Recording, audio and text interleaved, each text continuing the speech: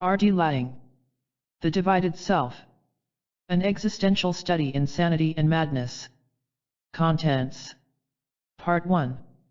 1. The Existential Phenomenological Foundations for a Science of Persons. 2. The Existential Phenomenological Foundations for the Understanding of Psychosis. 3. Ontological Insecurity. Part 2. 4. The Embodied and Unembodied Self. 5. The Inner Self in the Schizoid Condition. 6. The False Self System. 7. Self-Consciousness. 8. The Case of Peter. Part 3. 9.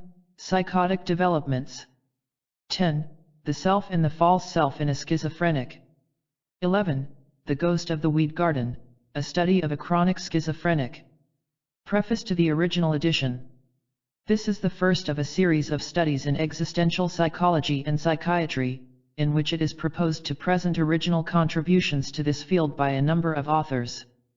The present book is a study of schizoid and schizophrenic persons. Its basic purpose is to make madness, and the process of going mad, comprehensible. Readers will judge variously the success or failure of this aim. I would ask, however, that the book should not be judged in terms of what it does not attempt to do. Specifically, no attempt is made to present a comprehensive theory of schizophrenia. No attempt is made to explore constitutional and organic aspects. No attempt is made to describe my own relationship with these patients, or my own method of therapy. A further purpose is to give in plain English an account, in existential terms, of some forms of madness. In this I believe it to be the first of its kind. Most readers will find a few terms strangely used in the first few chapters. I have, however, given careful thought to any such usage, and have not employed it unless I felt compelled by the sense to do so. Here again, a brief statement about what I have not tried to do may avoid misunderstanding. The reader versed in existential and phenomenological literature will quickly see that this study is not a direct application of any established existential philosophy. There are important points of divergence from the work of Kierkegaard, Jaspers, Heidegger, Sartre, Binswanger, and Tillich, for instance. To discuss points of convergence and divergence in any detail would have taken me away from the immediate task. Such a discussion belongs to another place. It is to the existential tradition, however, that I acknowledge my main intellectual indebtedness. I wish to express here my gratitude to the patients and their parents about whom I have written in the following pages. All of those to whom I have referred at any length have given their willing consent to this publication. Names, places, and all identifying details have been changed, but the reader can be assured that he is not reading fiction. Preface to the Pelican edition. One cannot say everything at once. I wrote this book when I was 28. I wanted to convey above all that it was far more possible than is generally supposed to understand people diagnosed as psychotic. Although this entailed understanding the social context, especially the power situation within the family, today I feel that, even in focusing upon and attempting to delineate a certain type of schizoid existence, I was already partially falling into the trap I was seeking to avoid. I am still writing in this book too much about them, and too little of us. Freud insisted that our civilization is a repressive one. There is a conflict between the demands of conformity and the demands of our instinctive energies, explicitly sexual. Freud could see no easy resolution of this antagonism, and he came to believe that in our time the possibility of simple natural love between human beings had already been abolished. Our civilization represses not only the instincts, not only sexuality, but any form of transcendence. Among one-dimensional men, it is not surprising that someone with an insistent experience of other dimensions, that he cannot entirely deny or forget, will run the risk either of being destroyed by the others, or of betraying what he knows. In the context of our present pervasive madness that we call normality, sanity, freedom, all our frames of reference are ambiguous and equivocal. A man who prefers to be dead rather than red is normal. A man who says he has lost his soul is mad. A man who says that men are machines may be a great scientist. A man who says he is a machine is depersonalized in psychiatric jargon. A man who says that Negroes are an inferior race may be widely respected. A man who says his whiteness is a form of cancer is certifiable. A little girl of 17 in a mental hospital told me she was terrified because the atom bomb was inside her. That is a delusion. The statesmen of the world who boast and threaten that they have doomsday weapons are far more dangerous, and far more estranged from reality than many of the people on whom the label psychotic is affixed. Psychiatry could be, and some psychiatrists are, on the side of transcendence, of genuine freedom, and of true human growth. But psychiatry can so easily be a technique of brainwashing, of inducing behavior that is adjusted, by, preferably, non-injurious torture. In the best places, where straitjackets are abolished, doors are unlocked, leucotomies largely foregone, these can be replaced by more subtle lobotomies and tranquilizers that place the bars of bedlam and the locked doors inside the patient. Thus I would wish to emphasize that our normal adjusted state is too often the abdication of ecstasy, the betrayal of our true potentialities, that many of us are only too successful in acquiring a false self to adapt to false realities. But let it stand. This was the work of an old young man. If I am older, I am now also younger. Part 1. The Existential Phenomenological Foundations for a Science of Persons. The term schizoid refers to an individual the totality of whose experience is split in two main ways. In the first place, there is a rent in his relation with his world and, in the second, there is a disruption of his relation with himself. Such a person is not able to experience himself together with others or at home in the world, but, on the contrary, he experiences himself in despairing aloneness and isolation. Moreover, he does not experience himself as a complete person but rather as split in various ways, perhaps as a mind more or less tenuously linked to a body, as two or more selves, and so on. This book attempts an existential phenomenological account of some schizoid and schizophrenic persons. Before beginning this account, however, it is necessary to compare this approach to that of formal clinical psychiatry and psychopathology. Existential phenomenology attempts to characterize the nature of a person's experience of his world and himself. It is not so much an attempt to describe particular objects of his experience as to set all particular experiences within the context of his whole being in his world. The mad things said and done by the schizophrenic will remain essentially a closed book if one does not understand their existential context. In describing one way of going mad, I shall try to show that there is a comprehensible transition from the sane schizoid way of being in the world to a psychotic way of being in the world. Although retaining the terms schizoid and schizophrenic for the sane and psychotic positions respectively, I shall not, of course, be using these terms in their usual clinical psychiatric frame of reference, but phenomenologically and existentially. The clinical focus is narrowed down to cover only some of the ways there are of being schizoid or of going schizophrenic from a schizoid starting point. However, the account of the issues lived out by the individuals studied in the following pages is intended to demonstrate that these issues cannot be grasped through the methods of clinical psychiatry and psychopathology as they stand today but, on the contrary, require the existential phenomenological method to demonstrate their true human relevance and significance. In this volume I have gone as directly as possible to the patients themselves and kept to a minimum the discussion of the historical, theoretical, and practical issues raised particularly vis-a-vis psychiatry and psychoanalysis. The particular form of human tragedy we are faced with here has never been presented with sufficient clarity and distinctness. I felt, therefore, that the sheer descriptive task had to come before all other considerations. This chapter is thus designed to give only the briefest statement of the basic orientation of this book necessary to avoid the most disastrous misunderstandings. It faces in two directions. On the one hand, it is directed to psychiatrists who are very familiar with the type of case but may be unused to seeing the case qua person as described here.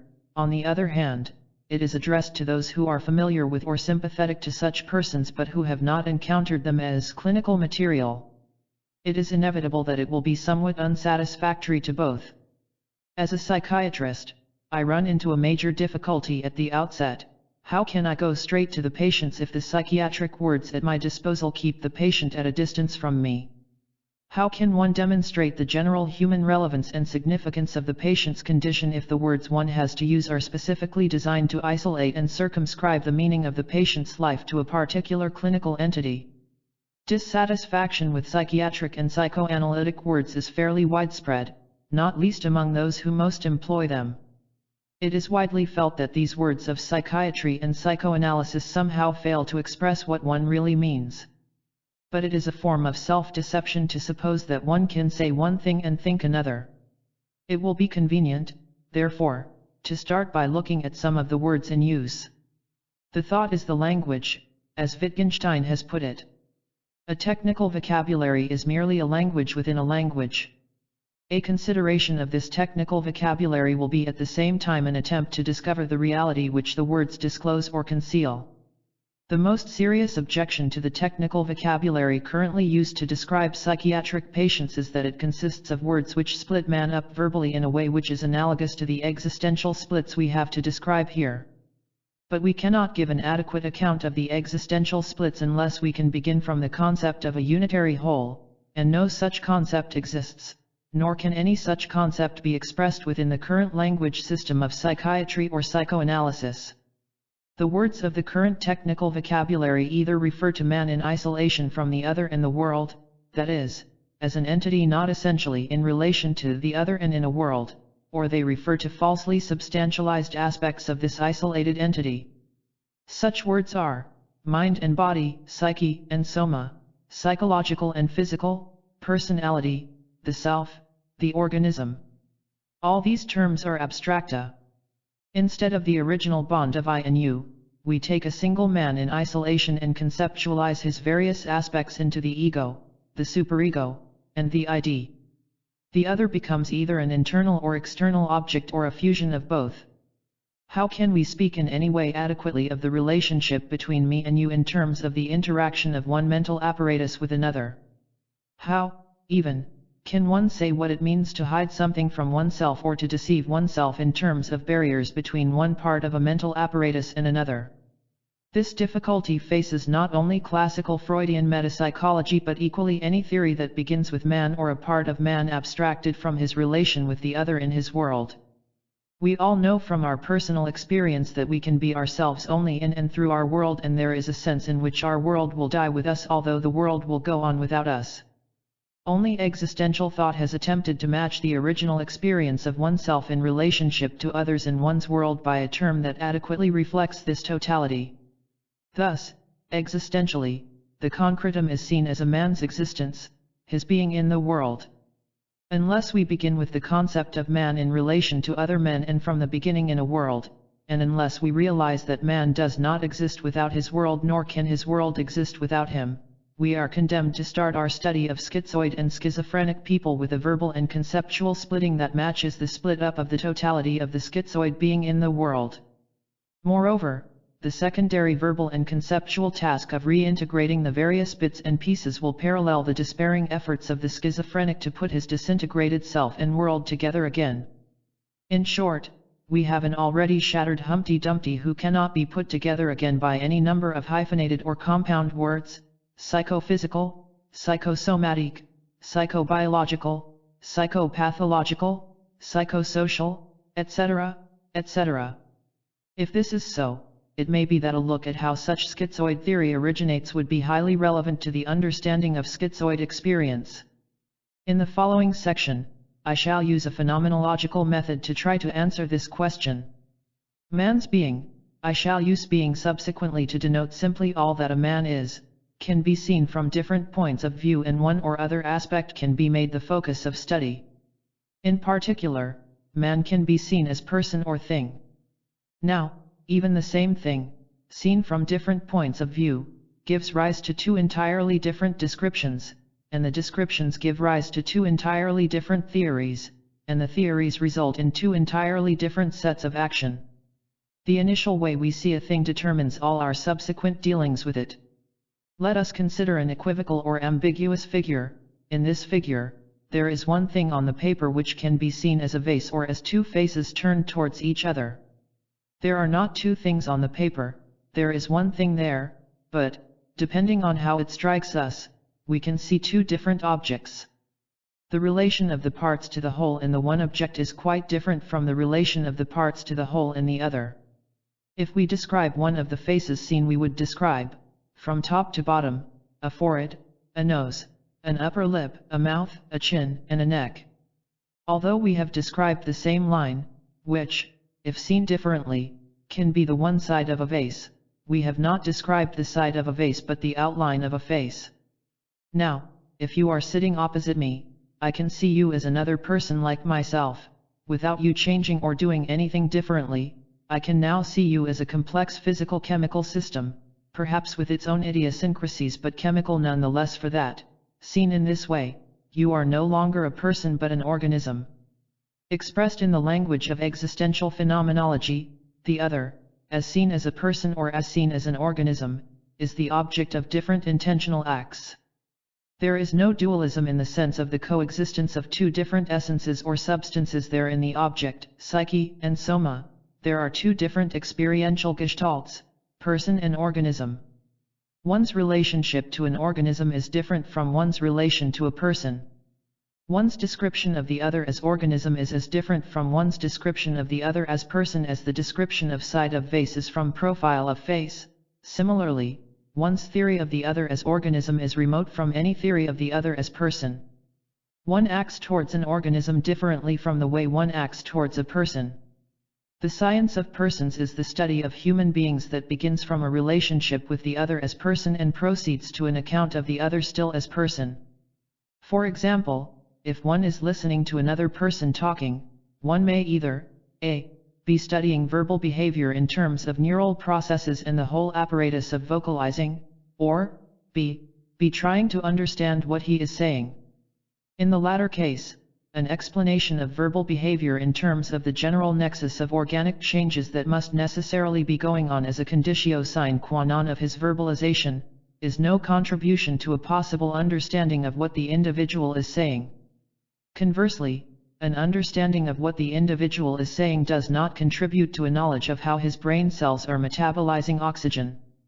That is, an understanding of what he is saying is no substitute for an explanation of the relevant organismic processes, and vice versa. Again, there is no question here or anywhere of a mind-body dualism. The two accounts, in this case personal and organismic, taken up in respect to speech or any other observable human activity, are each the outcome of one's initial intentional act. Each intentional act leads in its own direction and yields its own results.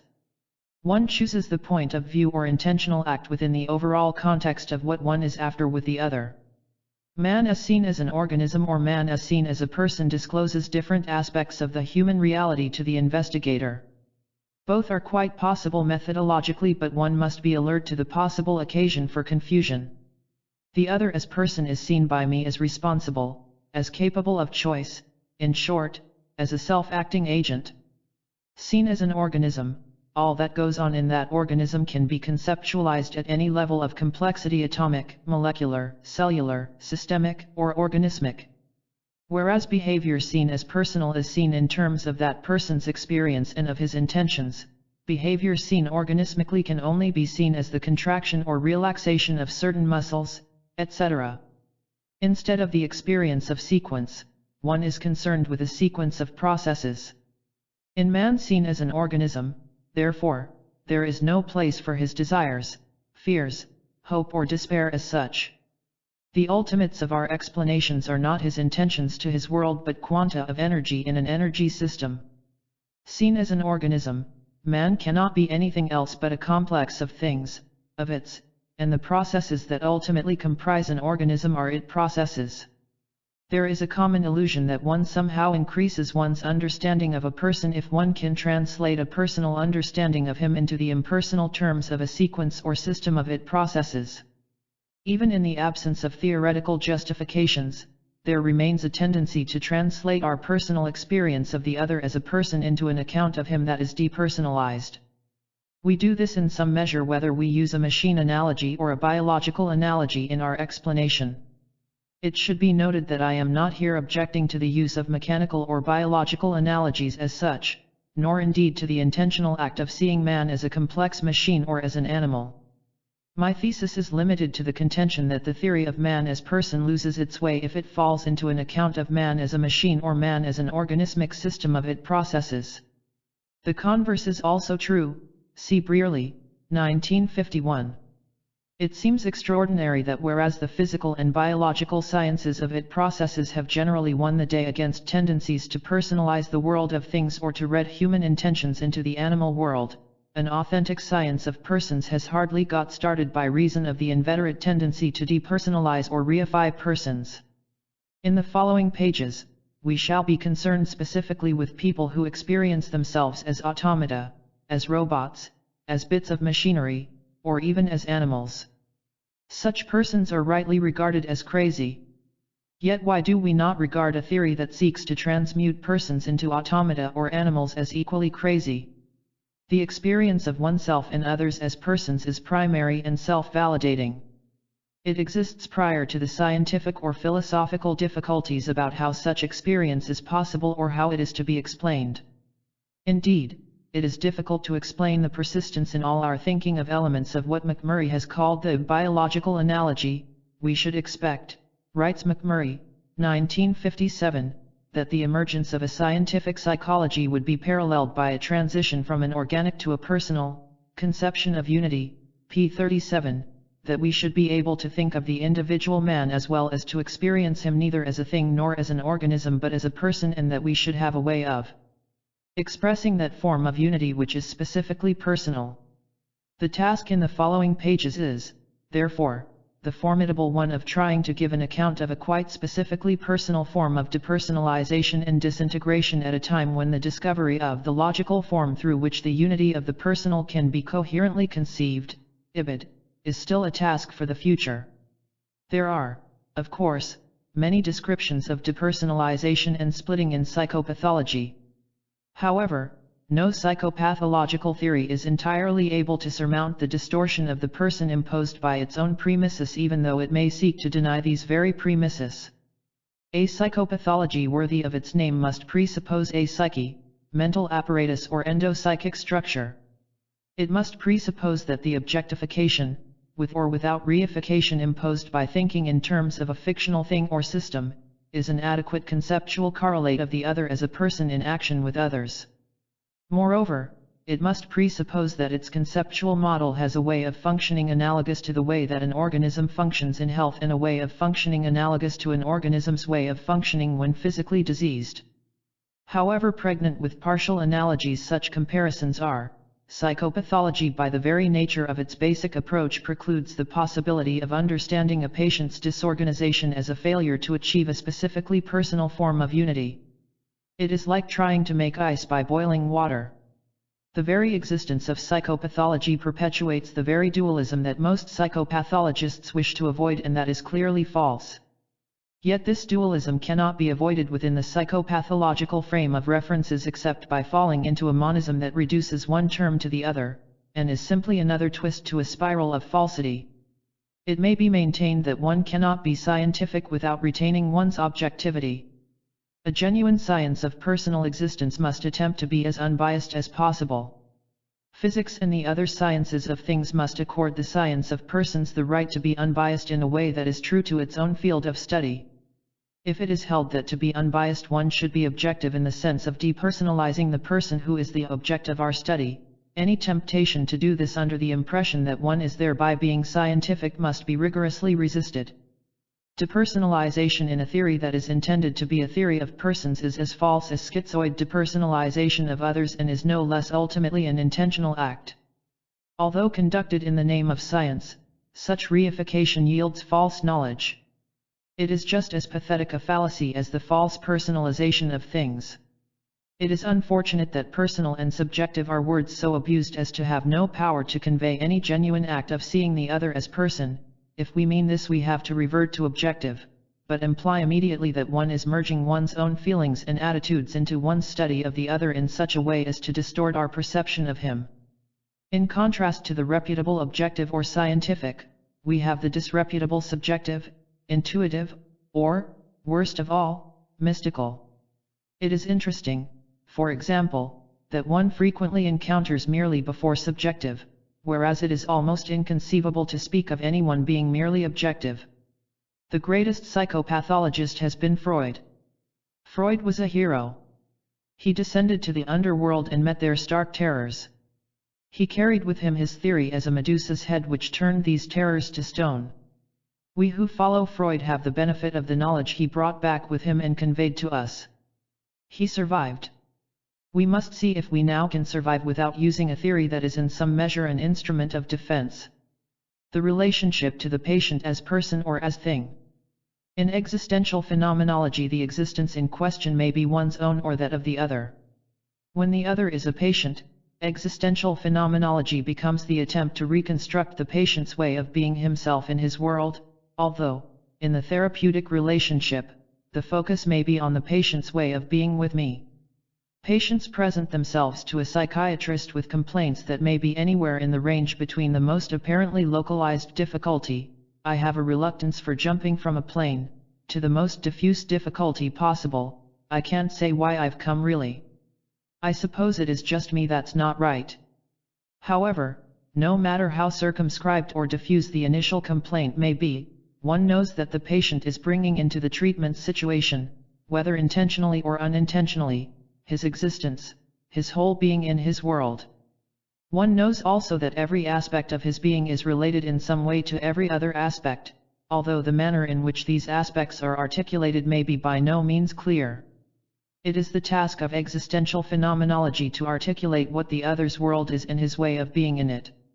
Right at the start, my own idea of the scope or extension of a man's being may not coincide with his, nor for that matter with that of other psychiatrists. I, for instance, regard any particular man as finite, as one who has had a beginning and who will have an end. He has been born, and he is going to die. In the meantime, he has a body that roots him to this time and this place. These statements I believe to be applicable to each and every particular man. I do not expect to re-verify them each time I meet another person. Indeed, they cannot be proved or falsified. I have had a patient whose notion of the horizons of his own being extended beyond birth and death, in fact and not just in imagination. He said he was not essentially bound to one time and one place. I did not regard him as psychotic, nor could I prove him wrong, even if I cared to. Nevertheless, it is of considerable practical importance that one should be able to see that the concept and/or experience that a man may have of his being may be very different from one's own concept or experience of his being. In these cases, one has to be able to orientate oneself as a person in the other's scheme of things rather than only to see the other as an object in one's own world, i.e. within the total system of one's own reference. One must be able to effect this reorientation without prejudging who is right and who is wrong. The ability to do this is an absolute and obvious prerequisite in working with psychotics. There is another aspect of man's being which is the crucial one in psychotherapy as contrasted with other treatments. This is that each and every man is at the same time separate from his fellows and related to them. Such separateness and relatedness are mutually necessary postulates. Personal relatedness can exist only between beings who are separate but who are not isolates. We are not isolates and we are not parts of the same physical body. Here we have the paradox, the potentially tragic paradox, that our relatedness to others is an essential aspect of our being, as is our separateness, but any particular person is not a necessary part of our being. Psychotherapy is an activity in which that aspect of the patient's being, his relatedness to others, is used for therapeutic ends. The therapist acts on the principle that, since relatedness is potentially present in everyone, then he may not be wasting his time in sitting for hours with a silent catatonic who gives every evidence that he does not recognize his existence. 2. The existential phenomenological foundations for the understanding of psychosis. There is a further characteristic of the current psychiatric jargon. It speaks of psychosis as a social or biological failure of adjustment, or maladaptation of a particularly radical kind, of loss of contact with reality, of lack of insight. As Van den Berg, 1955, has said, this jargon is a veritable vocabulary of denigration. The denigration is not moralistic, at least in a 19th century sense. In fact, In many ways this language is the outcome of efforts to avoid thinking in terms of freedom, choice, responsibility. But it implies a certain standard way of being human to which the psychotic cannot measure up.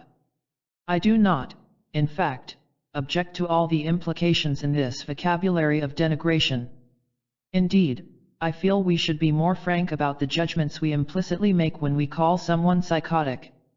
When I certify someone insane, I am not equivocating when I write that he is of unsound mind, may be dangerous to himself and others, and requires care and attention in a mental hospital. However, at the same time, I am also aware that, in my opinion, there are other people who are regarded as sane, whose minds are as radically unsound, who may be equally or more dangerous to themselves and others, and whom society does not regard as psychotic and fit persons to be in a madhouse. I am aware that the man who is said to be deluded may be in his delusion telling me the truth, and this in no equivocal or metaphorical sense, but quite literally, and that the cracked mind of the schizophrenic may let in light which does not enter the intact minds of many sane people whose minds are closed. Ezekiel, in Jaspers's opinion, was a schizophrenic. I must confess here to a certain personal difficulty I have in being a psychiatrist, which lies behind a great deal of this book. This is that except in the case of chronic schizophrenics I have difficulty in actually discovering the signs and symptoms of psychosis in persons I am myself interviewing. I used to think that this was some deficiency on my part, that I was not clever enough to get at hallucinations and delusions, and soon. If I compared my experience with psychotics with the accounts given of psychosis in the standard textbooks, I found that the authors were not giving a description of the way these people behaved with me. Maybe they were right and I was wrong. Then I thought that maybe they were wrong. But this is just as untenable. The following seems to be a statement of fact. The standard texts contain the descriptions of the behavior of people in a behavioral field that includes the psychiatrist. The behavior of the patient is to some extent a function of the behavior of the psychiatrist in the same behavioral field. The standard psychiatric patient is a function of the standard psychiatrist, and of the standard mental hospital. The figured base, as it were, which underscores all Bleuler's great description of schizophrenics is his remark that when all is said and done they were stranger to him than the birds in his garden. Bleuler, we know, approached his patients as a non-psychiatric clinician would approach a clinical case, with respect, courtesy, consideration, and scientific curiosity. The patient, however, is diseased in a medical sense, and it is a matter of diagnosing his condition, by observing the signs of his disease. This approach is regarded as so self-evidently justifiable by so many psychiatrists that they may find it difficult to know what I am getting at. There are now, of course, many other schools of thought, but this is still the most extensive one in this country. It certainly is the approach that is taken for granted by non-medical people. I am speaking here all the time of psychotic patients, i.e., as most people immediately say to themselves, not you or me. Psychiatrists still hang on to it in practice even though they pay lip service to incompatible views, outlook, and manner. Now, there is so much that is good and worthwhile in this, so much also that is safe in it, that anyone has a right to examine most closely any view that a clinical professional attitude of this kind may not be all that is required, or may even be misplaced in certain circumstances. The difficulty consists not simply in noticing evidence of the patient's feelings as they reveal themselves in his behavior. The good medical clinician will allow for the fact that if his patient is anxious, his blood pressure may be somewhat higher than usual, his pulse may be rather faster than normal, and so on. The crux of the matter is that when one examines a heart, or even the whole man as an organism, one is not interested in the nature of one's own personal feelings about him. Whatever these may be are irrelevant, discounted. One maintains a more or less standard professional outlook and manner. That the classical clinical psychiatric attitude has not changed in principle since Kraepelin can be seen by comparing the following with the similar attitude of any recent British textbook of psychiatry, e.g. Mayer Gross, Slater, and Roth. Here is Kraepelin's, 1905, account to a lecture room of his students of a patient showing the signs of catatonic excitement. The patient I will show you today has almost to be carried into the rooms, as he walks in a straddling fashion on the outside of his feet, On coming in, he throws off his slippers, sings a hymn loudly, and then cries twice, in English, "My father, my real father." He is 18 years old, and a pupil of the Oberrealschule, higher grade modern side school, tall, and rather strongly built, but with a pale complexion, on which there is very often a transient flush. The patient sits with his eyes shut, and pays no attention to his surroundings. He does not look up even when he is spoken to, but he answers beginning in a low voice, and gradually screaming louder and louder. When asked where he is, he says, "You want to know that too? I tell you who is being measured and is measured and shall be measured. I know all that, and could tell you, but I do not want to." When asked his name, he screams, "What is your name?" What does he shut? He shuts his eyes. What does he hear? He does not understand, he understands not. How? Who? Where? When? What does he mean? When I tell him to look, he does not look properly. "You there, just look." What is it? What is the matter? Attend, he attends not. I say, "What is it, then? Why do you give me no answer? Are you getting impudent again? How can you be so impudent? I'm coming. I'll show you. You don't whore for me. You mustn't be smart either, you're an impudent, lousy fellow, such an impudent, lousy fellow I've never met with." Is he beginning again? You understand nothing at all, nothing at all, nothing at all does he understand. If you follow now, he won't follow, will not follow. Are you getting still more impudent? Are you getting impudent still more? How they do attend, and so on. At the end, he scolds in quite inarticulate sounds. Kraepelin notes here among other things the patient's inaccessibility. Although he undoubtedly understood all the questions, he has not given us a single piece of useful information. His talk was only a series of disconnected sentences having no relation whatever to the general situation, 1905, pages 79-80. Now there is no question that this patient is showing the signs of catatonic excitement. The construction we put on this behavior will, however, depend on the relationship we establish with the patient, and we are indebted to Kraepelin's vivid description which enables the patient to come, it seems, alive to us across 50 years and through his pages as though he were before us. What does this patient seem to be doing? Surely he is carrying on a dialogue between his own parroted version of Kraepelin, and his own defiant rebelling self. You want to know that too? I tell you who is being measured and is measured and shall be measured. I know all that, and I could tell you, but I do not want to. This seems to be plain enough talk. Presumably he deeply resents this form of interrogation which is being carried out before a lecture room of students. He probably does not see what it has to do with the things that must be deeply distressing him. But these things would not be useful information to Kraepelin except as further signs of a disease. Kraepelin asks him his name. The patient replies by an exasperated outburst in which he is now saying what he feels is the attitude implicit in Kraepelin's approach to him. What is your name? What does he shut? He shuts his eyes. Why do you give me no answer? Are you getting impudent again? You don't whore for me? I.e. he feels that Kraepelin is objecting because he is not prepared to prostitute himself before the whole classroom of students, and so on, such an impudent, shameless, miserable, lousy fellow I've never met with, etc. Now it seems clear that this patient's behavior can be seen in at least two ways, analogous to the ways of seeing vase or face. One may see his behavior as signs of a disease, one may see his behavior as expressive of his existence. The existential phenomenological construction is an inference about the way the other is feeling and acting. What is the boy's experience of Kraepelin? He seems to be tormented and desperate. What is he about in speaking and acting in this way? He is objecting to being measured and tested.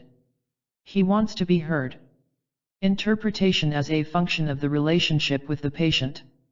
The clinical psychiatrist, wishing to be more scientific or objective, may propose to confine himself to the objectively observable behavior of the patient before him. The simplest reply to this is that it is impossible. To see signs of disease is not to see neutrally. Nor is it neutral to see a smile as contractions of the circumoral muscles, Merleau-Ponty, 1953. We cannot help but see the person in one way or other and place our constructions or interpretations on his behavior, as soon as we are in a relationship with him. This is so, even in the negative instance where we are drawn up or bamed by an absence of reciprocity on the part of the patient, where we feel there is no one there who is responding to our approaches. This is very near the heart of our problem. The difficulties facing us here are somewhat analogous to the difficulties facing the expositor of hieroglyphics, an analogy Freud was fond of drawing. They are, if anything, greater. The theory of the interpretation or deciphering of hieroglyphics and other ancient texts has been carried further forward and made more explicit by Dilthey in the last century than the theory of the interpretation of psychotic hieroglyphic speech and actions. It may help to clarify our position if we compare our problem with that of the historian as expounded by Dilthey. In both cases, the essential task is one of interpretation. Ancient documents can be subjected to a formal analysis in terms of structure and style, linguistic traits, and characteristic idiosyncrasies of syntax, etc. Clinical psychiatry attempts an analogous formal analysis of the patient's speech and behavior. This formalism, historical or clinical, is clearly very limited in scope. Beyond this formal analysis, it may be possible to shed light on the text through a knowledge of the nexus of socio-historical conditions from which it arose. Similarly, we usually wish to extend as far as we can our formal and static analysis of isolated clinical signs to an understanding of their place in the person's life history. This involves the introduction of dynamic genetic hypotheses. However, historical information, per se, about ancient texts or about patients, will help us to understand them better only if we can bring to bear what is often called sympathy, or, more intensively, empathy. When Dilthey, therefore, characterizes the relationship between the author and the expositor as the conditioning factor for the possibility of the comprehension of the text, he has, in fact, laid bare the presupposition of all interpretation which has comprehension as its basis. Bultmann, OPCIT. We explain, writes Dilthey, by means of purely intellectual processes, but we understand by means of the cooperation of all the powers of the mind in comprehension. In understanding we start from the connection of the given, living whole, in order to make the past comprehensible in terms of it. Now, our view of the other depends on our willingness to enlist all the powers of every aspect of ourselves in the act of comprehension. It seems also that we require to orientate ourselves to this person in such a way as to leave open to us the possibility of understanding him. The art of understanding those aspects of an individual's being which we can observe, as expressive of his mode of being in the world, requires us to relate his actions to his way of experiencing the situation he is in with us. Similarly, it is in terms of his present that we have to understand his past, and not exclusively the other way round. This again is true even in the negative instances when it may be apparent through his behavior that he is denying the existence of any situation he may be in with us, for instance, when we feel ourselves treated as though we did not exist, or as existing only in terms of the patient's own wishes or anxieties. It is not a question here of assigning predetermined meanings to this behavior in a rigid way. If we look at his actions as signs of a disease, we are already imposing our categories of thought onto the patient, in a manner analogous to the way we may regard him as treating us, and we shall be doing the same if we imagine that we can explain his present as a mechanical resultant of an immutable past. If one is adopting such an attitude towards a patient, it is hardly possible at the same time to understand what he may be trying to communicate to us. To consider again the instance of listening to someone speaking. If I am sitting opposite you and speaking to you, you may be trying, 1. to assess any abnormalities in my speech, or, 2. to explain what I am saying in terms of how you are imagining my brain cells to be metabolizing oxygen, or, 3. to discover why, in terms of past history and socio-economic background, I should be saying these things at this time. Not one of the answers that you may or may not be able to supply to these questions will in itself supply you with a simple understanding of what I am getting at. It is just possible to have a thorough knowledge of what has been discovered about the hereditary or familial incidence of manic depressive psychosis or schizophrenia, to have a facility in recognizing schizoid ego distortion and schizophrenic ego defects, plus the various disorders of thought, memory, perceptions, etc., to know, in fact, just about everything that can be known about the psychopathology of schizophrenia or of schizophrenia as a disease, without being able to understand one single schizophrenic. Such data are all ways of not understanding him. To look and to listen to a patient and to see signs of schizophrenia, as a disease, and to look and to listen to him simply as a human being are to see and to hear in as radically different ways as when one sees, first the vase, then the faces in the ambiguous picture. Of course, as Dilthey says, the expositor of a text has a right to presume that despite the passage of time, and the wide divergence of worldview between him and the ancient author, he stands in a not entirely different context of living experience from the original writer. He exists, in the world, like the other, as a permanent object in time and place, with others like himself. It is just this presupposition that one cannot make with the psychotic. In this respect, there may be a greater difficulty in understanding the psychotic in whose presence we are here and now, than there is in understanding the writer of a hieroglyphic dead for thousands of years. Yet the distinction is not an essential one. The psychotic, after all, as Harry Stack Sullivan has said, is more than anything else simply human. The personalities of doctor and psychotic, no less than the personalities of expositor and author, do not stand opposed to each other as two external facts that do not meet and cannot be compared. Like the expositor, the therapist must have the plasticity to transpose himself into another strange and even alien view of the world. In this act, he draws on his own psychotic possibilities, without foregoing his sanity. Only thus can he arrive at an understanding of the patient's existential position. I think it is clear that by understanding I do not mean a purely intellectual process. For understanding one might say love. But no word has been more prostituted. What is necessary, though not enough, is a capacity to know how the patient is experiencing himself and the world, including oneself. If one cannot understand him, one is hardly in a position to begin to love him in any effective way. We are commanded to love our neighbor. One cannot, however, love this particular neighbor for himself without knowing who he is. One can only love his abstract humanity. One cannot love a conglomeration of signs of schizophrenia. No one has schizophrenia, like having a cold. The patient has not got schizophrenia. He is schizophrenic. The schizophrenic has to be known without being destroyed. He will have to discover that this is possible.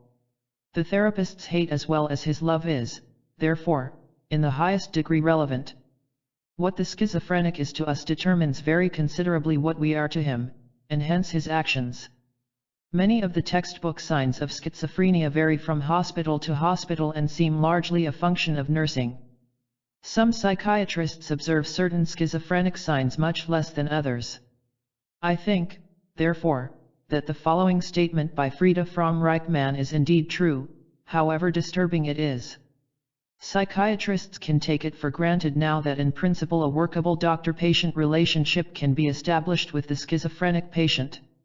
If and when this seems impossible, it is due to the doctor's personality difficulties, not to the patient's psychopathology. 1952, p. 91. Of course, as with Krepeline's catatonic young man, the individual reacts and feels towards oneself only partially in terms of the person one takes oneself to be and partially in terms of his fantasy of what one is. One tries to make the patient see that his way of acting towards oneself implies a fantasy of one kind or another, which, most likely, he does not fully recognize, of which he is unconscious, but which, nevertheless, is a necessary postulate if one is to make any sense of this way of conducting himself. When two sane persons are together, one expects that A will recognize B to be more or less the person B takes himself to be, and vice versa. That is, for my part, I expect that my own definition of myself should, by and large, be endorsed by the other person, assuming that I am not deliberately impersonating someone else, being hypocritical, lying, and so on. Within the context of mutual sanity there is, however, quite a wide margin for conflict, error, misconception, in short, for a disjunction of one kind or another between the person one is in one's own eyes, one's being for oneself, and the person one is in the eyes of the other, one's being for the other, and, conversely, between who or what he is for me and who or what he is for himself, finally, between what one imagines to be his picture of oneself and his attitude and intentions towards oneself, and the picture, attitude, and intentions he has in actuality towards oneself, and vice versa. That is to say, when two sane persons meet, there appears to be a reciprocal recognition of each other's identity. In this mutual recognition there are the following basic elements. A. I recognize the other to be the person he takes himself to be. B. He recognizes me to be the person I take myself to be. Each has his own autonomous sense of identity and his own definition of who and what he is. You are expected to be able to recognize me.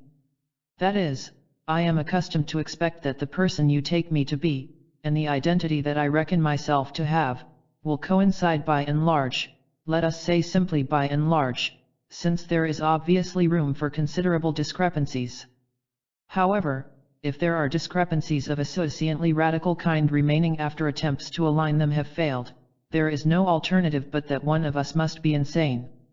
I have no difficulty in regarding another person as psychotic, if for instance, he says he is Napoleon, whereas I say he is not. Or if he says I am Napoleon, whereas I say I am not. Or if he thinks that I wish to seduce him, whereas I think that I have given him no grounds in actuality for supposing that such is my intention. Or if he thinks that I am afraid he will murder me, whereas I am not afraid of this, and have given him no reason to think that I am. I suggest, therefore, that sanity or psychosis is tested by the degree of conjunction or disjunction between two persons where the one is sane by common consent. The critical test of whether or not a patient is psychotic is a lack of congruity, an incongruity, a clash, between him and me. The psychotic is the name we have for the other person in a disjunctive relationship of a particular kind. It is only because of this interpersonal disjunction that we start to examine his urine, and look for anomalies in the graphs of the electrical activity of his brain. It is worthwhile at this point to probe a little farther into what is the nature of the barrier or disjunction between the sane and the psychotic. If, for instance, a man tells us he is an unreal man, and if he is not lying, or joking, or equivocating in some subtle way, there is no doubt that he will be regarded as deluded. But, existentially, what does this delusion mean? Indeed, he is not joking or pretending. On the contrary, he goes on to say that he has been pretending for years to have been a real person but can maintain the deception no longer. His whole life has been torn between his desire to reveal himself and his desire to conceal himself. We all share this problem with him and we have all arrived at a more or less satisfactory solution. We have our secrets and our needs to confess. We may remember how, in childhood, adults at first were able to look right through us, and into us, and what an accomplishment it was when we, in fear and trembling, could tell our first lie, and make, for ourselves, the discovery that we are irredeemably alone in certain respects, and know that within the territory of ourselves there can be only our footprints. There are some people, however, who never fully realize themselves in this position. This genuine privacy is the basis of genuine relationship, but the person whom we call schizoid feels both more exposed, more vulnerable to others than we do, and more isolated. Thus a schizophrenic may say that he is made of glass, of such transparency and fragility that a look directed at him splinters him to bits and penetrates straight through him. We may suppose that precisely as such he experiences himself. We shall suggest that it was on the basis of this exquisite vulnerability that the unreal man became so adept at self-concealment. He learned to cry when he was amused, and to smile when he was sad. He frowned his approval, and applauded his displeasure. All that you can see is not me, he says to himself. But only in and through all that we do see can he be anyone, in reality. If these actions are not his real self, he is irreal, wholly symbolical and equivocal, a purely virtual, potential, imaginary person, a mythical man, nothing really. If, then, he once stops pretending to be what he is not, and steps out as the person he has come to be, he emerges as Christ, or as a ghost, but not as a man. By existing with no body, he is nobody. A truth about his existential position is lived out. What is existentially true is lived as really true. Undoubtedly, most people take to be really true only what has to do with grammar and the natural world. A man says he is dead but he is alive. But his truth is that he is dead. He expresses it perhaps in the only way common, i.e. the communal, sense allows him. He means that he is really and quite literally dead, not merely symbolically or in a sense or as it were, and is seriously bent on communicating his truth. The price, however, to be paid for transvaluating the communal truth in this manner is to be mad, for the only real death we recognize is biological death. The schizophrenic is desperate, is simply without hope. I have never known a schizophrenic who could say he was loved, as a man, by God the Father or by the Mother of God or by another man. He either is God, or the devil, or in hell, estranged from God. When someone says he is an unreal man or that he is dead, in all seriousness, expressing in radical terms the stark truth of his existence as he experiences it, that is insanity. What is required of us? Understand him? The kernel of the schizophrenic's experience of himself must remain incomprehensible to us. As long as we are sane and he is insane, it will remain so. But comprehension as an effort to reach and grasp him, while remaining within our own world and judging him by our own categories whereby he inevitably falls short, is not what the schizophrenic either wants or requires. We have to recognize all the time his distinctiveness and differentness, his separateness and loneliness and despair. 3. Ontological insecurity. We can now state more precisely the nature of our clinical inquiry. A man may have a sense of his presence in the world as a real, alive, whole, and, in a temporal sense, a continuous person.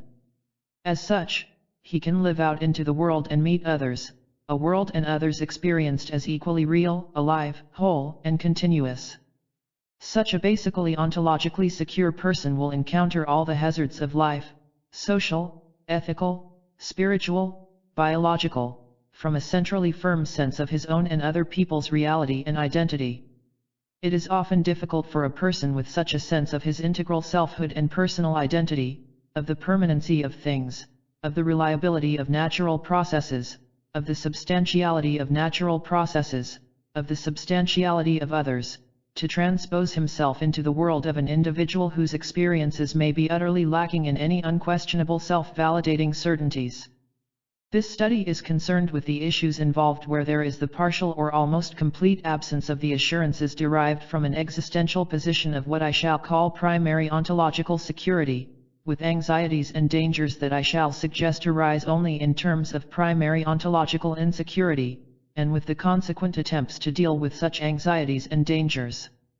The literary critic, Lionel Trilling, 1955, points up the contrast that I wish to make between a basic existential position of ontological security and one of ontological insecurity very clearly in comparing the worlds of Shakespeare and Keats on the one hand, and of Kafka on the other.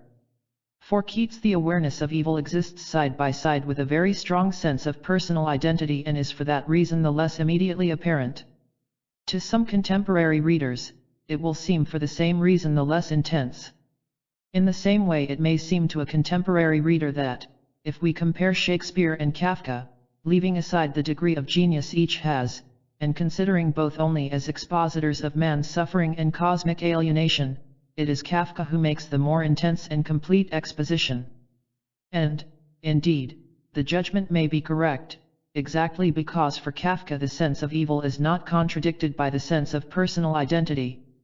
Shakespeare's world, quite as much as Kafka's, is that prison cell which Pascal says the world is, from which daily the inmates are led forth to die, Shakespeare no less than Kafka forces upon us the cruel irrationality of the conditions of human life, the tale told by an idiot, the puerile gods who torture us not for punishment but for sport, and no less than Kafka, Shakespeare is revolted by the fate of the prison of this world. Nothing is more characteristic of him than his imagery of disgust. But in Shakespeare's cell the company is so much better than in Kafka's. The captains and kings and lovers and clowns of Shakespeare are alive and complete before they die. In Kafka, long before the sentence is executed, even long before the malign legal process is even instituted, something terrible has been done to the accused. We all know what that is. He has been stripped of all that is becoming to a man except his abstract humanity, which, like his skeleton, never is quite becoming to a man. He is without parents, home, wife, child, commitment, or appetite. He has no connection with power, beauty, love, wit, courage, loyalty, or fame, and the pride that may be taken in these. So that we may say that Kafka's knowledge of evil exists without the contradictory knowledge of the self in its health and validity, that Shakespeare's knowledge of evil exists with that contradiction in its fullest possible force, pages 38-9. We find, as Trilling points out, that Shakespeare does depict characters who evidently experience themselves as real and alive and complete, however riddled by doubts or torn by conflicts they may be. With Kafka this is not so. Indeed, the effort to communicate what being alive is like in the absence of such assurances seems to characterize the work of a number of writers and artists of our time. Life, without feeling alive. With Samuel Beckett, for instance, one enters a world in which there is no contradictory sense of the self in its health and validity to mitigate the despair, terror, and boredom of existence. In such a way, the two tramps who wait for Godot are condemned to live. Estragon, we always find something, diddy, to give us the impression that we exist. Vladimir, impatiently yes, we're magicians. But let us persevere in what we have resolved, before we forget. In painting, Francis Bacon, among others, seems to be dealing with similar issues. Generally, it is evident that what we shall discuss here clinically is but a small sample of something in which human nature is deeply implicated and to which we can contribute only a very partial understanding. To begin at the beginning. Biological birth is a definitive act whereby the infant organism is precipitated into the world. There it is, a new baby, a new biological entity, already with its own ways, real and alive, from our point of view. But what of the baby's point of view? Under usual circumstances, the physical birth of a new living organism into the world inaugurates rapidly ongoing processes whereby within an amazingly short time the infant feels real and alive and has a sense of being an entity, with continuity in time and a location in space. In short, physical birth and biological aliveness are followed by the baby becoming existentially born as real and alive. Usually this development is taken for granted and affords the certainty upon which all other certainties depend. This is to say, not only do adults see children to be real biologically viable entities, but they experience themselves as whole persons who are real and alive, and conjunctively experience other human beings as real and alive. These are self-validating data of experience. The individual, then, may experience his own being as real, alive, whole, as differentiated from the rest of the world in ordinary circumstances so clearly that his identity and autonomy are never in question, as a continuum in time, as having an inner consistency, substantiality, genuineness, and worth, as spatially coextensive with the body, and, usually, as having begun in or around birth and liable to extinction with death. He thus has a firm core of ontological security. This, however, may not be the case. The individual in the ordinary circumstances of living may feel more unreal than real, in a literal sense, more dead than alive, precariously differentiated from the rest of the world, so that his identity and autonomy are always in question. He may lack the experience of his own temporal continuity. He may not possess an overriding sense of personal consistency or cohesiveness. He may feel more insubstantial than substantial, and unable to assume that the stuff he is made of is genuine, good, valuable. And he may feel his self as partially divorced from his body. It is, of course, inevitable that an individual whose experience of himself is of this order can no more live in a secure world than he can be secure in himself. The whole physiognomy of his world will be correspondingly different from that of the individual whose sense of self is securely established in its health and validity. Relatedness to other persons will be seen to have a radically different significance and function. To anticipate, we can say that in the individual whose own being is secure in this primary experiential sense, relatedness with others is potentially gratifying, whereas the ontologically insecure person is preoccupied with preserving rather than gratifying himself. The ordinary circumstances of living threaten his low threshold of security. If a position of primary ontological security has been reached, the ordinary circumstances of life do not afford a perpetual threat to one's own existence. If such a basis for living has not been reached, the ordinary circumstances of everyday life constitute a continual and deadly threat. Only if this is realized is it possible to understand how certain psychoses can develop. If the individual cannot take the realness, aliveness, autonomy, and identity of himself and others for granted, then he has to become absorbed in contriving ways of trying to be real, of keeping himself or others alive, of preserving his identity, in efforts, as he will often put it, to prevent himself losing his self. What are to most people everyday happenings, which are hardly noticed because they have no special significance, may become deeply significant in so far as they either contribute to the sustenance of the individual's being or threaten him with non-being.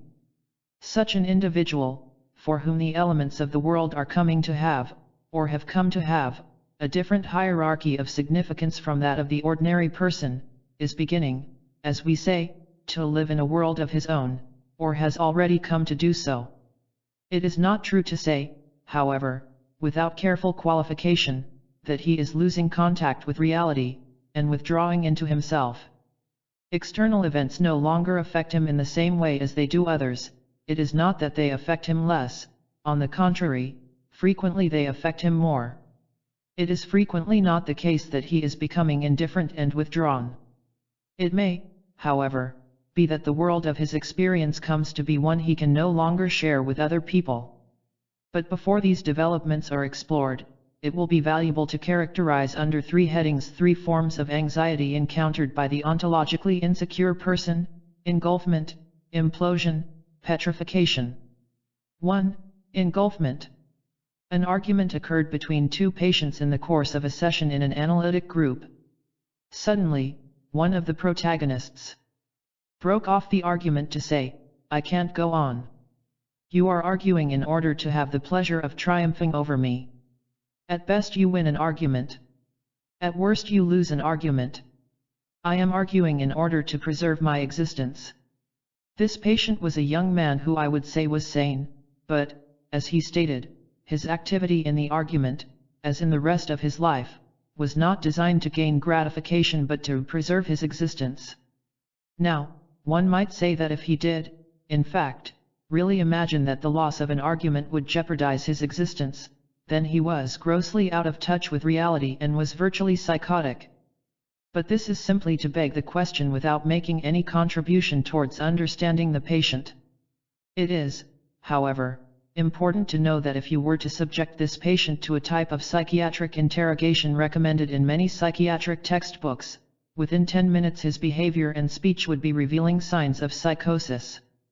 It is quite easy to evoke such signs from such a person whose threshold of basic security is so low that practically any relationship with another person, however tenuous or however apparently harmless, threatens to overwhelm him.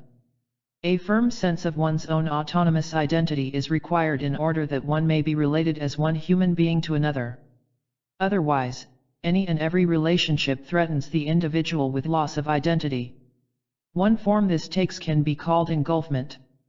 In this the individual dreads relatedness as such, with anyone or anything or, indeed, even with himself, because his uncertainty about the stability of his autonomy lays him open to the dread lest in any relationship he will lose his autonomy and identity. Engulfment is not simply envisaged as something that is liable to happen willy-nilly despite the individual's most active efforts to avoid it. The individual experiences himself as a man who is only saving himself from drowning by the most constant, strenuous, desperate activity. Engulfment is felt as a risk in being understood, thus grasped, comprehended, in being loved, or even simply in being seen. To be hated may be feared for other reasons, but to be hated as such is often less disturbing than to be destroyed, as it is felt, through being engulfed by love. The main maneuver used to preserve identity under pressure from the dread of engulfment is isolation. Thus, instead of the polarities of separateness and relatedness based on individual autonomy, there is the antithesis between complete loss of being by absorption into the other person, engulfment, and complete aloneness, isolation. There is no safe third possibility of a dialectical relationship between two persons, both sure of their own ground and, on this very basis, able to lose themselves in each other. Such merging of being can occur in an authentic way only when the individuals are sure of themselves. If a man hates himself, he may wish to lose himself in the other, then being engulfed by the other is an escape from himself. In the present case it is an ever-present possibility to be dreaded. It will be shown later, however, that what at one moment is most dreaded and strenuously avoided can change to what is most sought.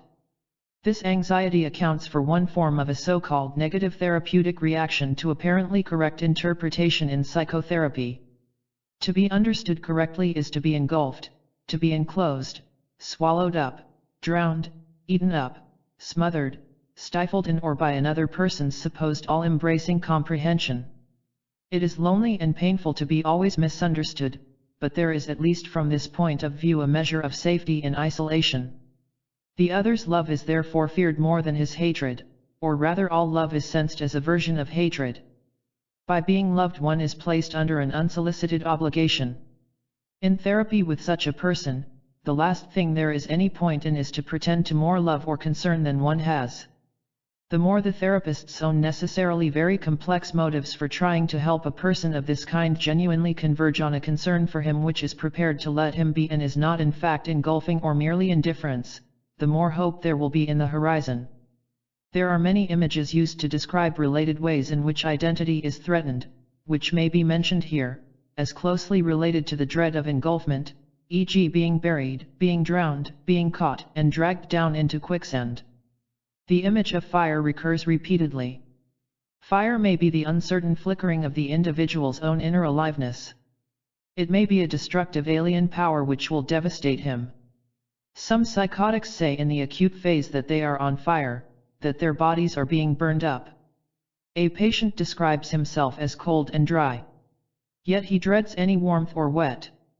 He will be engulfed by the fire or the water, and either way be destroyed. 2. Implosion. This is the strongest word I can find for the extreme form of what Winnicott terms the impingement of reality. Impingement does not convey, however, the full terror of the experience of the world as liable at any moment to crash in and obliterate all identity as a gas will rush in and obliterate a vacuum. The individual feels that, like the vacuum, he is empty. But this emptiness is him. Although in other ways he longs for the emptiness to be filled, he dreads the possibility of this happening because he has come to feel that all he can be is the awful nothingness of just this very vacuum. Any contact with reality is then in itself experienced as a dreadful threat because reality, as experienced from this position, is necessarily implosive and thus, as was relatedness in engulfment, in itself a threat to what identity the individual is able to suppose himself to have. Reality, as such, threatening engulfment or implosion, is the persecutor. In fact, we are all only 2 or 3 degrees Fahrenheit from experiences of this order. Even a slight fever, and the whole world can begin to take on a persecutory, impinging aspect. 3. Petrification and depersonalization. In using the term petrification, one can exploit a number of the meanings embedded in this word. 1. A particular form of terror, whereby one is petrified, i.e. turned to stone. 2. The dread of this happening, the dread, that is, of the possibility of turning, or being turned, from a live person into a dead thing, into a stone, into a robot, an automaton, without personal autonomy of action, an it without subjectivity. 3. The magical act whereby one may attempt to turn someone else into stone, by petrifying him, and, by extension, the act whereby one negates the other person's autonomy, ignores his feelings, regards him as a thing, kills the life in him. In this sense one may perhaps better say that one depersonalizes him, or reifies him. One treats him not as a person, as a free agent, but as an it. Depersonalization is a technique that is universally used as a means of dealing with the other when he becomes too tiresome or disturbing. One no longer allows oneself to be responsive to his feelings and may be prepared to regard him and treat him as though he had no feelings. The people in focus here both tend to feel themselves as more or less depersonalized and tend to depersonalize others. They are constantly afraid of being depersonalized by others. The act of turning him into a thing is, for him, actually petrifying. In the face of being treated as an it, his own subjectivity drains away from him like blood from the face. Basically he requires constant confirmation from others of his own existence as a person. A partial depersonalization of others is extensively practiced in everyday life and is regarded as normal if not highly desirable. Most relationships are based on some partial depersonalizing tendency insofar as one treats the other not in terms of any awareness of who or what he might be in himself but as virtually an android robot playing a role or part in a large machine in which one too may be acting yet another part. It is usual to cherish if not the reality, at least the illusion that there is a limited sphere of living free from this dehumanization. Yet it may be in just this sphere that the greater risk is felt, and the ontologically insecure person experiences this risk in highly potentiated form. The risk consists in this: if one experiences the other as a free agent, one is open to the possibility of experiencing oneself as an object of his experience and thereby of feeling one's own subjectivity drained away. One is threatened with the possibility of becoming no more than a thing in the world of the other, without any life for oneself, without any being for oneself. In terms of such anxiety, the very act of experiencing the other as a person is felt as virtually suicidal. Sartre discusses this experience brilliantly in Part 3 of Being and Nothingness. The issue is in principle straightforward. One may find oneself enlivened and the sense of one's own being enhanced by the other, or one may experience the other as deadening and impoverishing. A person may have come to anticipate that any possible relationship with another will have the latter consequences. Any other is then a threat to his self, his capacity to act autonomously, not by reason of anything he or she may do or not do specifically, but by reason of his or her very existence. Some of the above points are illustrated in the life of James, a chemist, aged 28. The complaint he made all along was that he could not become a person. He had no self. I am only a response to other people, I have no identity of my own. We shall have occasion to describe in detail later the sense of not being one's true self, of living a false self. Chapters 5, 6. He felt he was becoming more and more a mythical person. He felt he had no weight, no substance of his own. I am only a cork floating on the ocean. This man was very concerned about not having become a person. He reproached his mother for this failure. I was merely her emblem. She never recognized my identity. In contrast to his own belittlement of and uncertainty about himself, he was always on the brink of being overawed and crushed by the formidable reality that other people contained. In contrast to his own lightweight, uncertainty, and insubstantiality, they were solid, decisive, emphatic, and substantial. He felt that in every way that mattered others were more large-scale than he was. At the same time, in practice he was not easily overawed. He used two chief maneuvers to preserve security. One was an outward compliance with the other. The second was an inner intellectual Medusa's head he turned on the other. Both maneuvers taken together safeguarded his own subjectivity, which he had never to betray openly and which thus could never find direct and immediate expression for itself. Being secret, it was safe.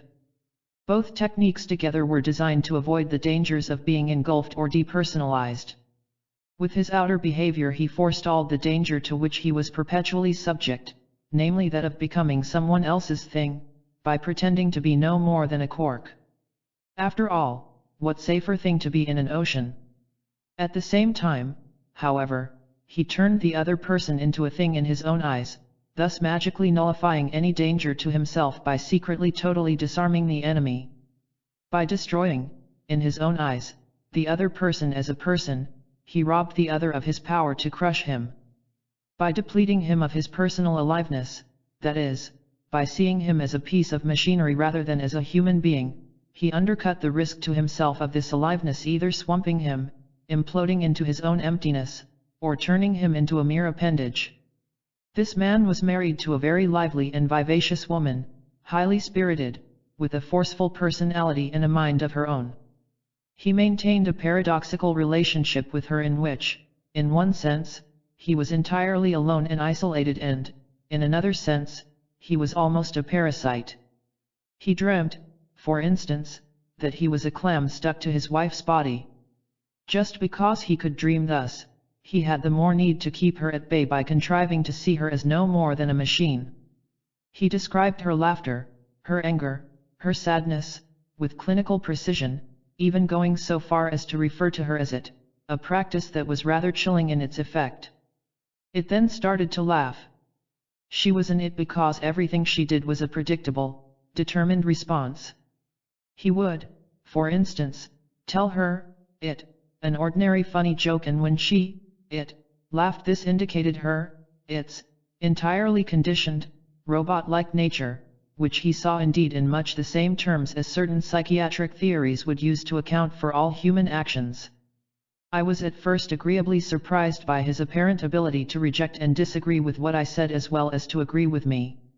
This seemed to indicate that he had more of a mind of his own than he perhaps realized, and that he was not too frightened to display some measure of autonomy.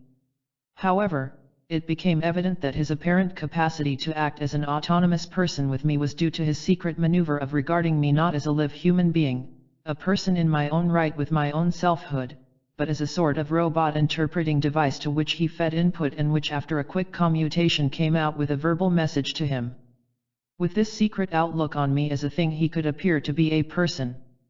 What he could not sustain was a person-to-person relationship, experienced as such. Dreams in which one or other of the above forms of dread is expressed are common in such persons. These dreams are not variations on the fears of being eaten which occur in ontologically secure persons. To be eaten does not necessarily mean to lose one's identity. Jonah was very much himself even within the belly of the whale. Few nightmares go so far as to call up anxieties about actual loss of identity, usually because most people, even in their dreams, still meet whatever dangers are to be encountered as persons who may perhaps be attacked or mutilated but whose basic existential core is not itself in jeopardy. In the classical nightmare, the dreamer wakes up in terror. But this terror is not the dread of losing the self. Thus a patient dreams of a fat pig which sits on his chest and threatens to suffocate him. He wakes in terror. At worst, in this nightmare, he is threatened with suffocation, but not with the dissolution of his very being. The defensive method of turning the threatening mother or breast figure into a thing occurs in patients' dreams. One patient dreamt recurrently of a small black triangle which originated in a corner of his room and grew larger and larger until it seemed about to engulf him, whereupon he always awoke in great terror. This was a psychotic young man who stayed with my family for several months, and whom I was thus able to get to know rather well. There was only one situation as far as I could judge in which he could let himself go without anxiety at not recovering himself again, and that was in listening to jazz. The fact that even in a dream the breast figure has to be so depersonalized is a measure of its potential danger to the self, presumably on the basis of its frightening original personalizations and the failure of a normal process of depersonalization. Meted Boss, 1957a, gives examples of several dreams heralding psychosis. In one, the dreamer is engulfed by fire. A woman of hardly 30 years dreamt, at a time when she still felt completely healthy, that she was afire in the stables. Around her, the fire, an ever larger crust of lava was forming. Half from the outside and half from the inside her own body, she could see how the fire was slowly becoming choked by this crust. Suddenly she was entirely outside this fire and, as if possessed, she beat the fire with a club to break the crust and to let some air in. But the dreamer soon got tired and slowly she, the fire, became extinguished.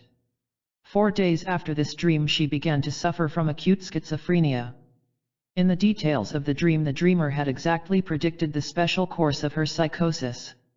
She became rigid at first and, in effect, insisted. 6 weeks afterwards she defended herself once more with all her might against the choking of her life's fire, until finally she became completely extinguished both spiritually and mentally. Now, for some years, she has been like a burnt-out crater, p. 162. In another example, petrification of others occurs, anticipating the dreamer's own petrification. A girl of 25 years dreamt that she had cooked dinner for her family of 5. She had just served it and she now called her parents and her brothers and sister to dinner. Nobody replied. Only her voice returned as if it were an echo from a deep cave. She found the sudden emptiness of the house uncanny. She rushed upstairs to look for her family. In the first bedroom, she could see her 2 sisters sitting on 2 beds. In spite of her impatient calls, they remained in an unnaturally rigid position and did not even answer her. She went up to her sisters and wanted to shake them. Suddenly she noticed that they were stone statues. She escaped in horror and rushed into her mother's room. Her mother too had turned into stone and was sitting inertly in her armchair staring into the air with glazed eyes. The dreamer escaped into the room of her father. He stood in the middle of it. In her despair she rushed up to him and, desiring his protection, she threw her arms round his neck. But he too was made of stone and, to her utter horror, he turned into sand when she embraced him. She awoke in absolute terror, and was so stunned by the dream experience that she could not move for some minutes. This same horrible dream was dreamt by the patient on 4 successive occasions within a few days. At that time she was apparently the picture of mental and physical health. Her parents used to call her the sunshine of the whole family. 10 days after the 4th repetition of the dream, the patient was taken ill with an acute form of schizophrenia displaying severe catatonic symptoms. She fell into a state which was remarkably similar to the physical petrification of her family that she had dreamt about. She was now overpowered in waking life by behavior patterns that in her dreams she had merely observed in other persons, pages 162-3. It seems to be a general law that at some point those very dangers most dreaded can themselves be encompassed to forestall their actual occurrence. Thus, to forego one's autonomy becomes the means of secretly safeguarding it. To play possum, to feign death, becomes a means of preserving one's aliveness, see Oberndorf, 1950. To turn oneself into a stone becomes a way of not being turned into a stone by someone else. Be thou hard, exhorts Nietzsche. In a sense that Nietzsche did not, I believe, himself intend, to be stony hard and thus far dead forestalls the danger of being turned into a dead thing by another person. Thoroughly to understand oneself, engulf oneself, is a defense against the risk involved in being sucked into the whirlpool of another person's way to comprehending oneself. To consume oneself by one's own love prevents the possibility of being consumed by another. It seems also that the preferred method of attack on the other is based on the same principle as the attack felt to be implicit in the other's relationship to oneself. Thus, the man who is frightened of his own subjectivity being swamped, impinged upon, or congealed by the other is frequently to be found attempting to swamp, to impinge upon, or to kill the other person's subjectivity. The process involves a vicious circle. The more one attempts to preserve one's autonomy and identity by nullifying the specific human individuality of the other, the more it is felt to be necessary to continue to do so, because with each denial of the other person's ontological status, one's own ontological security is decreased. The threat to the self from the other is potentiated and hence has to be even more desperately negated.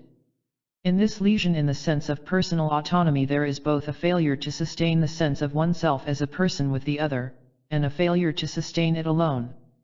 There is a failure to sustain a sense of one's own being without the presence of other people. It is a failure to be by oneself, a failure to exist alone. As James put it, other people supply me with my existence. This appears to be in direct contradiction to the aforementioned dread that other people will deprive him of his existence. But contradictory or absurd as it may be, these two attitudes existed in him side by side, and are indeed entirely characteristic of this type of person. The capacity to experience oneself as autonomous means that one has really come to realize that one is a separate person from everyone else. No matter how deeply I am committed in joy or suffering to someone else, he is not me, and I am not him. However lonely or sad one may be, one can exist alone. The fact that the other person in his own actuality is not me, is set against the equally real fact that my attachment to him is a part of me. If he dies or goes away, he has gone, but my attachment to him persists. But in the last resort I cannot die another person's death for him, nor can he die my death. For that matter, as Sartre comments on this thought of Heidegger's, he cannot love for me or make my decisions, and I likewise cannot do this for him. In short, he cannot be me, and I cannot be him. If the individual does not feel himself to be autonomous, this means that he can experience neither his separateness from, nor his relatedness to, the other in the usual way. A lack of sense of autonomy implies that one feels one's being to be bound up in the other, or that the other is bound up in oneself, in a sense that transgresses the actual possibilities within the structure of human relatedness. It means that a feeling that one is in a position of ontological dependency on the other, i.e. dependent on the other for one's very being, is substituted for a sense of relatedness and attachment to him based on genuine mutuality. Utter detachment and isolation are regarded as the only alternative to a clam or vampire-like attachment in which the other person's lifeblood is necessary for one's own survival, and yet is a threat to one's survival. Therefore, the polarity is between complete isolation or complete merging of identity rather than between separateness and relatedness. The individual oscillates perpetually between the two extremes, each equally unfeasible. He comes to live rather like those mechanical toys which have a positive tropism that impels them towards a stimulus until they reach a specific point, whereupon a built-in negative tropism directs them away until the positive tropism takes over again, this oscillation being repeated ad infinitum. Other people were necessary for his existence, said James. Another patient, in the same basic dilemma, behaved in the following way. He maintained himself in isolated detachment from the world for months, living alone in a single room, existing frugally on a few savings, daydreaming. But in doing this, he began to feel he was dying inside, he was becoming more and more empty, and observed a progressive impoverishment of my life mode. A great deal of his pride and self-esteem was implicated in thus existing on his own, but as his state of depersonalization progressed he would emerge into social life for a brief foray in order to get a dose of other people, but not an overdose. He was like an alcoholic who goes on sudden drinking orgies between dry spells, except that in his case his addiction, of which he was as frightened and ashamed as any repentant alcoholic or drug addict, was to other people. Within a short while, he would come to feel that he was in danger of being caught up or trapped in the circle he had entered, and he would withdraw again into his own isolation in a confusion of frightened hopelessness, suspicion, and shame. Some of the points discussed above are illustrated in the following two cases. Case 1. Anxiety at feeling alone. MRSRS presenting difficulty was a dread of being in the street, agoraphobia. On closer inspection, it became clear that her anxiety arose when she began to feel on her own in the street or elsewhere. She could be on her own, as long as she did not feel that she was really alone. Briefly, her story was as follows: she was an only and a lonely child. There was no open neglect or hostility in her family. She felt, however, that her parents were always too engrossed in each other for either of them ever to take notice of her. She grew up wanting to fill this hole in her life but never succeeded in becoming self-sufficient, or absorbed in her own world.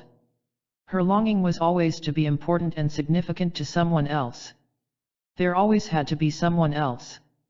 Preferably she wanted to be loved and admired, but, if not, then to be hated was much to be preferred to being unnoticed. She wanted to be significant to someone else in whatever capacity, in contrast to her abiding memory of herself as a child that she did not really matter to her parents, that they neither loved nor hated, admired, nor were ashamed of her very much. In consequence, she tried looking at herself in her mirror but never managed to convince herself that she was somebody. She never got over being frightened if there was no one there. She grew into a very attractive girl and was married at 17 to the first man who really noticed this. Characteristically, it seemed to her, her parents had not noticed that any turmoil had been going on in their daughter until she announced that she was engaged. She was triumphant and self-confident under the warmth of her husband's attentions. But he was an army officer and was shortly posted abroad. She was not able to go with him. At this separation she experienced severe panic. We should note that her reaction to her husband's absence was not depression or sadness in which she pined or yearned for him. It was panic, as I would suggest, because of the dissolution of something in her, which owed its existence to the presence of her husband and his continued attentions. She was a flower that withered in the absence of one day's rain. However, help came to her through a sudden illness of her mother. She received an urgent plea for help from her father, asking her to come to nurse her mother. For the next year, during her mother's illness, she had never been, as she put it, so much herself. She was the pivot of the household. There was not a trace of panic until after her mother's death, when the prospect of leaving the place where she had at last come to mean so much, to join her husband, was very much in her mind. Her experience of the last year had made her feel for the first time that she was now her parents' child. Against this, being her husband's wife was now somehow superfluous. Again, one notes the absence of grief at her mother's death. At this time she began to reckon up the chances of her being alone in the world.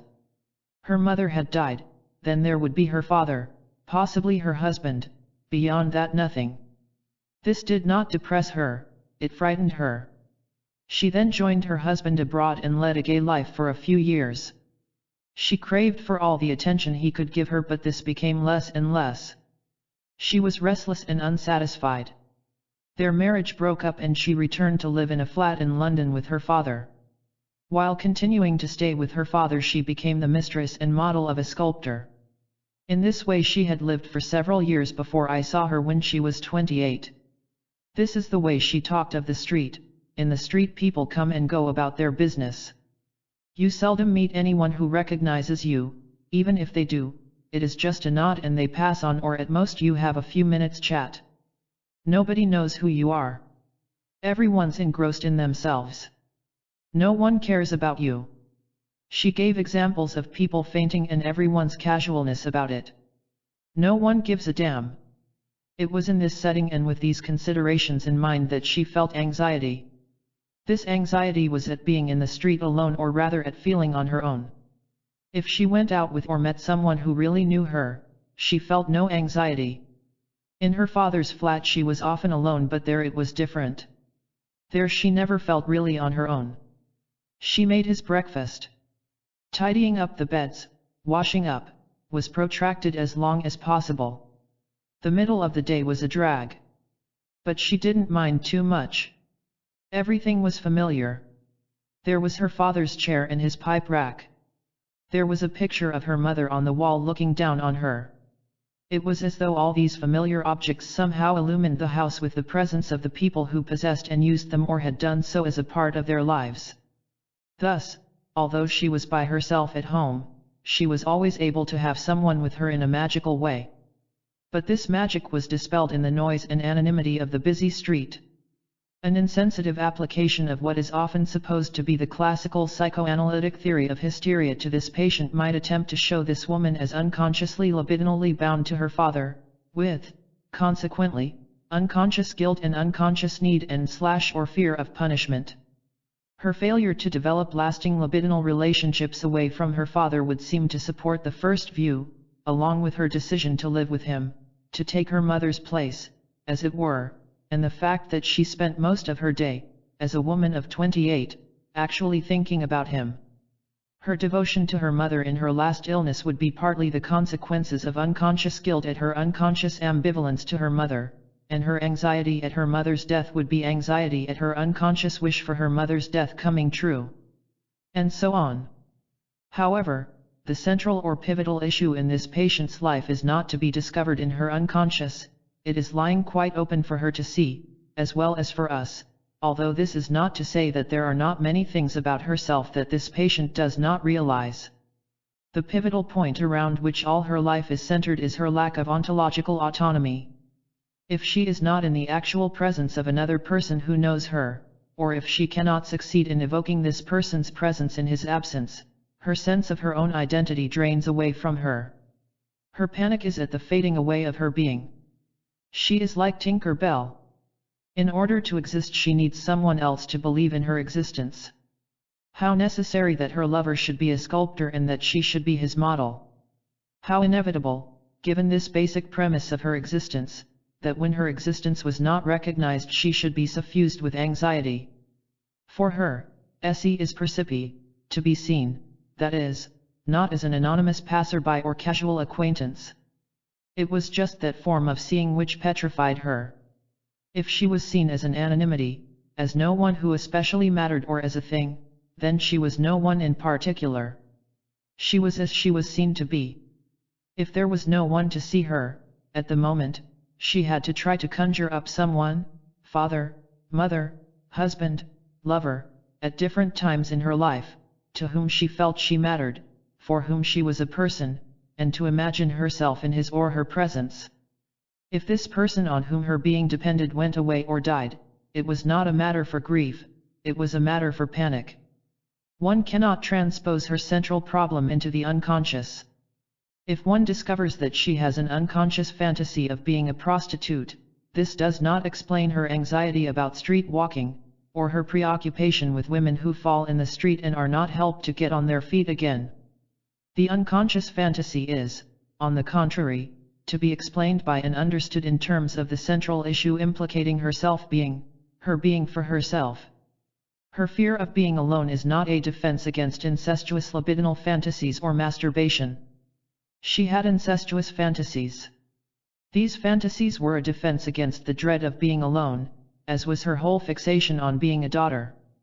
They were a means of overcoming her anxiety at being by herself. The unconscious fantasies of this patient would have an entirely different meaning if her basic existential position were such that she had a starting point in herself that she could leave behind, as it were in pursuit of gratification. As it was, her sexual life and fantasies were escorts, not primarily to gain gratification, but to seek first ontological security. In lovemaking, an illusion of this security was achieved, and on the basis of this illusion gratification was possible. It would be a profound mistake to call this woman narcissistic in any proper application of the term. She was unable to fall in love with her own reflection. It would be a mistake to translate her problem into phases of psychosexual development, oral, anal, genital. She grasped at sexuality as at a straw as soon as she was of age. She was not frigid. Orgasm could be physically gratifying if she was temporarily secure in the prior ontological sense. In intercourse with someone who loved her, and she was capable of believing in being loved by another, she achieved perhaps her best moments.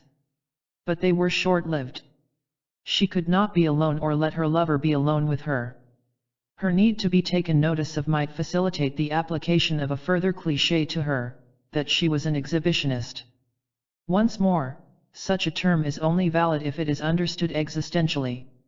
Thus, and this will be discussed in greater detail subsequently, she showed herself off while never giving herself away. That is, she exhibited herself while always holding herself in, inhibit. She was, therefore, always alone and lonely, although superficially her difficulty was not in being together with other people. Her difficulty was least in evidence when she was most together with another person. But it is clear that her realization of the autonomous existence of other people was really quite as tenuous as her belief in her own autonomy. If they were not there, they ceased to exist for her. Orgasm was a means of possessing herself, by holding in her arms the man who possessed her.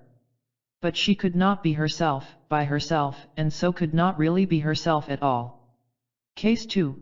A most curious phenomenon of the personality, one which has been observed for centuries, but which has not yet received its full explanation, is that in which the individual seems to be the vehicle of a personality that is not his own. Someone else's personality seems to possess him and to be finding expression through his words and actions, whereas the individual's own personality is temporarily lost or gone. This happens with all degrees of malignancy. There seem to be all degrees of the same basic process, from the simple, benign observation that so-and-so takes after his father, or that's her mother's temper coming out in her, to the extreme distress of the person who finds himself under a compulsion to take on the characteristics of a personality he may hate and/or feel to be entirely alien to his own. This phenomenon is one of the most important in occasioning disruption in the sense of one's own identity when it occurs unwanted and compulsively. The dread of this occurring is one factor in the fear of engulfment and implosion.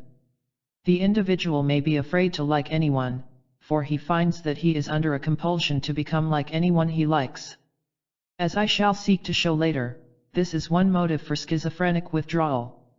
The way in which the individual's self and personality is profoundly modified, even to the point of threatened loss of his or her own identity and sense of reality by engulfment by such an alien sub-identity, is illustrated in the following case. MRSD, a woman of 40, presented the initial complaint of vague but intense fear. She said she was frightened of everything, even of the sky.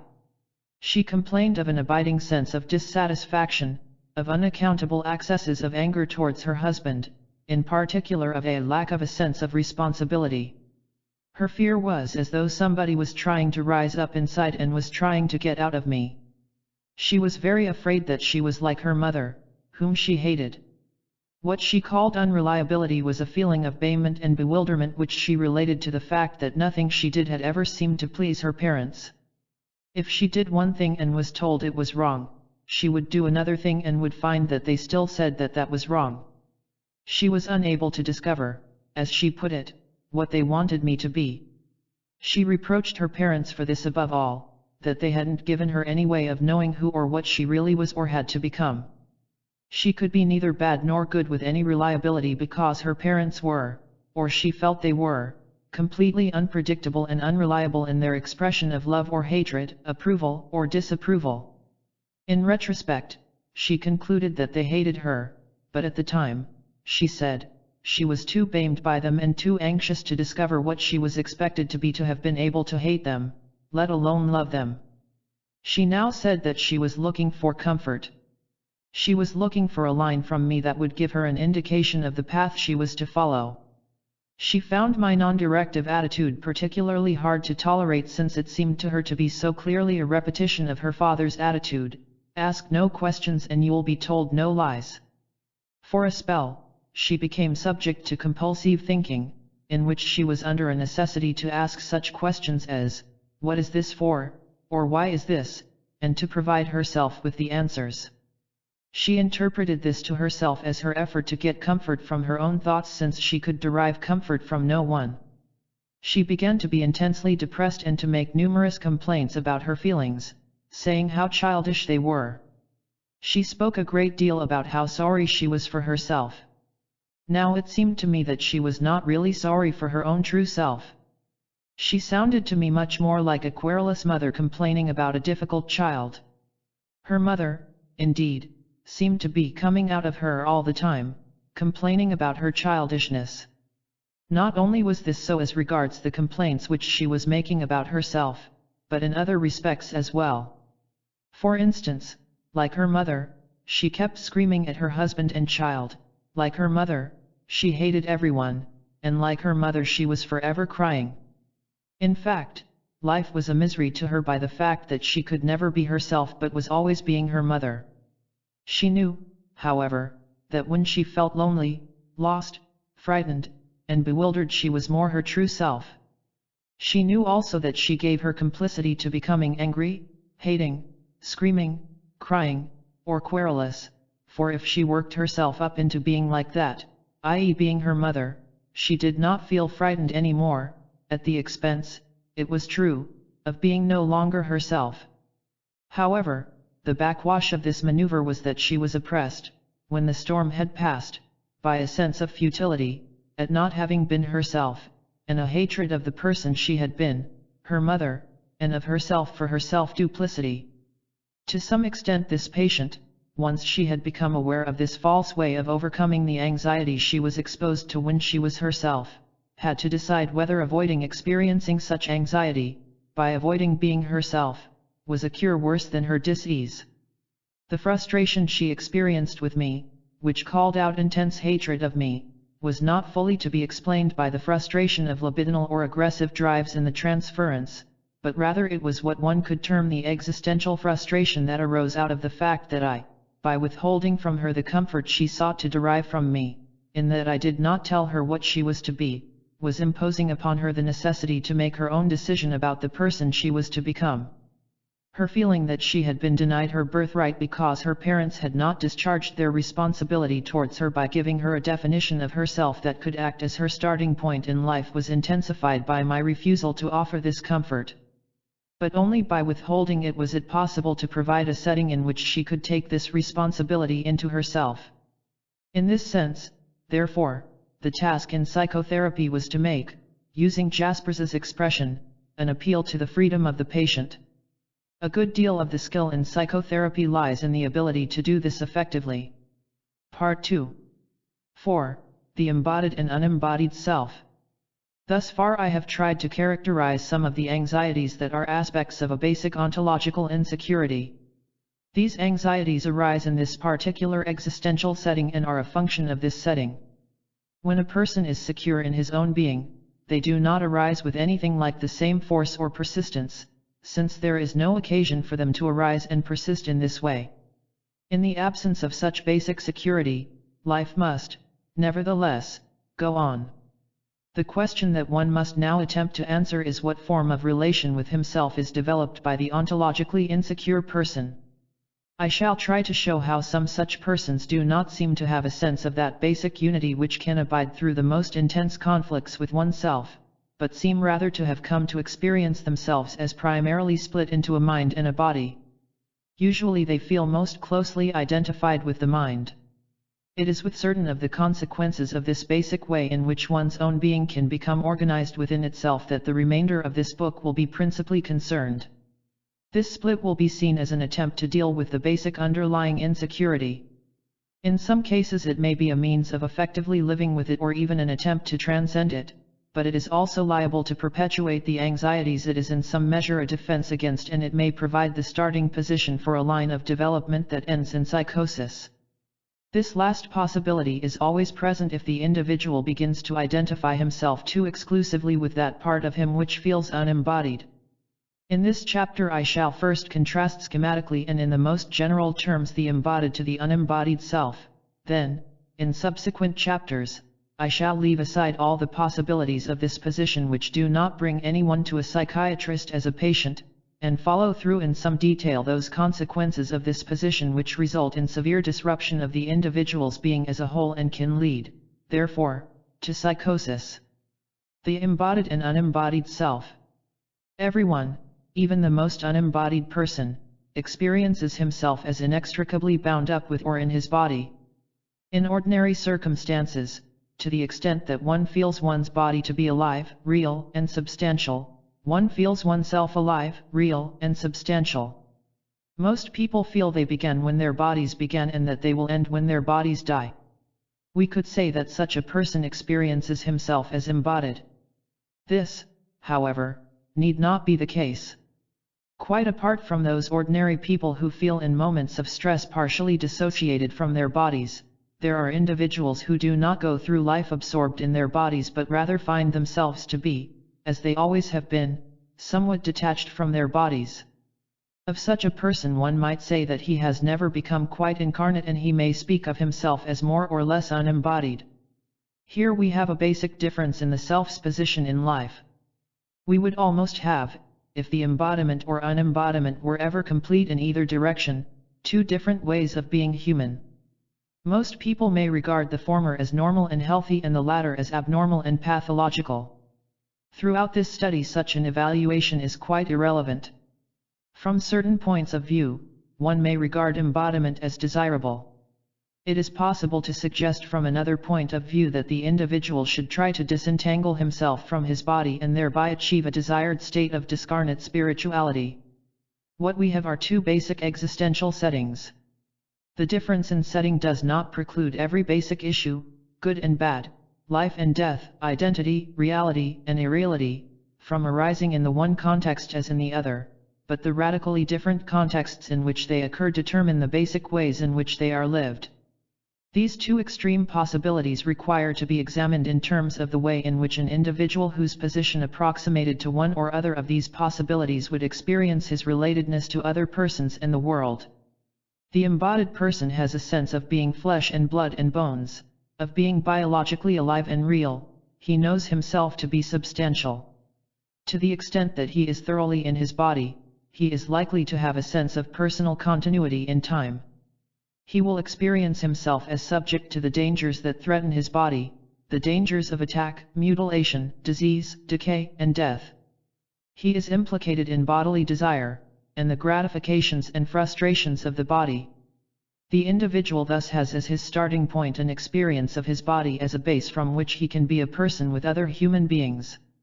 However, although his being is not cleft into himself as mind and himself as body, he can, nevertheless, be divided against himself in many ways. In some ways, his position is more precarious than that of the individual who is somewhat divorced from his body, since the first individual lacks that sense of being inviolate from physical harm sometimes felt by the partially embodied person.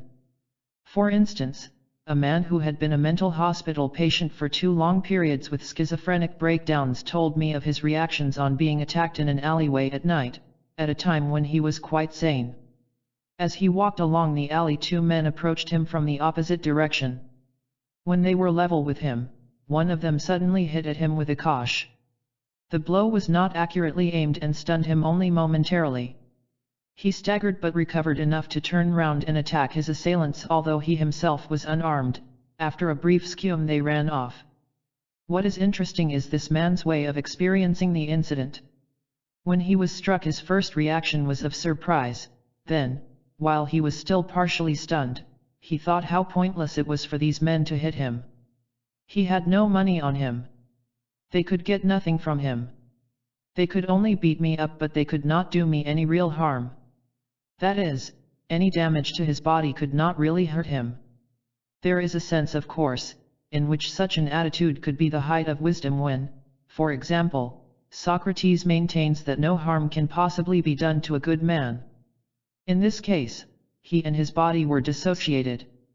In such a situation he felt much less afraid than the ordinary person, because from his position he had nothing to lose that essentially belonged to him.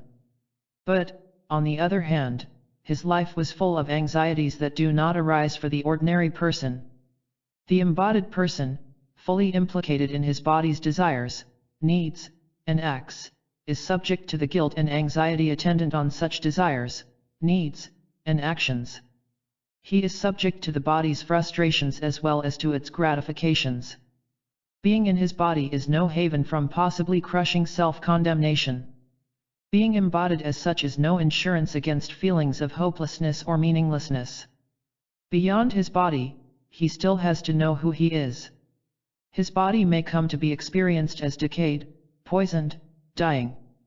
In short, the body self is not an inviolable stronghold against the corrosion of ontological doubts and uncertainties. It is not in itself a bulwark against psychosis. Conversely, the split in the experience of one's own being into unembodied and embodied parts is no more an index of latent psychosis than is total embodiment any guarantee of sanity. However, although it by no means follows that the individual genuinely based on his body is an otherwise unified and whole person, it does mean that he has a starting point integral in this respect at least. Such a starting point will be the precondition for a different hierarchy of possibilities from those open to the person who experiences himself in terms of a self-body dualism. The unembodied self. In this position the individual experiences his self as being more or less divorced or detached from his body. The body is felt more as one object among other objects in the world than as the core of the individual's own being. Instead of being the core of his true self, the body is felt as the core of a false self, which a detached, disembodied, inner, true self looks on at with tenderness, amusement, or hatred as the case may be.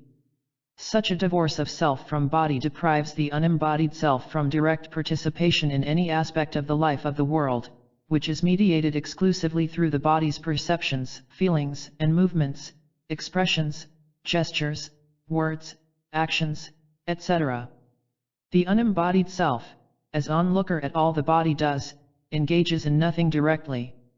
Its functions come to be observation, control, and criticism vis-a-vis what the body is experiencing and doing, and those operations which are usually spoken of as purely mental.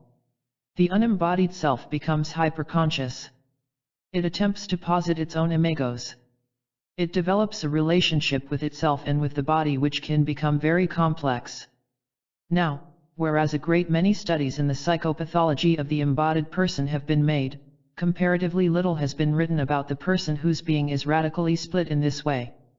Temporary states of dissociation between the self and body have been studied, of course, but usually these dissociations are seen as arising from an original position wherein the self began as embodied, became temporarily dissociated under stress, and returned to its original embodied position when the crisis was over.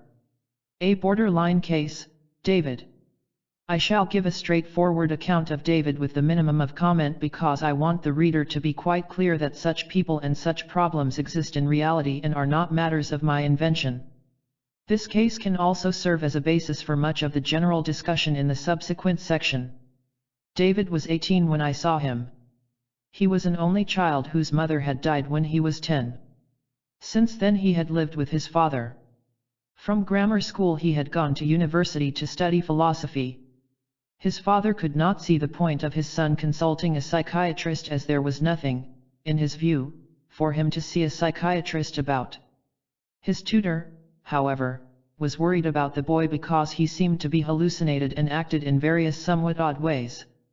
For instance, he attended lectures in a cloak, which he wore over his shoulders and arms, he carried a cane, his whole manner was entirely artificial, his speech was made up largely of quotations. His father's account of him was very meager. He had always been perfectly normal, and he thought his present eccentricities were simply an adolescent phase.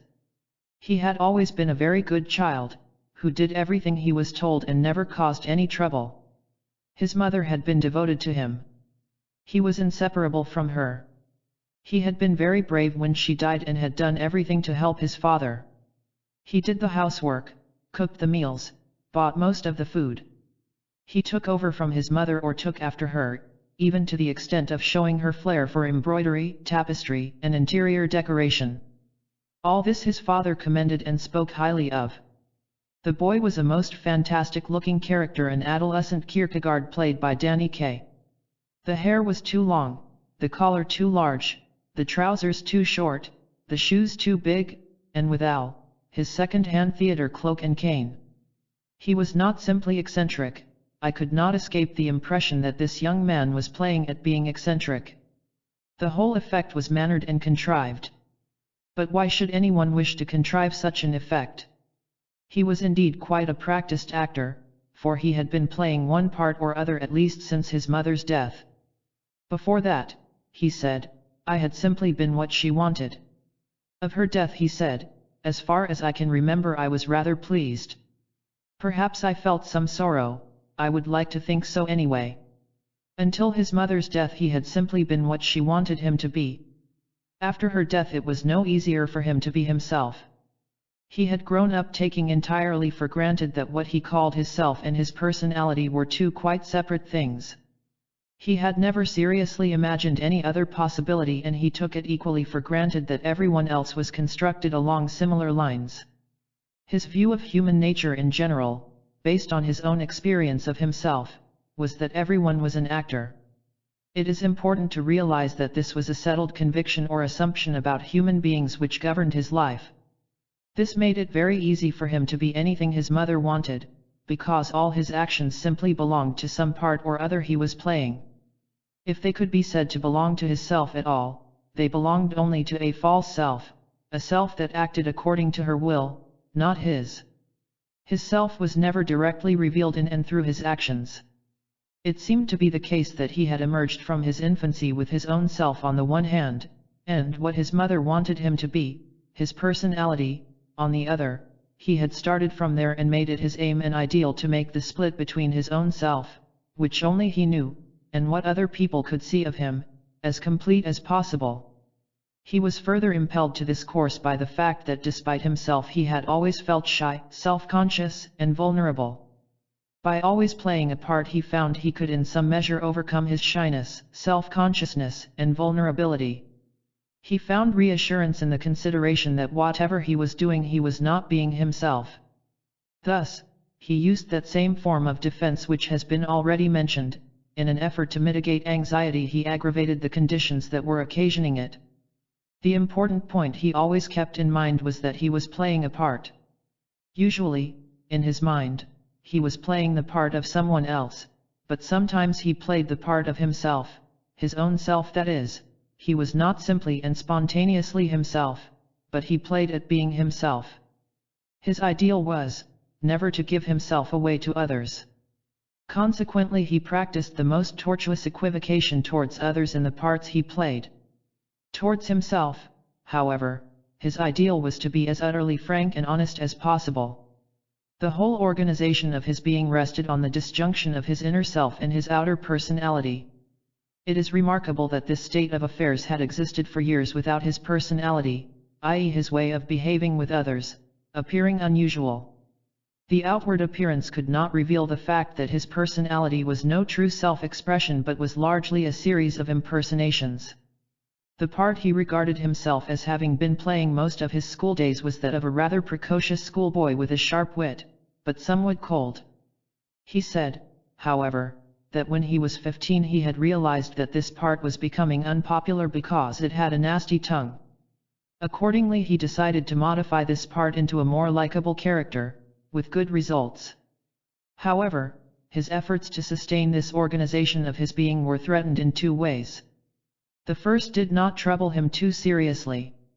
It was the risk of being spontaneous. As an actor, he wished always to be detached from the part he was playing. Thereby he felt himself to be master of the situation, in entire conscious control of his expressions and actions, calculating with precision their effects on others. To be spontaneous was merely stupid. It was simply putting oneself at other people's mercy. The second threat was the more actual, and one upon which he had not calculated. If he had a personal source of complaint to bring to me, it was based on this threat, which indeed was beginning to disrupt his whole technique of living. All through his childhood he had been very fond of playing parts in front of the mirror. Now in front of the mirror he continued to play parts, but in this one special instance he allowed himself to become absorbed into the part he played, to be spontaneous. This he felt was his undoing. The parts he played in front of the mirror were always women's parts. He dressed himself up in his mother's clothes, which had been kept. He rehearsed female parts from the great tragedies. But then he found he could not stop playing the part of a woman. He caught himself compulsively walking like a woman, talking like a woman, even seeing and thinking as a woman might see and think. This was his present position, and this was his explanation for his fantastic get-up. For, he said, he found that he was driven to dress up and act in his present manner as the only way to arrest the womanish part that threatened to engulf not only his actions but even his own self as well, and to rob him of his much cherished control and mastery of his being. Why he was driven into playing this role, which he hated and which he knew everyone laughed at, he could not understand. But this schizophrenic role was the only refuge he knew from being entirely engulfed by the woman who was inside him, and always seemed to be coming out of him. This is the type of person who will be discussed in the following pages. It is evident that it will not be possible to understand the type of person of whom David is a most typical example without considering in much more detail this type of schizoid organization. In David's case, we would have to describe in detail the nature of his own self, its relation to his personality, the importance of being self-conscious and vulnerable to him, the meaning of his deliberate impersonations, and the way in which an alien personality comes to intrude itself, herself, into his personality, apparently autonomously and outside his control, and to threaten the existence even of his own self. The central split is between what David called his own self and what he called his personality. This dichotomy is encountered again and again. What the individual variously terms his own, inner, true, real, self is experienced as divorced from all activity that is observable by another, what David called his personality. One may conveniently call this personality the individual's false self or a false self system. The reason I suggest that one speaks of a false self system is that the personality, false self, mask, front, or persona that such individuals wear may consist in an amalgam of various part selves, none of which is so fully developed as to have a comprehensive personality of its own. Close acquaintance with such a person reveals that his observable behavior may comprise quite deliberate impersonations along with compulsive actions of every kind. One is evidently witness not to a single false self but to a number of only partially elaborated fragments of what might constitute a personality, if any single one had full sway. It seems best, therefore, to call the total of such elements a false self system, or a system of false selves. The self in such a schizoid organization is usually more or less unembodied. It is experienced as a mental entity. It enters the condition called by Kierkegaard shut-upness. The individual's actions are not felt as expressions of his self. His actions, all that David called his personality and which I have proposed to call his false self system, become dissociated and partly autonomous. The self is not felt to participate in the doings of the false self or selves, and all its their actions are felt to be increasingly false and futile. The self, on the other hand, shut up with itself, regards itself as the true self and the persona as false. The individual complains of futility, of lack of spontaneity, but he may be cultivating his lack of spontaneity and thus aggravating his sense of futility. He says he is not real and is outside reality and not properly alive. Existentially, he is quite right. The self is extremely aware of itself, and observes the false self, usually highly critically. It is characteristic of the organization of a false self or persona, on the other hand, that one way in which it is usually incomplete is in its very imperfect reflective awareness. But the self may feel itself in danger from the overall spread of the false self system or from one particular part of it, cf. David's dread of female impersonation. The individual in this position is invariably terrifyingly self-conscious, see Chapter 7, in the sense in which this word is used to mean the exact opposite, namely, the feeling of being under observation by the other. These changes in the relationship between the different aspects of the person's relation to himself are constantly associated with his interpersonal relationships. These are complex and never quite the same from person to person. The individual's self-relationship becomes a pseudo-interpersonal one, and the self treats the false selves as though they were other people whom it depersonalizes. David, for instance, referring to a part he played which he found was disliked, said, "It had a nasty tongue." From within, the self now looks out at the false things being said and done and detests the speaker and doer as though he were someone else. In all this there is an attempt to create relationships to persons and things within the individual without recourse to the outer world of persons and things at all. The individual is developing a microcosmos within himself, but, of course, this autistic, private, intra-individual world is not a feasible substitute for the only world there really is, the shared world. If this were a feasible project, then there would be no need for psychosis. Such a schizoid individual in one sense is trying to be omnipotent by enclosing within his own being, without recourse to a creative relationship with others, modes of relationship that require the effective presence to him of other people and of the outer world.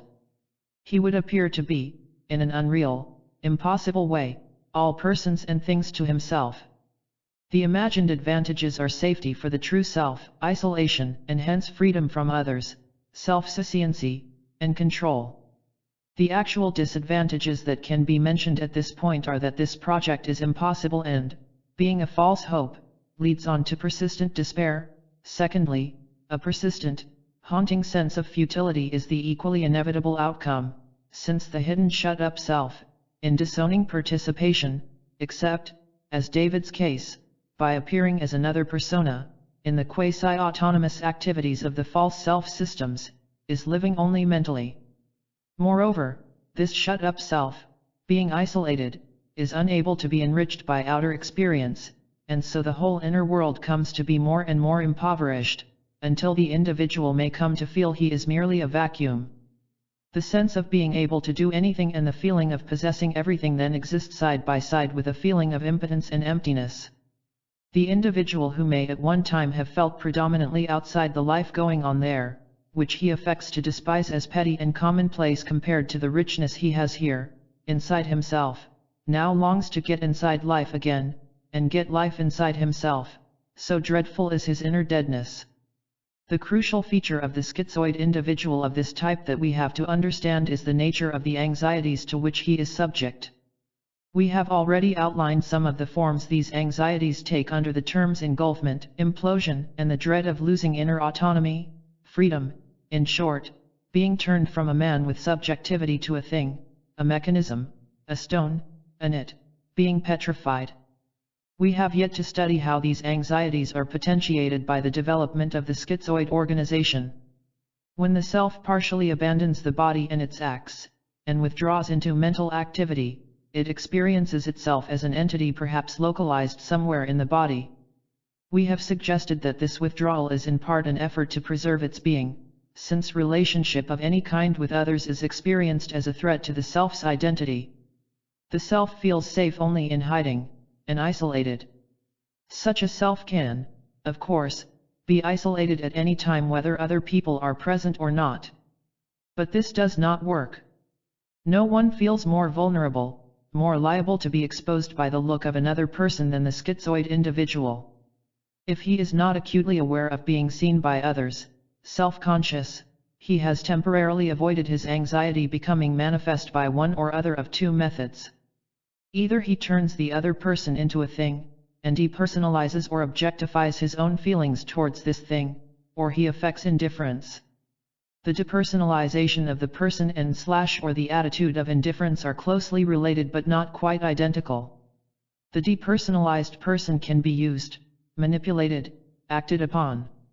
As we stated above, the essential feature of a thing as opposed to a person is that a thing has no subjectivity of its own, and hence can have no reciprocal intentions. In the attitude of indifference the person or thing is treated with casualness, or callousness, as though he or it did not matter, ultimately as though he or it did not exist. A person minus subjectivity can still be important. A thing can still matter a great deal. Indifference denies to persons and to things their significance. Petrification, we remember, was one of Perseus's methods of killing his enemies. By means of the eyes in Medusa's head, he turned them into stones. Petrification is one way of killing. Of course, to feel that another person is treating or regarding one not as a person but as a thing need not itself be frightening if one is sufficiently sure of one's own existence. Thus, being a thing in someone else's eyes does not represent to the normal person a catastrophic threat, but to the schizoid individual every pair of eyes is in a Medusa's head which he feels has power actually to kill or deaden something precariously vital in him. He tries therefore to forestall his own petrification by turning others into stones. By doing this he feels he can achieve some measure of safety. Generally speaking, the schizoid individual is not erecting defenses against the loss of a part of his body. His whole effort is rather to preserve his self. This, as we have pointed out, is precariously established. He is subject to the dread of his own dissolution into non-being, into what William Blake described in The Last Resort as chaotic non-entity. His autonomy is threatened with engulfment. He has to guard himself against losing his subjectivity and sense of being alive. Insofar as he feels empty, the full, substantial, living reality of others is an impingement which is always liable to get out of hand and become implosive, threatening to overwhelm and obliterate his self completely as a gas will obliterate a vacuum, or as water will gush in and entirely fill an empty dam. The schizoid individual fears a real lived dialectical relationship with real live people. He can relate himself only to depersonalized persons, to phantoms of his own fantasies, imagos, perhaps to things, perhaps to animals. We suggest, therefore, that the schizoid state we are describing can be understood as an attempt to preserve a being that is precariously structured. We shall suggest later that the initial structuralization of being into its basic elements occurs in early infancy. In normal circumstances, this occurs in such a way as to be so conclusively stable in its basic elements, for instance, the continuity of time, the distinction between the self and not self, fantasy and reality, that it can henceforth be taken for granted. On this stable base, a considerable amount of plasticity can exist in what we call a person's character. In the schizoid character structure, on the other hand, there is an insecurity in the laying down of the foundations and a compensatory rigidity in the superstructure. If the whole of the individual's being cannot be defended, the individual retracts his lines of defense until he withdraws within a central citadel. He is prepared to write off everything he is, except his self. But the tragic paradox is that the more the self is defended in this way, the more it is destroyed. The apparent eventual destruction and dissolution of these if in schizophrenic conditions is accomplished not by external attacks from the enemy, actual or supposed, from without, but by the devastation caused by the inner defensive maneuvers themselves. 5. The inner self in the schizoid condition. You can hold yourself back from the sufferings of the world. This is something you are free to do and is in accord with your nature, but perhaps precisely this holding back is the only suffering that you might be able to avoid. Franz Kafka. In the schizoid condition here described, there is a persistent scission between the self and the body. What the individual regards as his true self is experienced as more or less disembodied, and bodily experience and actions are in turn felt to be part of the false self system. It is now necessary to consider the two elements in this split in more detail, and also the relationship of the one to the other. First, we consider the mental or unembodied self. It is well known that temporary states of dissociation of the self from the body occur in normal people. In general, one can say that it is a response that appears to be available to most people who find themselves enclosed within a threatening experience from which there is no physical escape. Prisoners in concentration camps tried to feel that way, for the camp offered no possible way out either spatially or at the end of a period of time. The only way out was by a psychical withdrawal into oneself and out of the body. This dissociation is characteristically associated with such thoughts as "this is like a dream," "this seems unreal," "I can't believe this is true," "nothing seemed to be touching me," "I cannot take it in," "this is not happening to me," i.e. with feelings of estrangement and derealization. The body may go on acting in an outwardly normal way, but inwardly it is felt to be acting on its own, automatically. However, despite the dream nature or unreality of experience, and the automatic nature of action, the self is at the same time far from sleepy. Indeed, it is excessively alert, and may be thinking and observing with exceptional lucidity. The temporary estrangement of the self from the body may be represented in dreams. A girl of 19, the date of whose marriage was fast approaching, a marriage she had come to dread for various reasons, dreamed that she was in the back seat of a car, which was driving itself. This girl was not a basically schizoid person but was reacting by a schizoid defense to a particular situation. R had a dream shortly before starting treatment. He was on the footplate of a bus. The bus had no driver. He jumped off and the bus went on to crash. One is tempted to regard a dream he had after 4 months of psychotherapy as a measure of some change in a desirable direction. I am running after a bus. Suddenly I'm on the footplate of the bus, and at the same time, I'm running after it.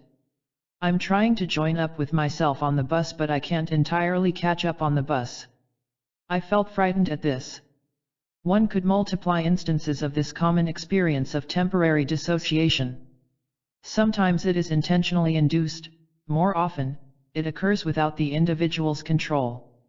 But in the patients here considered, the splitting is not simply a temporary reaction to a specific situation of great danger, which is reversible when the danger is past. It is, on the contrary, a basic orientation to life, and if it is followed back through their lives one usually finds that they seem, in fact, to have emerged from the early months of infancy with this split already underway. The normal individual, in a situation all can see to be threatening to his being and to offer no real sense of escape, develops a schizoid state in trying to get outside it, if not physically, at least mentally. he becomes a mental observer, who looks on, detached and impassive, at what his body is doing or what is being done to his body. If this is so in the normal, it is at least possible to suppose that the individual whose abiding mode of being in the world is of this split nature is living in what to him, if not to us, is a world that threatens his being from all sides, and from which there is no exit. This is indeed the case for such people. For them the world is a prison without bars, a concentration camp without barbed wire. The paranoic has specific persecutors. Someone is against him. There is a plot on foot to steal his brains. A machine is concealed in the wall of his bedroom which emits mind rays to soften his brain, or to send electric shocks through him while he is asleep. The person I am describing feels at this phase persecuted by reality itself. The world as it is, and other people as they are the dangers. The self then seeks by being unembodied to transcend the world and hence to be safe. But a self is liable to develop which feels it is outside all experience and activity. It becomes a vacuum. Everything is there, outside, nothing is here, inside. Moreover, the constant dread of all that is there, of being overwhelmed, is potentiated rather than mitigated by the need to keep the world at bay. Yet the self may at the same time long more than anything for participation in the world. Thus, its greatest longing is felt as its greatest weakness, and giving in to this weakness is its greatest dread, since in participation the individual fears that his vacuum will be obliterated, that he will be engulfed or otherwise lose his identity, which has come to be equated with the maintenance of the transcendence of the self, even though this is a transcendence in a void. This detachment of the self means that the self is never revealed directly in the individual's expressions and actions, nor does it experience anything spontaneously or immediately. The self's relationship to the other is always at one remove. The direct and immediate transactions between the individual, the other, and the world, even in such basic respects as perceiving and acting, all come to be meaningless, futile, and false. One can represent the alternative state of affairs schematically as shown opposite. Objects perceived by the self are experienced as real. Thoughts and feelings of which the self is the agent are alive and are felt to have point. Actions to which the self is committed are felt as genuine. If the individual delegates all transactions between himself and the other to a system within his being which is not him, then the world is experienced as unreal, and all that belongs to this system is felt to be false, futile, and meaningless. Everyone is subject to a certain extent at one time or another to such moods of futility, meaninglessness, and purposelessness, but in schizoid individuals these moods are particularly insistent. These moods arise from the fact that the doors of perception or the gates of action are not in the command of the self but are being lived and operated by a false self. The unrealness of perceptions and the falsity and meaninglessness of all activity are the necessary consequences of perception and activity being in the command of a false self, a system partially dissociated from the true self, which is, therefore, excluded from direct participation in the individual's relatedness with other persons and the world. A pseudo-duality is thus experienced in the individual's own being. Instead of the individual meeting the world with an integral selfhood, he disavows part of his own being along with his disavowal of immediate attachment to things and people in the world. Love is precluded and dread takes its place. The final effect is an overall experience of everything having come to a stop. Nothing moves, nothing is alive, everything is dead, including the self. The self by its detachment is precluded from a full experience of realness and aliveness. What one might call a creative relationship with the other, in which there is mutual enrichment of the self and the other, benign circle, is impossible, and an interaction is substituted which may seem to operate efficiently and smoothly for a while but which has no life in it, sterile relationship. There is a quasi-id interaction instead of an I-thou relationship. This interaction is a dead process. The inner self seeks to live by certain, apparently, compensating advantages. Such a self cherishes certain ideals. One, which was very clear in the schoolboy David, is an inner honesty. Whereas all the exchanges with the other may be fraught with pretense, equivocation, hypocrisy, the individual seeks to achieve a relationship with himself that is scrupulously sincere, honest, frank. Anything may be concealed from others, but nothing must be hidden from himself. In this, the self attempts to become a relationship which relates itself to the exclusion of everything and anything. We have here the seeds of secondary splitting within the self. The individual's being having become cleft into a true and a false self, the true and false selves lose their realness as already indicated, but also they both in turn break into subsystems within themselves. Thus, in the relationship that the self has with itself, one finds a second duality developing whereby the inner self splits to have a sadomasochistic relationship with itself. When this happens, the inner self, which had arisen, we suggested, in the first place as a means of clinging to a precarious sense of identity, begins to lose even what identity it had to begin with. In the clinical illustrations, see particularly Rose, p. 150. The substitution of an interaction with the other results in the individual coming to live in a frightening world in which dread is unmitigated by love. The individual is frightened of the world, afraid that any impingement will be total, will be implosive, penetrative, fragmenting, and engulfing. He is afraid of letting anything of himself go, of coming out of himself, of losing himself in any experience, etc., because he will be depleted, exhausted, emptied, robbed, sucked dry. The isolation of the self is a corollary, therefore, of the need to be in control. He prefers to steal, rather than to be given. He prefers to give, rather than have anything, as he feels, stolen from him, i.e. he has to be in control of who or what comes into him, and of who or what leaves him. This defensive system is elaborated, we suggest, to make up for the primary lack of ontological security. The individual who is sure of his own being does not require to adopt such measures. However, the effort to sustain a transcendent self, out of danger and in remote control of direct experiencing and action, issues in unwished-for consequences that may far outweigh what apparent gains there seem to be. Since the self, in maintaining its isolation and detachment, does not commit itself to a creative relationship with the other and is preoccupied with the figures of fantasies, thought, memories, etc., imagos, which cannot be directly observable by or directly expressed to others, anything, in a sense, is possible. Whatever failures or successes come the way of the false self-system, the self is able to remain uncommitted and undefined. In fantasy, the self can be anyone, anywhere, do anything, have everything. It is thus omnipotent and completely free, but only in fantasy. Once commit itself to any real project and it suffers agonies of humiliation, not necessarily for any failure, but simply because it has to subject itself to necessity and contingency. It is omnipotent and free only in fantasy.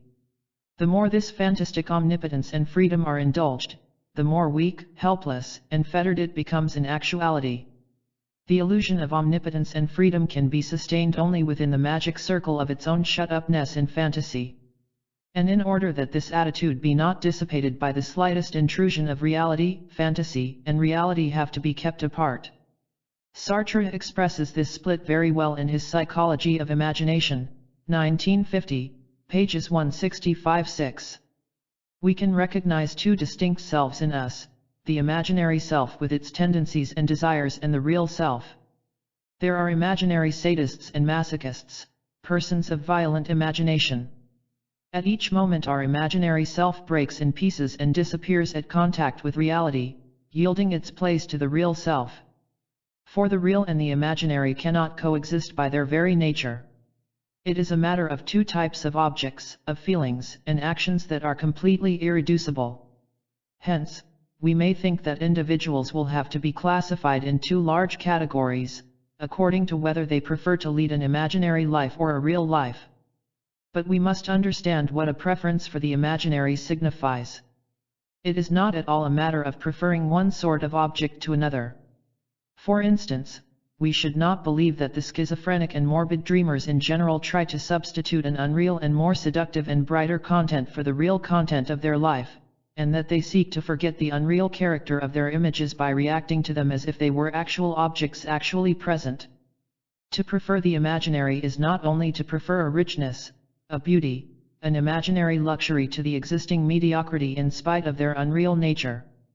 It is also to adopt imaginary feelings and actions for the sake of their imaginary nature.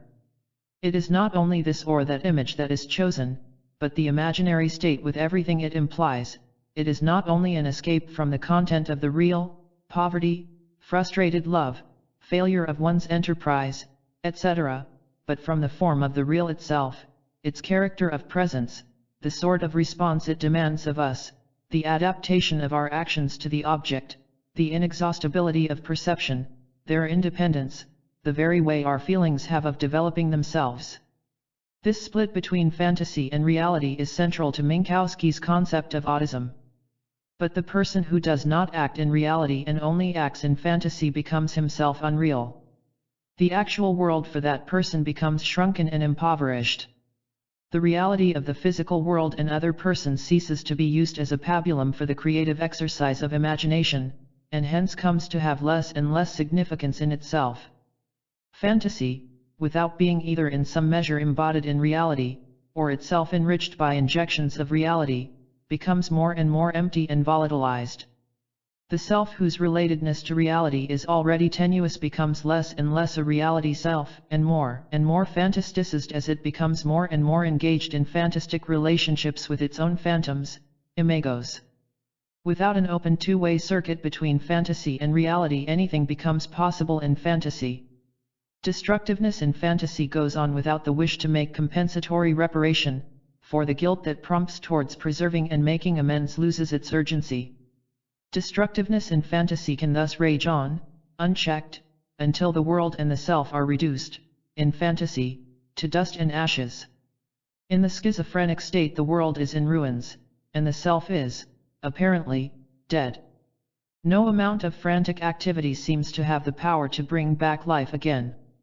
Thus, what comes about has the very opposite effect to that desired. Real toads invade the imaginary gardens and ghosts walk in the real streets. Thus, in another way, the identity of the self is again jeopardized. It is not quite correct to say that the self is related only to itself. It is necessary to qualify this in one respect and amplify it in another. We have already qualified this statement by making it clear that we are speaking of a direct and immediate relationship. It is this direct and immediate relationship with the other, and even with those aspects of the person's own being outside the enclave of the self, that becomes impossible. A patient, for instance, who conducted his life along relatively normal lines outwardly but operated this inner split, presented as his original complaint the fact that he could never have intercourse with his wife but only with his own image of her. That is, his body had physical relations with her body, but his mental self, while this was going on, could only look on at what his body was doing and or imagine himself having intercourse with his wife as an object of his imagination. He gave the guilt he was subject to for doing this as his reason for seeking psychiatric advice. This is an example of what I mean by saying that fantasy and reality are kept apart. The self avoids being related directly to real persons but relates itself to itself and to the objects which it itself posits. The self can relate itself with immediacy to an object which is an object of its own imagination or memory but not to a real person. This is not always apparent, of course, even to the individual himself, still less to anyone else. The wife of the above patient was quite unaware that he felt that he had never had intercourse directly with her. He had had intercourse only with his imago of her, which happened to coincide sufficiently well with her in reality for no one but himself to know the difference. One feature of this subterfuge is that the self is able to enjoy a sense of freedom which it fears it will lose if it abandons itself to the real. This applies both to perception and action. This patient, however lonely he was in the moments of greatest physical intimacy, was at any rate safe, as he felt. His mind remained free, albeit this freedom became something to which he felt condemned. An equivalent issue arises in respect of action. The individual's actions may appear from another person's point of view to be unequivocal and committed, but one finds that he is going through the actions of doing something which he feels he is not doing really. Thus the above patient said that, although Kinsey might put down that he had intercourse 2 to 4 times per week for 10 years, he knew that he had never had intercourse really. The transition from this type of statement to the statement of the psychotic millionaire who says he has no money really is a decisive yet subtle one. As we shall see in Chapter 10, the transition seems to consist in a loss of the sense of the realness of the Kinsey report reality so total that the individual expresses the existential truth about himself with the same matter-of-factness that we employ about facts that can be consensually validated in a shared world. This patient would have been psychotic, for instance, if, instead of saying that he never had intercourse with his wife really, he had insisted that the woman with whom he had intercourse was not his real wife. In a sense, this would be perfectly true. It would be existentially true because in this existential sense his real wife was the object of his own imagination, a phantom or imago, rather than the other human being in bed with him. The unembodied self of the schizoid individual cannot really be married to anyone. It exists in perpetual isolation. And yet, of course, this isolation and inner non-commitment are not without self-deception. There is something final and definitive about an act, which this type of person regards with suspicion. Action is the dead end of possibility. It scleroses freedom. If it cannot be utterly eschewed, then every act must be of such an equivocal nature that the self can never be trapped in it. Hegel, 1949, pages 349-50, says this about the act. The act is something simple, determinate, universal, to be grasped as an abstract, distinctive whole. It is murder, theft, a benefit, a deed of bravery, and so on, and what it is can be said of it. It is such, and its being is not merely a symbol, it is the fact itself. It is this, and the individual human being is what the act is. In the simple fact that the act is, the individual is for others what he really is and with a certain general nature, and ceases to be merely something that is meant or presumed to be this or that. No doubt he is not put there in the form of mind, but when it is a question of his being qua being, and the twofold being of bodily shape and act are pitted against one another, each claiming to be his true reality, the deed alone is to be remed as his genuine being, not his figure or shape, which would express what he means to convey by his acts, or what anyone might conjecture he merely could do. In the same way, on the other hand, when his performance and his inner possibility, capacity, or intention are opposed, the former alone is to be regarded as his true reality, even if he deceived himself on the point and, after he has turned from his action into himself, means to be something else in his inner world than what he is in the act. Individuality, which commits itself to the objective element, when it passes over into a deed no doubt puts itself to the risk of being altered and perverted. But what settles the character of the act is just this: whether the deed is a real thing that holds together, or whether it is merely a pretended or supposed performance, which is in itself null and void and passes away. Objectification does not alter the act itself, it merely shows what the deed is, i.e. whether it is or whether it is nothing. It can readily be understood why the schizoid individual so abhors action as characterized by Hegel. The act is simple, determinate, universal. But his self wishes to be complex, indeterminate, and unique. The act is what can be said of it. But he must never be what can be said of him. He must remain always ungraspable, elusive, transcendent. The act is such, and such, it is this, and the individual human being is what the act is. But he must at all costs never be what his act is. If he were what his act was, then he would be helpless and at the mercy of any passer-by. In the simple fact that the act is, the individual is for others what he really is, but this again is precisely what he most fears might happen, and what he seeks to avoid by the use of a false self so that he is never what he really is with others. He, his self, is endless possibility, capacity, intention. The act is always the product of a false self. The act or the deed is never his true reality.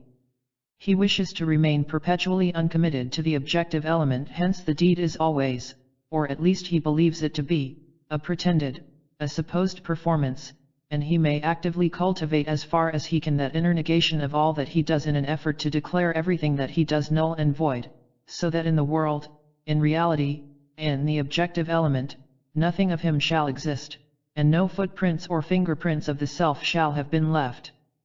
Thus the self withholds itself from the objective element both in respect of perception and of action.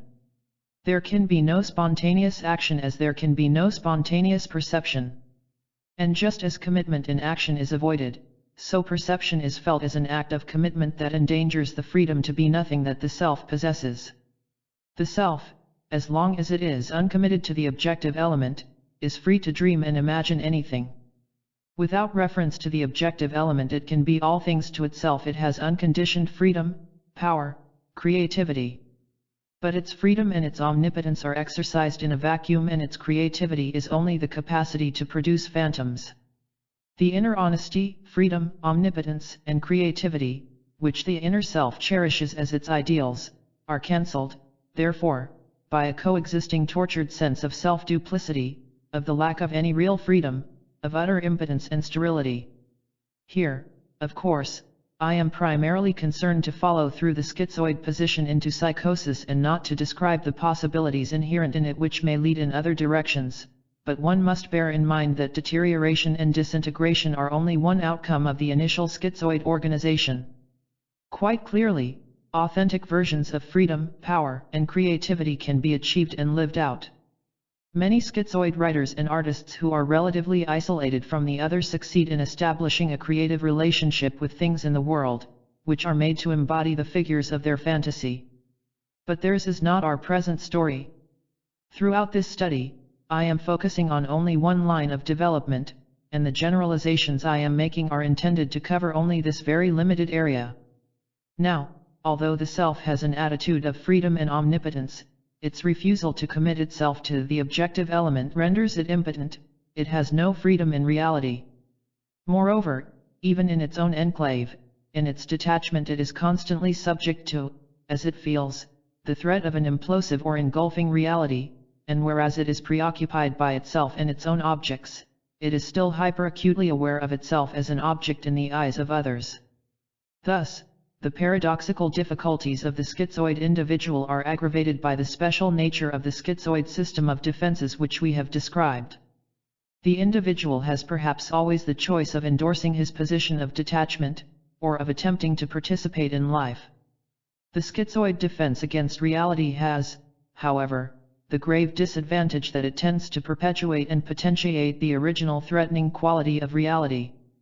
Participation of the self in life is possible, but only in the face of intense anxiety. Franz Kafka knew this very well, when he said that it was only through his anxiety that he could participate in life, and, for this reason, he would not be without it.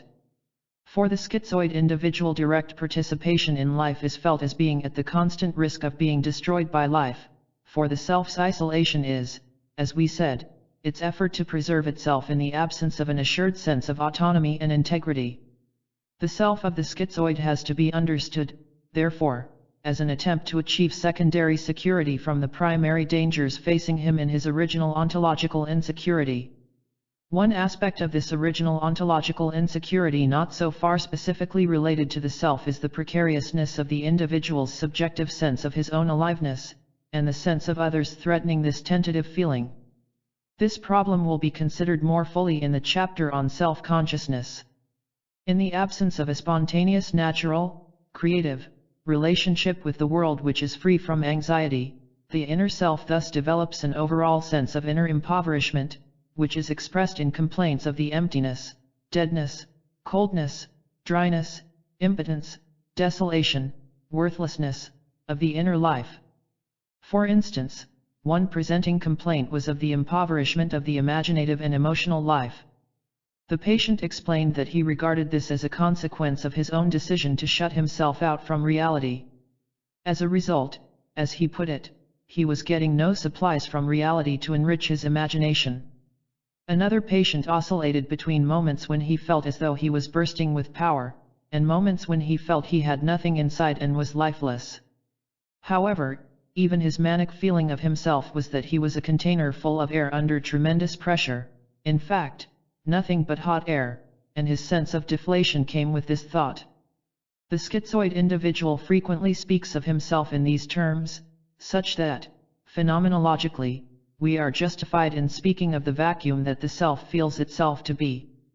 If the patient contrasts his own inner emptiness, worthlessness, coldness, desolation, dryness, with the abundance, worth, warmth, companionship that he may yet believe to be elsewhere, a belief which often grows to fantastically idealized proportions, uncorrected as it is by any direct experience, there is evoked a welter of conflicting emotions, from a desperate longing and yearning for what others have and he lacks, to frantic envy and hatred of all that is theirs and not his, or a desire to destroy all the goodness, freshness, richness in the world. These feelings may, in turn, be offset by counter-attitudes of disdain, contempt, disgust, or indifference. This emptiness, this sense of inner lack of richness, substantiality, and value, if it overweighs his illusory omnipotence, is a powerful prompter to make contact with reality. The soul or self thus desolate and arid longs to be refreshed and fertilized, but longs not simply for a relationship between separable beings, but to be completely drenched and suffused by the other. James, see pages 143 ff, told of how, when walking on a summer evening in the park alone, watching the couples making love, he suddenly began to feel a tremendous oneness with the whole world, with the sky and trees and flowers and grass, with the lovers too. He ran home in panic, and immersed himself in his books. He told himself he had no right to this experience, but more than that, he was terrified at the threatened loss of identity involved in this merging and fusion of his self with the whole world. He knew of no halfway stage between radical isolation in self-absorption or complete absorption into all there was.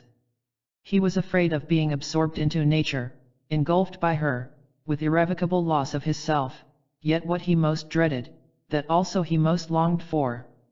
Mortal beauty, so Gerard Manley Hopkins said, is dangerous.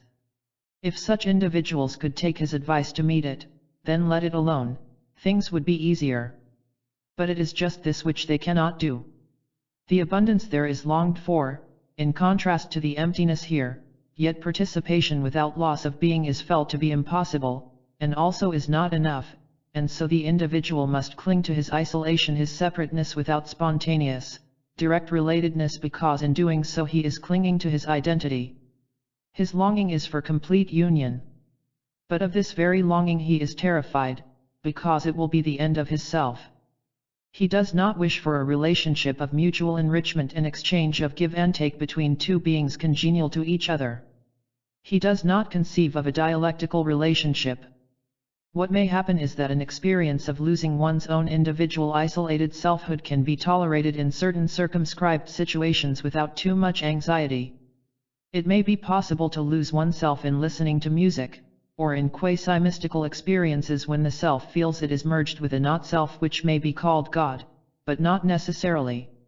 However, the longing of the self to escape from the tedium of its own company encounters generally two insurmountable obstacles in the anxiety and guilt that this longing arouses. There has already been mention in various contexts of the anxiety attendant on losing identity by being engulfed. One way, of course, of getting what one wants from someone, while retaining control of the process of acquisition, is by theft. Schizoid fantasies of stealing and being robbed are based on this dilemma. If you steal what you want from the other, you are in control, you are not at the mercy of what is given. But every intention is instantly felt to be reciprocated. The desire to steal breeds phobias of being robbed. The fantasy that one has got any worth that one possesses by stealing it is accompanied by the counter-fantasy that the worth that others have has been stolen from oneself, see Rose, Chapter 9, and that anything one has will be taken away finally, not only what one has, but what one is, one's very self. Hence the common schizophrenic complaint that the self has been stolen, and the defenses against this constant danger. The final seal on the self-enclosure of the self is applied by its own guilt. In the schizoid individual, guilt has the same paradoxical quality about it that was encountered in his omnipotence and impotence, his freedom and his slavery, his self being anyone in fantasy and nothing in reality. There would seem to be various sources of guilt within the individual's being. In a being that is split into different selves, one has to know which self is feeling guilty about what. In other words, in a schizoid individual there is not and cannot be a non-contradictory unified sense of guilt. On general principles, one might suppose that one sense of guilt might have its source in the false self, and another source of guilt might arise in the inner self. If, however, we call any guilt that the false self system might be capable of having false guilt, one will have to be careful to avoid regarding the inner self as the source of genuine or true guilt. Here, I wish merely to prepare the ground for a discussion of this problem at greater length on the basis of clinical material, pages 129 ff. If there is anything the schizoid individual is likely to believe in, it is his own destructiveness. He is unable to believe that he can fill his own emptiness without reducing what is there to nothing. He regards his own love and that of others as being as destructive as hatred. To be loved threatens his self, but his love is equally dangerous to anyone else. His isolation is not entirely for his own self's sake. It is also out of concern for others. A schizophrenic patient would not allow anyone to touch her, not because they would do her some harm, but because she might electrocute them. And this is simply a psychotic expression of what the schizoid individual feels daily. He says, "It would not be fair to anyone I might love, to love him." What he may then do is to destroy in his mind the image of anyone or anything he may be in danger of becoming fond of, out of a desire to safeguard that other person or thing in reality from being destroyed. If, then, there is nothing to want, nothing to envy, there may be nothing to love, but there is nothing to be reduced to nothing by him. In the last resort he sets about murdering his self, and this is not as easy as cutting one's throat. He descends into a vortex of non-being in order to avoid being, but also to preserve being from himself. 6. The false self system. The inner self is occupied in fantasy and in observation. It observes the processes of perception and action. Experience does not impinge, or at any rate this is the intention, directly on this self, and the individual's acts are not self-expressions.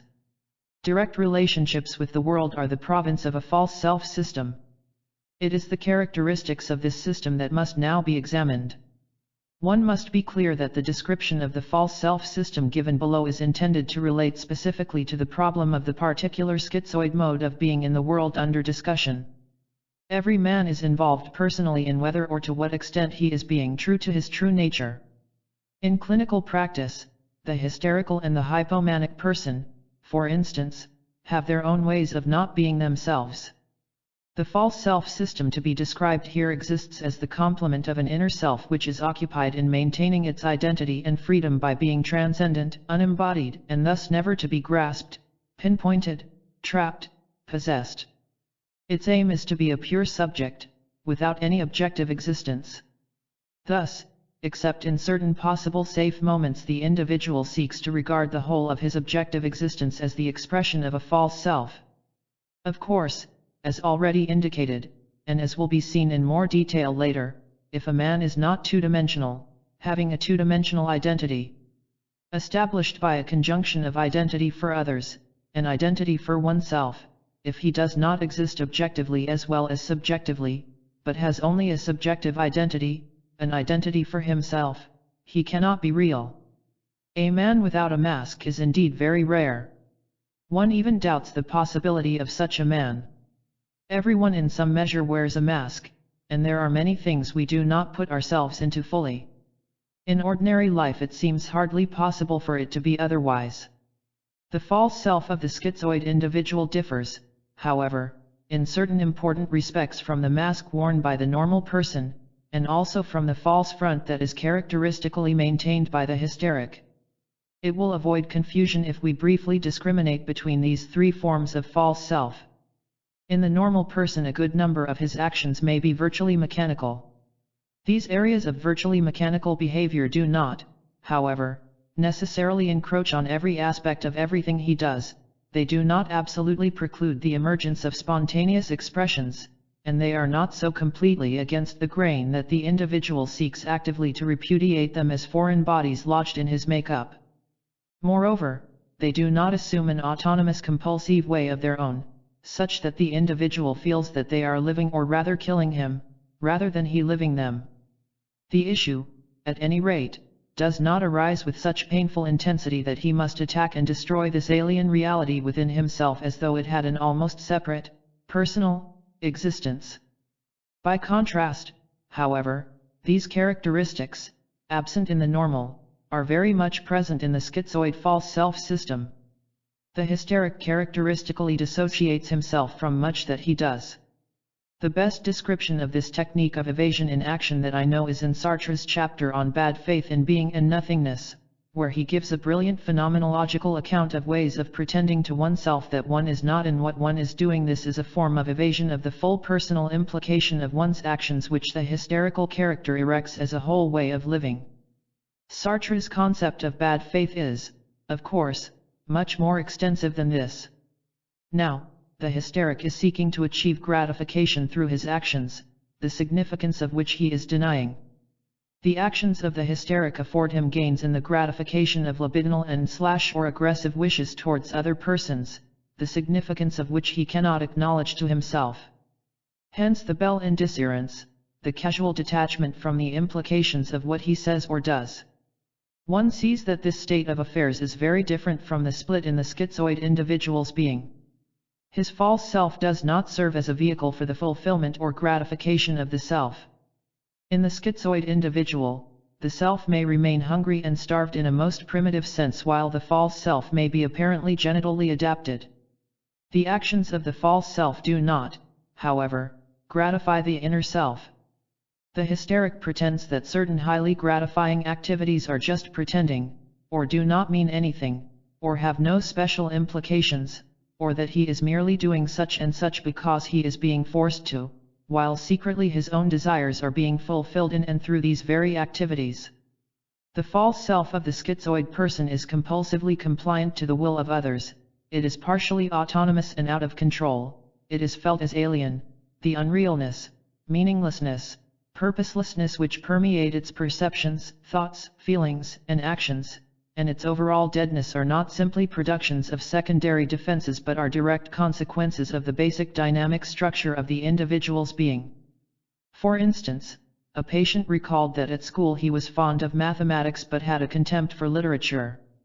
A performance of Twelfth Night was given at school and the boys had to write an essay on the subject.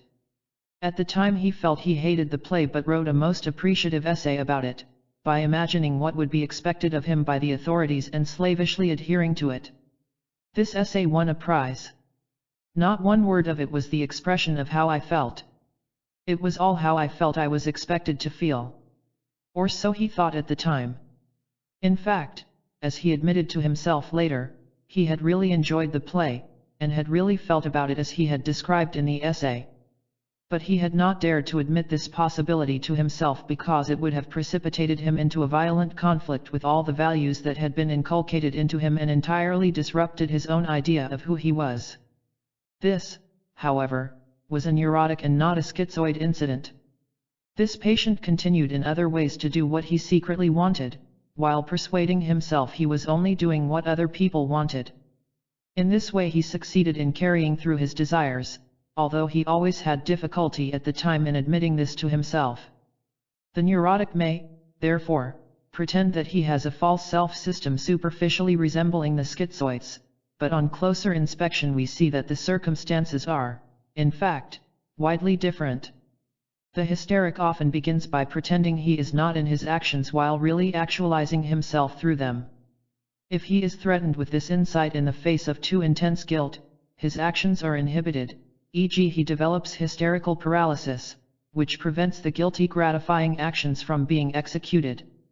Particularly clear examples of schizoid false selves can be seen in the cases of James, p. 140, David, p. 69, and Peter, p. ch. 8. In any one person, the false self system is always very complex and contains many contradictions. We shall try in this chapter to make statements that are generally applicable, but in doing so we must build up the picture by considering one component of this system of many components at a time. James, we remember, said that he was not a person in his own right.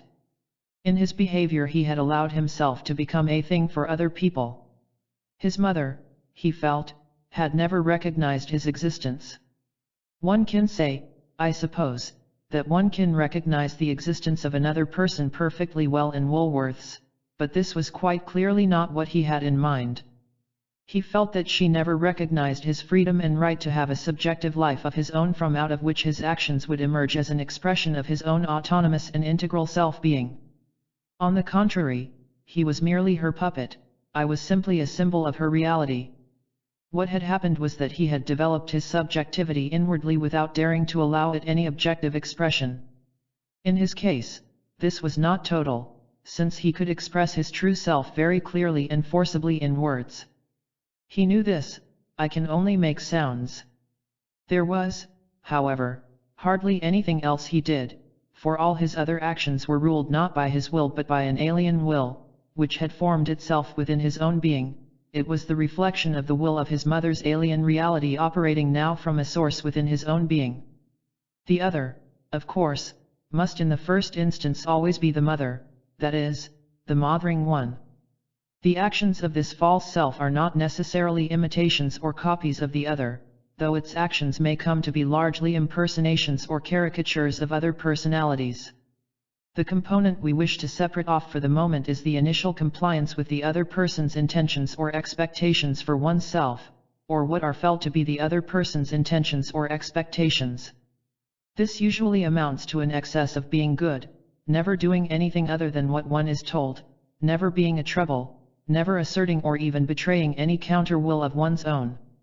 Being good is not, however, done out of any positive desire on the individual's own part to do the things that are said by others to be good, but is a negative conformity to a standard that is the other's standard and not one's own, and is prompted by the dread of what might happen if one were to be oneself in actuality.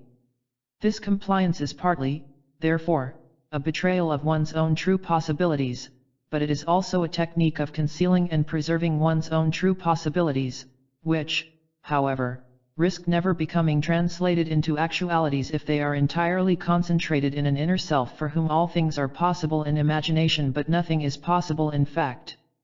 We said that the false self arises in compliance with the intentions or expectations of the other, or with what are imagined to be the other's intentions or expectations. This does not necessarily mean that the false self is absurdly good. It may be absurdly bad. The essential feature of the compliant component in the false self is expressed in James's statement that he was a response to what other people say I am. This consists in acting according to other people's definitions of what one is, in lieu of translating into action one's own definition of whom or what one wishes to be. It consists in becoming what the other person wants or expects one to become while only being oneself in imagination or in games in front of a mirror. In conformity, therefore, with what one perceives or fancies to be the thing one is in the other person's eyes, the false self becomes that thing. This thing may be a phony sinner as well as a phony saint. In the schizoid person, however, the whole of his being does not conform and comply in this way. The basic split in his being is along the line of cleavage between his outward compliance and his inner withholding of compliance. Iago pretended to be what he was not, and indeed Othello as a whole is occupied with what it means to seem one thing and to be another. But we do not find in that play or elsewhere in Shakespeare a treatment of the dilemma of seeming and being as lived by the type of person upon whom we are here focusing. The characters in Shakespeare seem in order to further their own purposes. The schizoid individual seems because he is frightened not to seem to further what he imagines to be the purpose that someone else has in mind for him. Only in a negative sense is he furthering his own purpose in so far as this outward compliance is to a large extent an attempt to preserve himself from total extinction. But he may get his own back by attacking his own compliance, see below p. 102. The observable behavior that is the expression of the false self is often perfectly normal. We see a model child, an ideal husband, an industrious clerk. This facade, however, usually becomes more and more stereotyped, and in the stereotype bizarre characteristics develop. Again, there are a number of strands that can only be followed through one at a time. One of the aspects of the compliance of the false self that is most clear is the fear implied by this compliance. The fear in it is evident, for why else would anyone act, not according to his intentions, but according to another person's? Hatred is also necessarily present, for what else is the adequate object of hatred except that which endangers oneself? However, the anxiety to which the self is subject precludes the possibility of a direct revelation of its hatred. Except, we shall see later, in psychosis. Indeed, what is called psychosis is sometimes simply the sudden removal of the veil of the false self, which had been serving to maintain an outer behavioral normality that may, long ago, have failed to be any reflection of the state of affairs in the secret self. Then the self will pour out accusations of persecution at the hands of that person with whom the false self has been complying for years. The individual will declare that this person, mother, father, husband, wife, has been trying to kill him, or that he or she has tried to steal his soul or his mind. That he/she is a tyrant, a torturer, an assassin, a child murderer, etc. For present purposes it is much more important to recognize the sense in which such delusions are true than to see them as absurd. This hatred, however, is revealed in another way which is quite compatible, up to a point, with sanity. There is a tendency for the false self to assume more and more of the characteristics of the person or persons upon whom its compliance is based. This assumption of the other person's characteristics may come to amount to an almost total impersonation of the other. The hatred of the impersonation becomes evident when the impersonation begins to turn into a caricature. The impersonation of the other by the false self is not entirely the same as its compliance with the will of the other, for it may be directly counter to the other's will. The impersonation may be deliberate, as with some roles played by David. But, as also in David's case, the impersonation may be compulsive. The individual may not be aware of the extent to which his actions constitute an impersonation of someone else. The impersonation may be of a relatively constant and permanent nature, or it may be quite transitory. Finally, the personality acted out may be more that of a figure of fantasy than of any actual person, just as the compliance may also be compliance with a figure of fantasy much more than with any real person. Impersonation is a form of identification whereby a part of the individual assumes the identity of a personality he is not. In impersonation, the whole of the impersonator is not necessarily implicated. It is usually a subtotal identification limited to assuming the characteristics of another person's behavior, his gestures, mannerisms, expressions, in general, his appearance and actions. Impersonation may be one component in a much more total identification with the other, but one of its functions seems to be to prevent more extensive identification with the other, and hence a more complete loss of the individual's own identity, from occurring. Referring back again to David, his actions seem from the beginning of his life to have been in almost total compliance and conformity with his parents' actual wishes and expectations, i.e., he was a perfect model child who was never a trouble. I have come to regard such an account of the earliest origins of behavior as especially ominous, when the parents sense nothing amiss in it all, but on the contrary mention it with evident pride. Following his mother's death when he was 10, David began to display an extensive identification with her. He dressed himself up in her clothes in front of the mirror and kept house for his father just as his mother had done, even to the extent of darning his socks, knitting, sewing, doing embroidery, tapestry, selecting chair covers and curtains. Although it is quite obvious to an outside observer, to neither the patient nor the father was it apparent to what an extent he had become his mother. It is also clear that in doing so the boy was complying with a wish on his father's part that had never been directly expressed and of whose existence his father was quite unaware. The false self of this schoolboy was already a most complex system by the time he was 14. He was unaware of the extent of his identification with his mother, but he was intensely aware of his compulsive tendency to act in a feminine way and of his difficulty in shaking off the part of Lady Macbeth. To keep himself from lapsing into one or other female persona, he had deliberately to set about cultivating others. Although he tried very hard to sustain the impersonation of a normal schoolboy whom people would like, which is the simple ideal of the compliant false self, his false self was now a whole system of personas, some possible socially, others not, some compulsive, others deliberately developed. But overall there was a persistent tendency for the impersonation to be difficult to sustain without some disquieting element intruding. In general, into the original appearance of perfect normality and adjustment there creeps a certain oddity, a certain compulsive excessiveness in unwanted directions which turns it into a caricature and creates in others a certain disquiet and unease, and even hatred. For instance, James in some respects took after his father.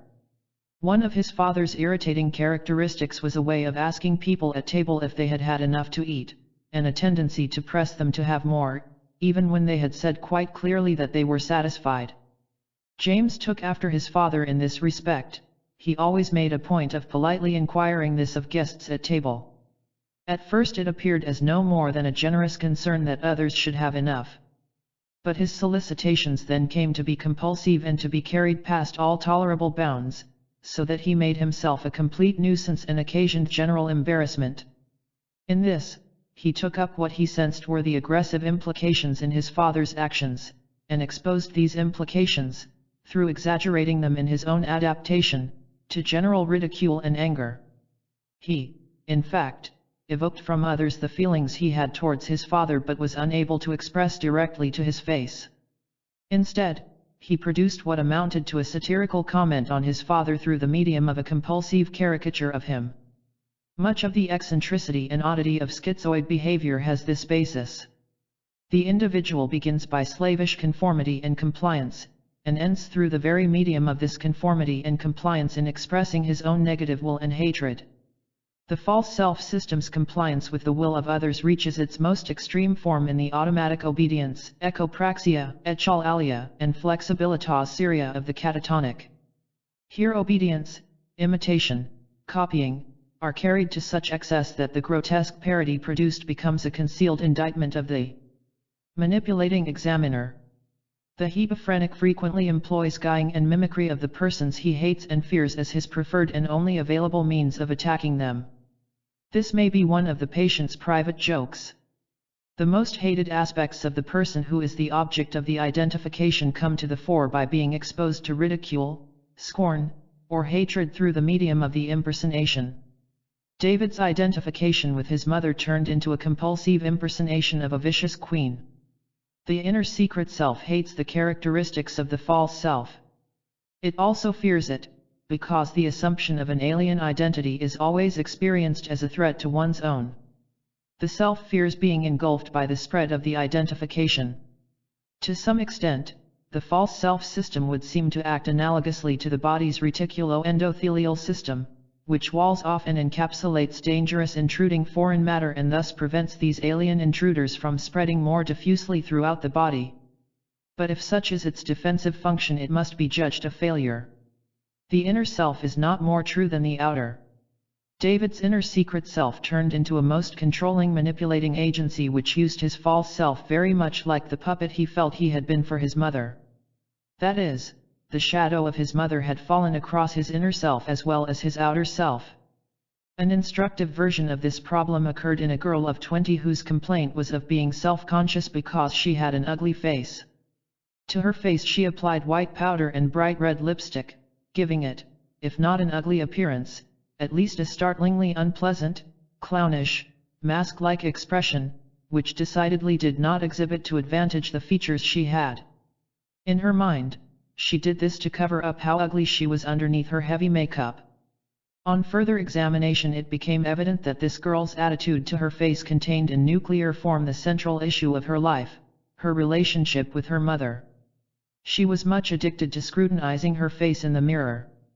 One day it came to her mind how hateful she looked. It had been in the back of her mind for years that she had her mother's face. The word hateful was pregnant with ambiguous meanings. She hated the face she saw in the mirror, her mother's. She saw, too, how full of hate for her was the face that looked back at her from the mirror. She, who was looking at the mirror, was identified with her mother. She was in this respect her mother, seeing the hate in her daughter's face, that is, with her mother's eyes, she saw her hate for her mother in the face in the mirror, and looked, with hatred, at her mother's hatred of herself. Her relationship with her mother was of overprotection on her mother's part and overdependence and compliance on her part. She could not tolerate the possibility, in reality, of hating her mother, nor could she allow herself to recognize the presence of hatred for herself in her mother. All that could not find direct expression and open acknowledgement in her was condensed in her presenting symptom. The central implication seemed to be that she saw her true face to be hateful, full of hate. She hated it for being so like her mother's. She was frightened of what she saw. In covering up her face, she both disguised her own hatred and made a surrogate attack upon her mother's face.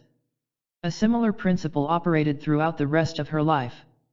In her, the child's normal obligingness and obedience not only turned into passive acquiescence in every wish of her mother, but became the complete effacement of herself and went on to become a parody of anything her mother consciously could have desired of her daughter. She turned her compliance into an attack, and exhibited for all to see this travesty of her true self, which was both a grotesque caricature of her mother and a mocking ugly version of her own obedience. Thus, the hatred of the other person is focused on the features of him which the individual has built into his own being, and yet at the same time the temporary or prolonged assumption of another's personality is a way of not being oneself which seems to offer security. Under the mantle of someone else's personality, the person may act so much more competently, smoothly, reliably, to use MRSD's expression. The individual may prefer to pay the price of incurring the haunting sense of futility which is the necessary accompaniment of not being oneself, rather than hazard the frank experience of frightened helplessness and bewilderment which would be the inevitable start to being oneself. The false self system tends to become more and more dead. In some people, it is as though they have turned their lives over to a robot which has made itself, apparently, indispensable. Besides the more or less permanent personality displayed by the false self-system, it may be, as we mentioned, the prey to innumerable transitory identifications on a small scale.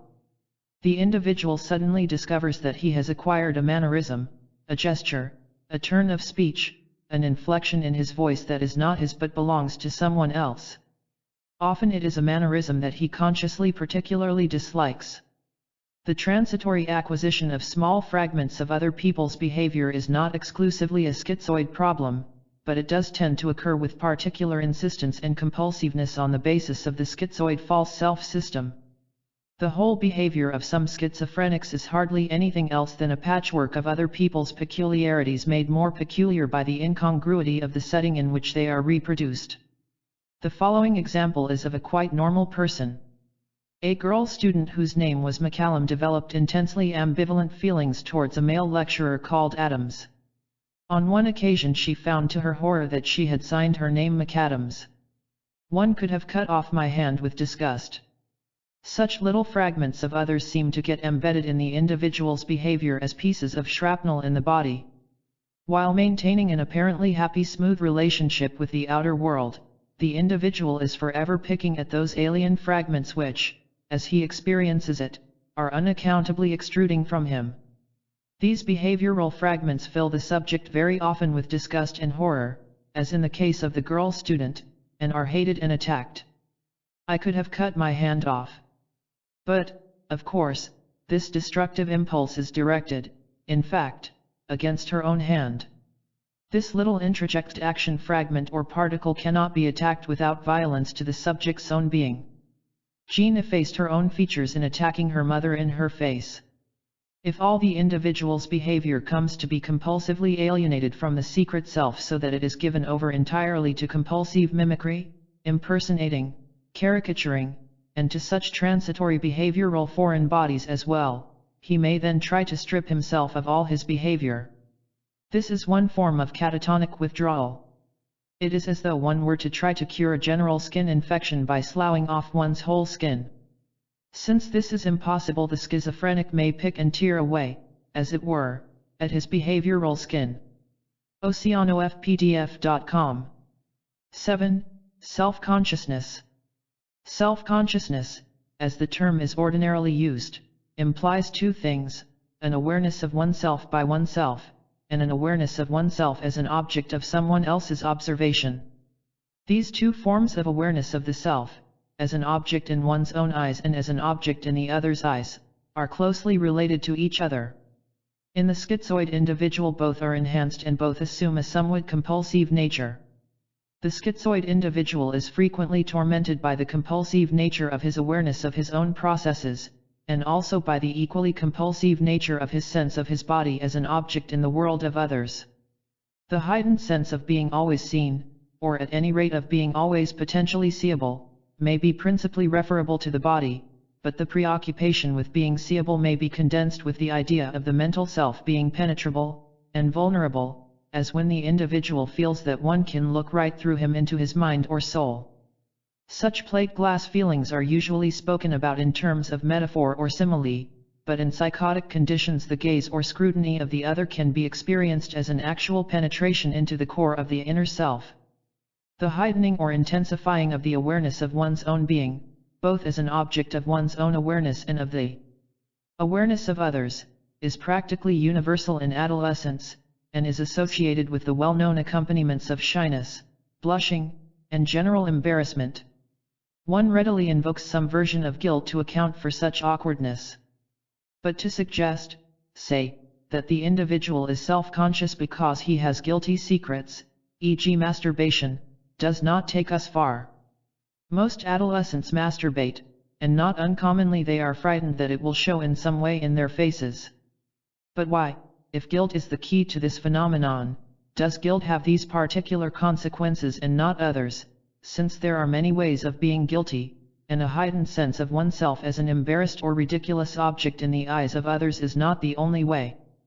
Guilt in itself is inadequate to help us here. Many people with profound and crushing guilt do not feel unduly self-conscious. Moreover, it is possible, for instance, to tell a lie and feel guilt at doing so without being frightened that the lie will show in one's face, or that one will be struck blind. It is indeed an important achievement for the child to gain the assurance that the adults have no means of knowing what he does, if they do not see him, that they cannot do more than guess at what he thinks to himself if he does not tell them, that actions that no one has seen and thoughts that he has kept to himself are in no way accessible to others unless he himself gives the show away. The child who cannot keep a secret or who cannot tell a lie because of the persistence of such primitive magical fears has not established his full measure of autonomy and identity. No doubt in most circumstances good reasons can be found against telling lies, but the inability to do so is not one of the best reasons.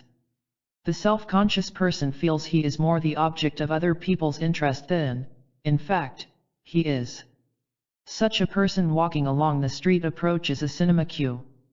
He will have to steel himself to walk past it, preferably, he will cross to the other side of the street. It is an ordeal to go into a restaurant and sit down at a table by himself. At a dance he will wait until 2 or 3 couples are already dancing before he can face taking the floor himself, and soon. Curiously enough, those people who suffer from intense anxiety when performing or acting before an audience are by no means necessarily self-conscious in general, and people who are usually extremely self-conscious may lose their compulsive preoccupations with this issue when they are performing in front of others. The very situation, on first reflection, one might suppose would be most difficult for them to negotiate. Further features of such self-consciousness may seem again to point to guilt being the key to the understanding of the difficulty. The look that the individual expects other people to direct upon him is practically always imagined to be unfavorably critical of him. He is frightened that he will look a fool, or he is frightened that other people will think he wants to show off. When a patient expresses such fantasies, it is easy to suppose that he has a secret unacknowledged desire to show off, to be the center of attraction, to be superior, to make others look fools beside him, and that this desire is charged with guilt and anxiety and so is unable to be experienced as such. Situations, therefore, which evoke fantasies of this desire being gratified lose all pleasure. The individual would then be a concealed exhibitionist, whose body was unconsciously equated with his penis. Every time his body is on show, therefore, the neurotic guilt associated with this potential avenue of gratification exposes him to a form of castration anxiety which presents phenomenologically as self-consciousness. An understanding of self-consciousness in some such terms eludes, I believe, the central issue facing the individual whose basic existential position is one of ontological insecurity and whose schizoid nature is partly a direct expression of, and occasion for, his ontological insecurity, and partly an attempt to overcome it, or, putting the last remark in slightly different terms, partly an attempt to defend himself against the dangers to his being that are the consequences of his failure to achieve a secure sense of his own identity. Self-consciousness in the ontologically insecure person plays a double role. One being aware of himself and knowing that other people are aware of him are a means of assuring himself that he exists, and also that they exist. Kafka clearly demonstrates this in his story called Conversation with a Suppliant. The suppliant starts from the existential position of ontological insecurity. He states, "There has never been a time in which I have been convinced from within myself that I am alive." The need to gain a conviction of his own aliveness and the realness of things is, therefore, the basic issue in his existence. His way of seeking to gain such conviction is by feeling himself to be an object in the real world, but, since his world is unreal, he must be an object in the world of someone else, for objects to other people seem to be real, and even calm and beautiful. At least, it must be so, for I often hear people talking about them as though they were. Hence it is that he makes his confession, "Don't be angry if I tell you that it is the aim of my life to get people to look at me, italics mine." A further factor is the discontinuity in the temporal self. When there is uncertainty of identity in time, there is a tendency to rely on spatial means of identifying oneself. Perhaps this goes some way to account for the frequently preeminent importance to the person of being seen. However, sometimes the greatest reliance may be placed on the awareness of oneself in time. This is especially so when time is experienced as a succession of moments. The loss of a section of the linear temporal series of moments through inattention to one's time self may be felt as a catastrophe. Dooley, 1941, gives various examples of this temporal self-awareness arising as part of the person's struggle against fear of obliteration and his attempt at the preservation of his integrity against threats of being engulfed, crushed, of losing identity. One of her patients said, "I forgot myself at the ice carnival the other night.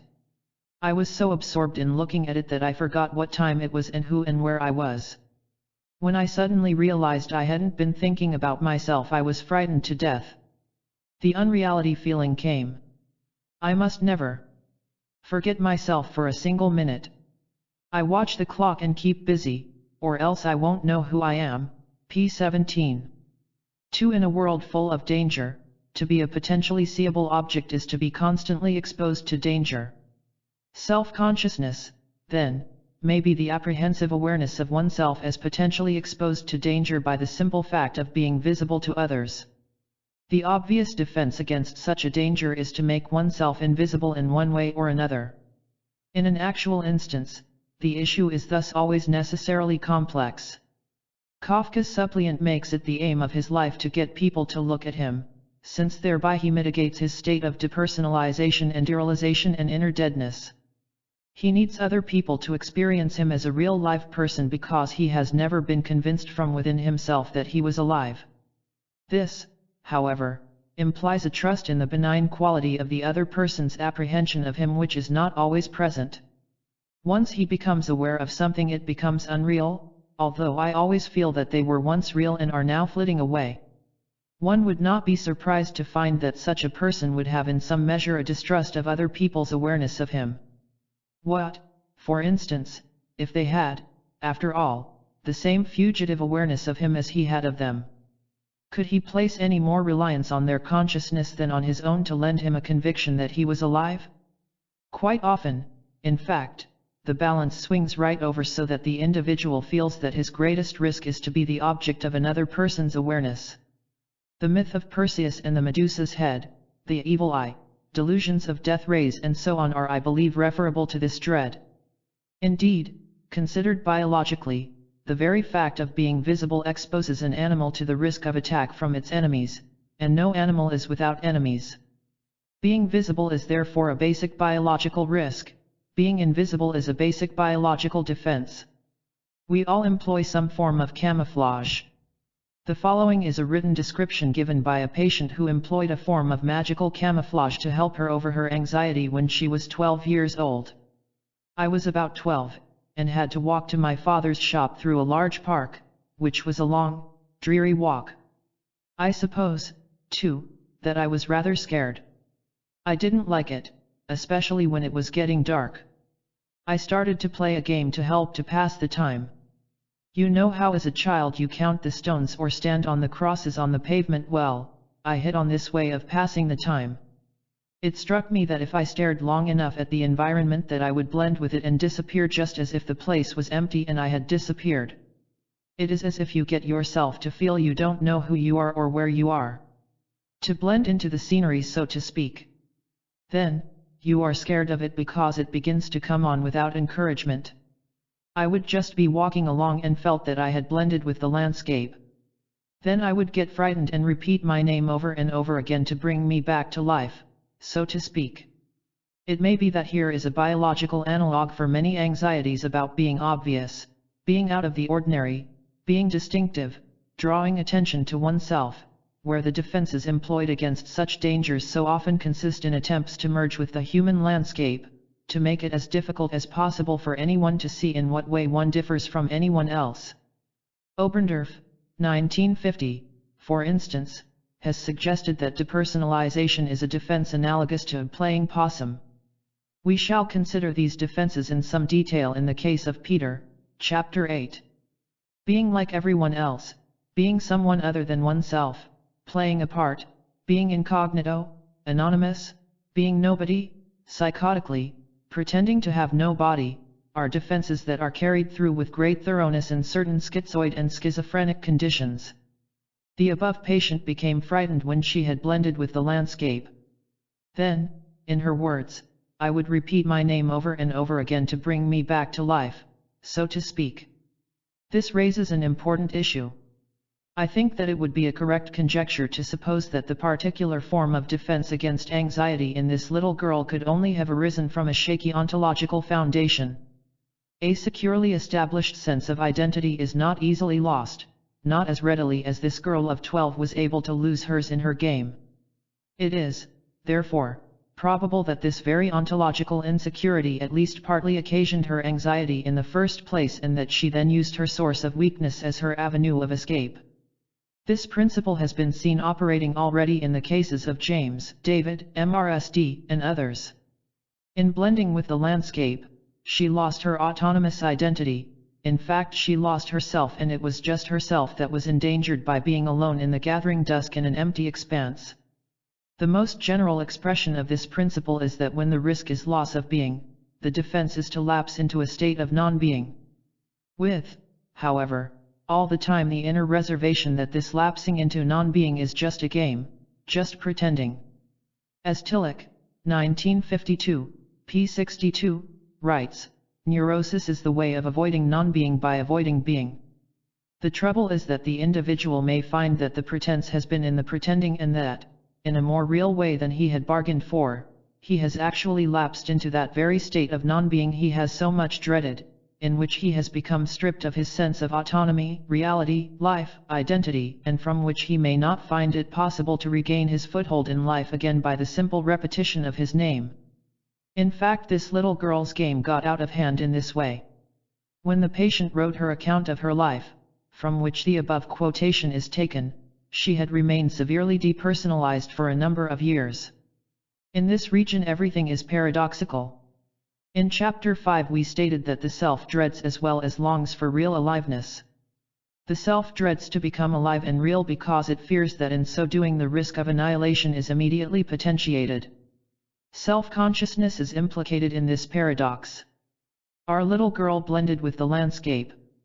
Now, someone who only too easily blends with other people, we have described ways in which this occurs in the previous chapter, and is frightened of losing his identity thereby, uses his awareness of his self as a means of remaining detached and aloof. Self-consciousness comes to be relied upon to help sustain the individual's precarious ontological security. This insistence on awareness, especially awareness of the self, ramifies in many directions.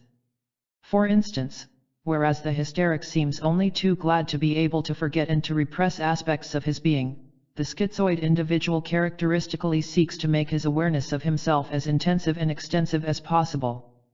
Yet it has been remarked how charged with hostility is the self-scrutiny to which the schizoid subjects himself. The schizoid individual, and this applies still more to the schizophrenic, does not bask in the warmth of a loving self-regard. Self-scrutiny is quite improperly regarded as a form of narcissism. Neither the schizoid nor the schizophrenic is narcissistic in this sense. As a schizophrenic put it, CP 204, she was scorched under the glare of a black sun. The schizoid individual exists under the black sun, the evil eye, of his own scrutiny. The glare of his awareness kills his spontaneity, his freshness, it destroys all joy. Everything withers under it. And yet he remains, although profoundly not narcissistic, compulsively preoccupied with the sustained observation of his own mental and/or bodily processes. In Federn's language, he cathects his ego as object with mordido. A very similar point was made in different terms when it was said earlier that the schizoid individual depersonalizes his relationship with himself. That is to say, he turns the living spontaneity of his being into something dead and lifeless by inspecting it. This he does to others as well, and fears their doing it to him, petrification. We are now in a position to suggest that whereas he is afraid not to be dead and lifeless as stated, he dreads real aliveness, so also he is afraid not to continue being aware of himself. Awareness of his self is still a guarantee, an assurance of his continued existence, although he may have to live through a death in life. Awareness of an object lessens its potential danger. Consciousness is then a type of radar, a scanning mechanism. The object can be felt to be under control. As a death ray, consciousness has two main properties: its power to petrify, to turn to stone, to turn oneself or the other into things, and its power to penetrate. Thus, if it is in these terms that the gaze of others is experienced, there is a constant dread and resentment at being turned into someone else's thing, of being penetrated by him, and a sense of being in someone else's power and control. Freedom then consists in being inaccessible. The individual may attempt to forestall these dangers by turning the other into stone. Unfortunately, since one cannot be seen by a stone, one becomes, in so far as others have been successfully reduced to things in one's own eyes, the only person who can see oneself.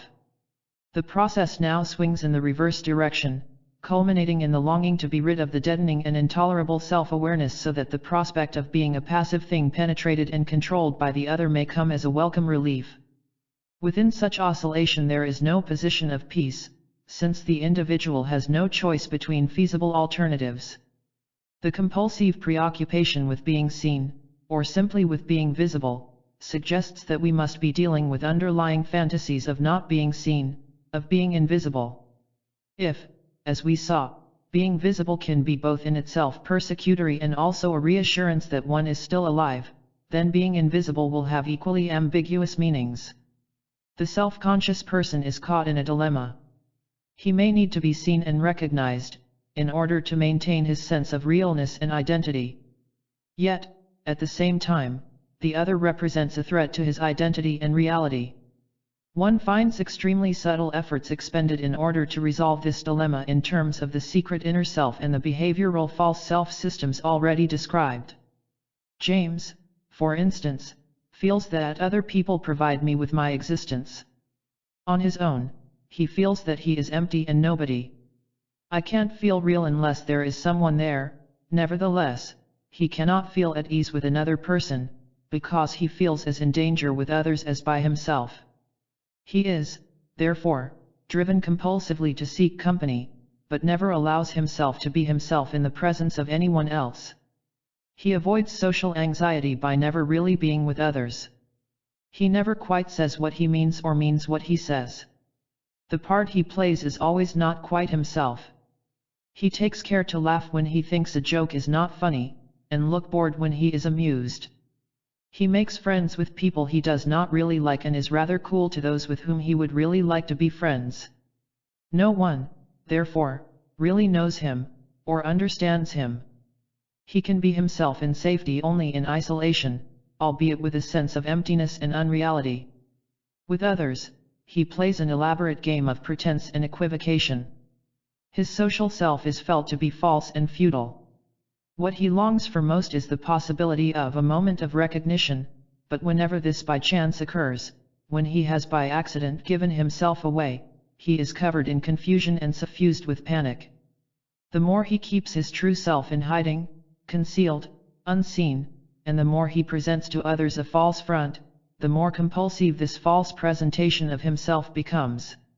He appears to be extremely narcissistic and exhibitionistic. In fact, he hates himself and is terrified to reveal himself to others.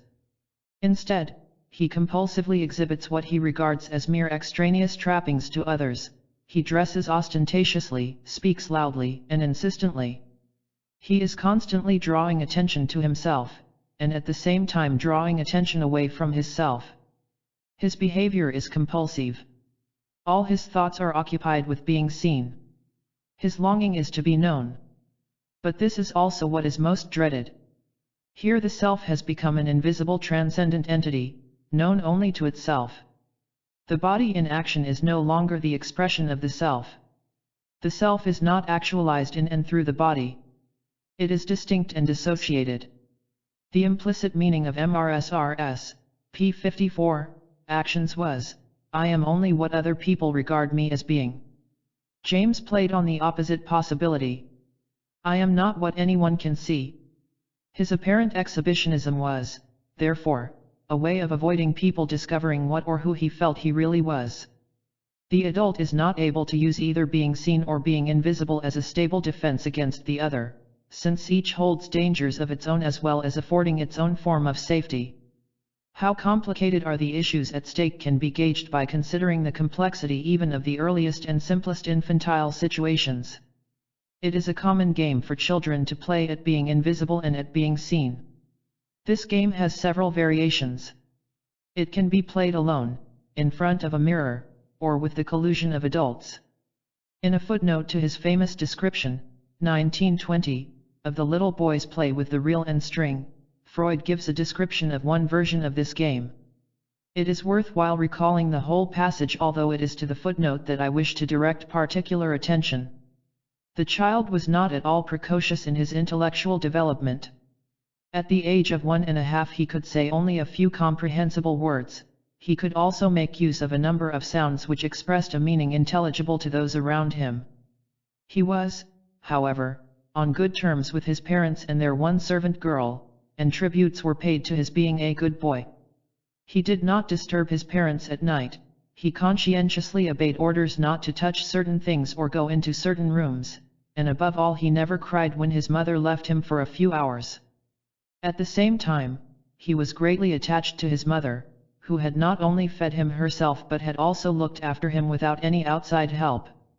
This good little boy, however, had an occasional disturbing habit of taking any small objects he could get hold of and throwing them away from him into a corner, under the bed, and so on, so that hunting for his toys and picking them up was often quite a business. As he did this he gave vent to a loud, long drawn-out "oh," accompanied by an expression of interest and satisfaction. His mother and the writer of the present account were agreed in thinking that this was not a mere interjection but represented the German word fort, gone. I eventually realized that it was a game and that the only use he made of any of his toys was to play gone with them. One day I made an observation which confirmed my view. The child had a wooden reel with a piece of string tied round it. It never occurred to him to pull it along the floor behind him, for instance, and play at its being a carriage. What he did was to hold the reel by the string and very skillfully throw it over the edge of his curtained cot, so that it disappeared into it, at the same time uttering his expressive "oh." He then pulled the reel out of the cot again by the string and hailed its reappearance with a joyful "day, there." This then was the complete game, disappearance and return. As a rule one only witnessed the first act, which was repeated untiringly as a game in itself, though there is no doubt that greater pleasure was attached to the second act. Freud adds this significant footnote to his account of this game.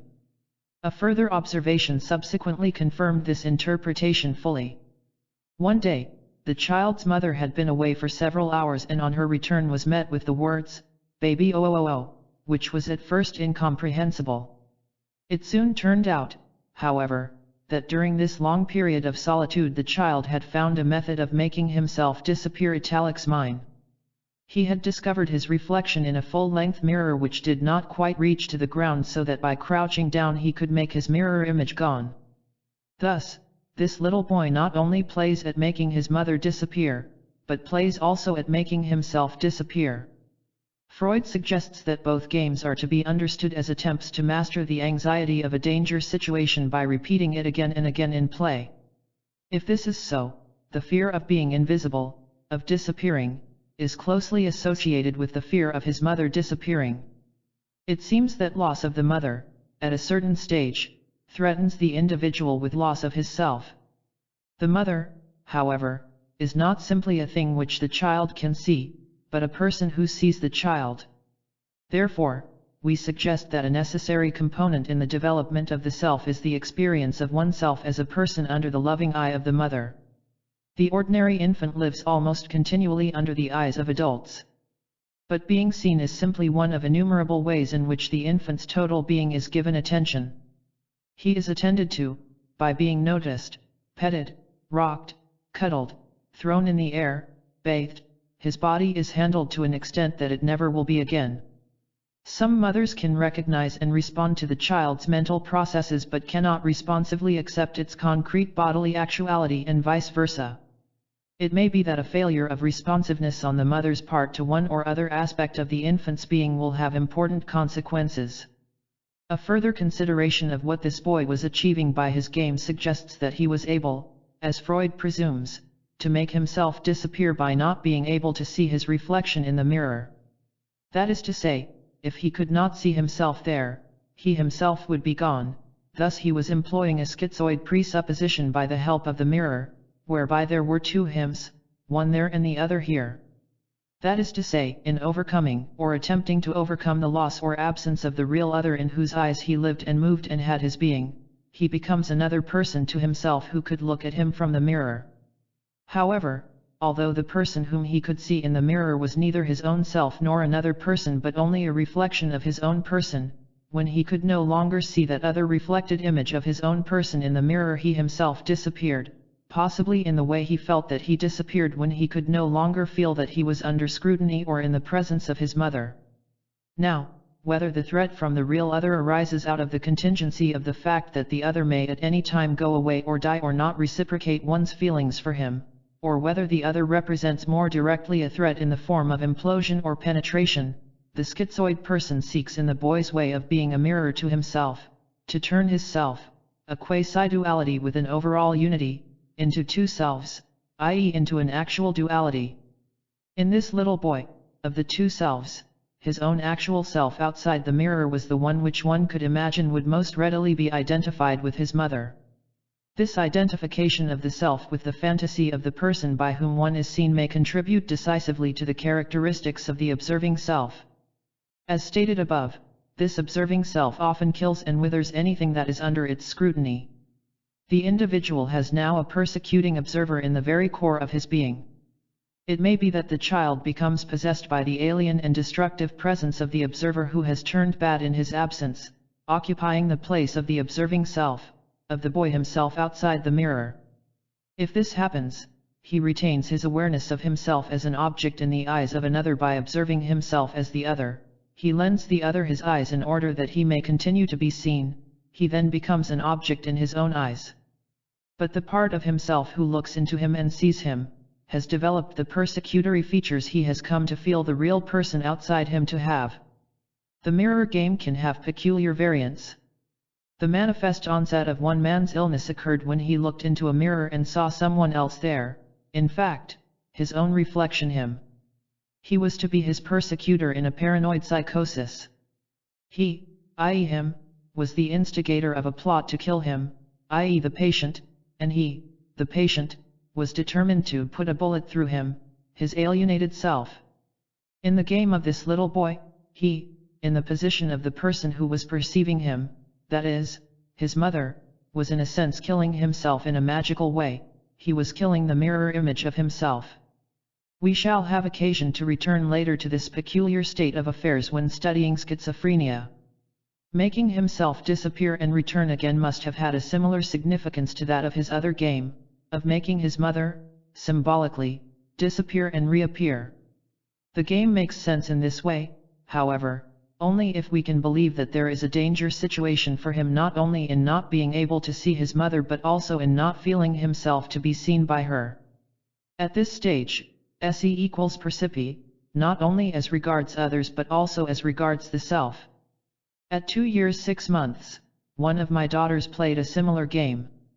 I had to cover my eyes with my hands on the command, "Don't see us." Then, on the command, "See me," I had suddenly to take my hands away, and express surprise and delight at seeing her. I also had to look at her and pretend I could not see her. I have been made to play this game with other children. There is no question of not seeing them doing something naughty. The whole point seems to lie in the child experiencing himself temporarily as not being seen. It is not a question of the child not seeing me. One notices also that no actual physical separation occurs in the game. Neither the adult nor the child, in this game, has to hide or actually to disappear. It is a magical version of the peek-a-boo game. The child who cries when its mother disappears from the room is threatened with the disappearance of his own being, since for him also percipi equals esse. It is only in the mother's presence that he is able fully to live and move and have his being. Why do children want the light on at night, and want their parents so often to sit with them until they fall asleep? It may be that one aspect of these needs is that the child becomes frightened if he can no longer see himself, or feel himself to be seen by someone else, or to hear others and be heard by them. Going to sleep consists, phenomenologically, in a loss of one's own awareness of one's being as well as that of the world. This may be in itself frightening, so the child needs to feel seen or heard by another person, while he is losing his own awareness of his being in the process of falling asleep. In sleep, the inner light that illumines one's own being is out. Leaving on the light not only provides assurance that if he wakes there are no terrors in the dark, but provides a magical assurance that during sleep he is being watched over by benign presences, parents, good fairies, angels. Even worse, perhaps, than the possible presence of bad things in the dark is the terror that in the dark is nothing and no one. Not to be conscious of oneself, therefore, may be equated with non-entity. The schizoid individual is assuring himself that he exists by always being aware of himself. Yet he is persecuted by his own insight and lucidity. The need to be perceived is not, of course, purely a visual affair.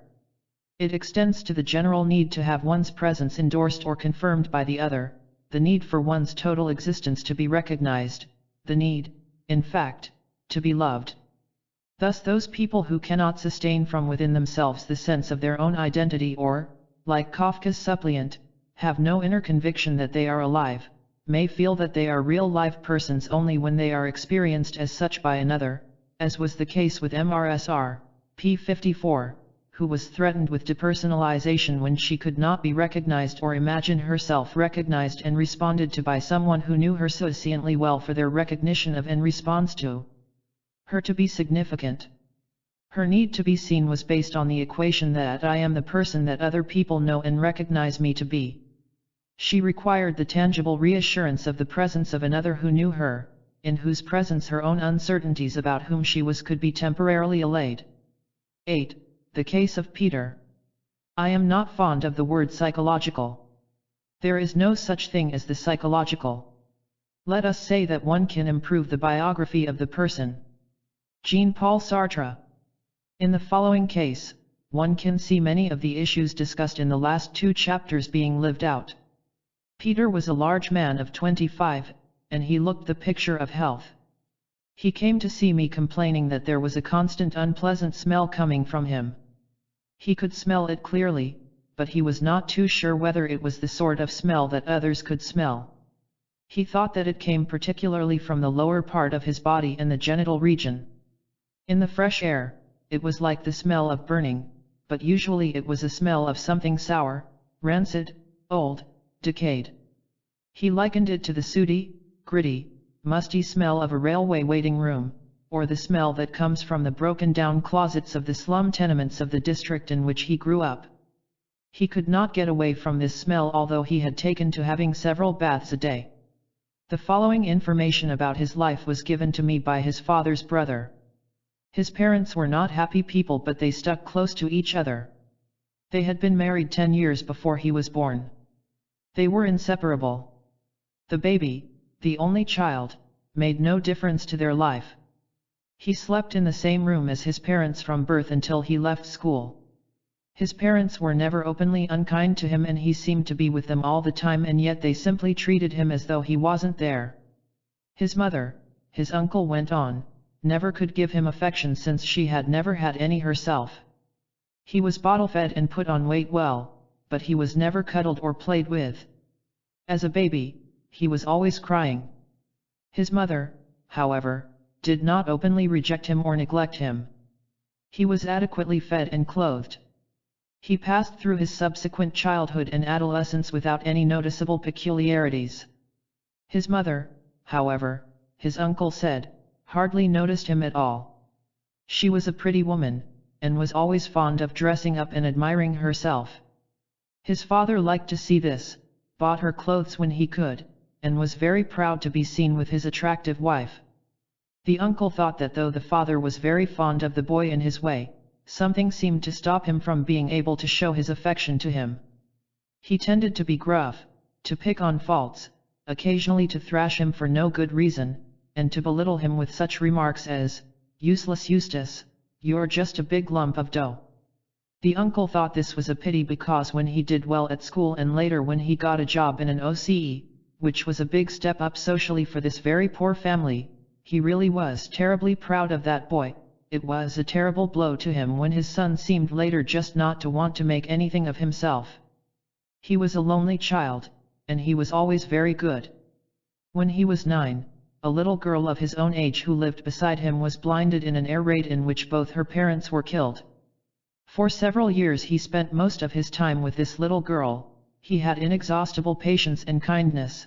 He taught her how to get around the district, took her to pictures, sat with her and talked with her. This girl later partially recovered her sight. She told his uncle that she owed her life to the little boy of 9, because he was the only person who had really had time for her when she was blind, helpless, and friendless, with no one who either could or would step into the place of her dead parents. In his last years at school, his uncle took a special interest in him, and with his prompting, and through arrangements he made, he went into a solicitor's OCE. The boy left this OCE after a few months because of lack of interest, but, again through his uncle, he obtained work in a shipping OCE. He stayed with this firm till his call up to the army. In the army, at his own wish, he looked after patrol dogs, and when he left, after serving his 2 years without incident, he broke his father's heart by, literally, going to the dogs, in that he obtained a job as a kennelman at a dog track. He left this, however, after a year, and after 5 months doing various unskilled odd jobs. He simply did nothing for the 7 months before he went to his general practitioner complaining of smell. There was, in fact, no smell from him, so his GP referred him for psychiatric help. The patient described his life in the following way. His own feeling about his birth was that neither his father nor his mother had wanted him, and, indeed, that they had never forgiven him for being born. His mother, he felt, resented his presence in the world because he had messed up her figure and damaged and hurt her in being born. He maintained that she had cast this up to him frequently during his childhood.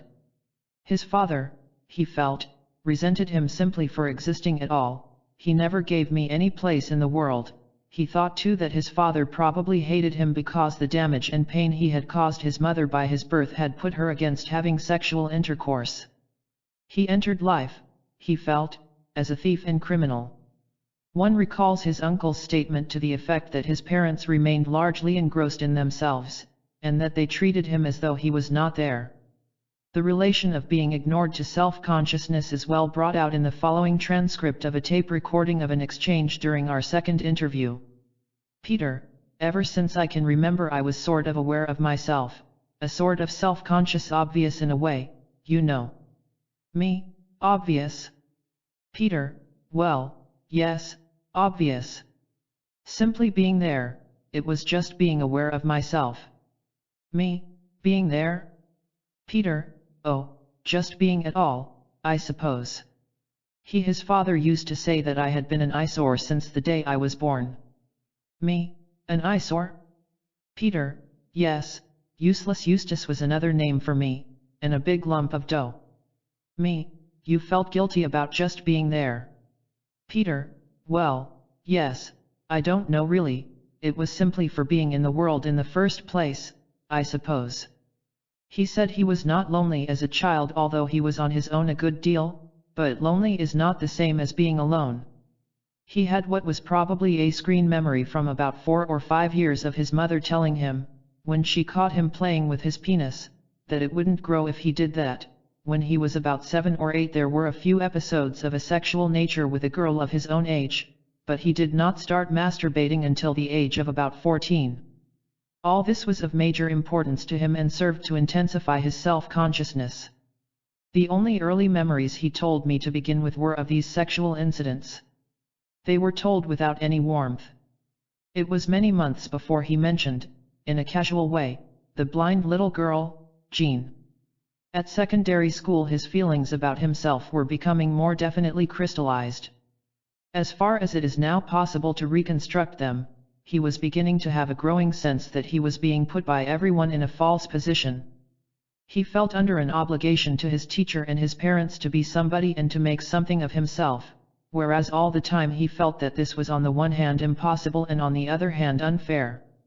He felt that he had to spend all his time and energy in being a credit to his father, his mother, his uncle, or his teacher. However, he was convinced in himself that he was nobody and worthless, that all this effort to be somebody was a deception and a pretense.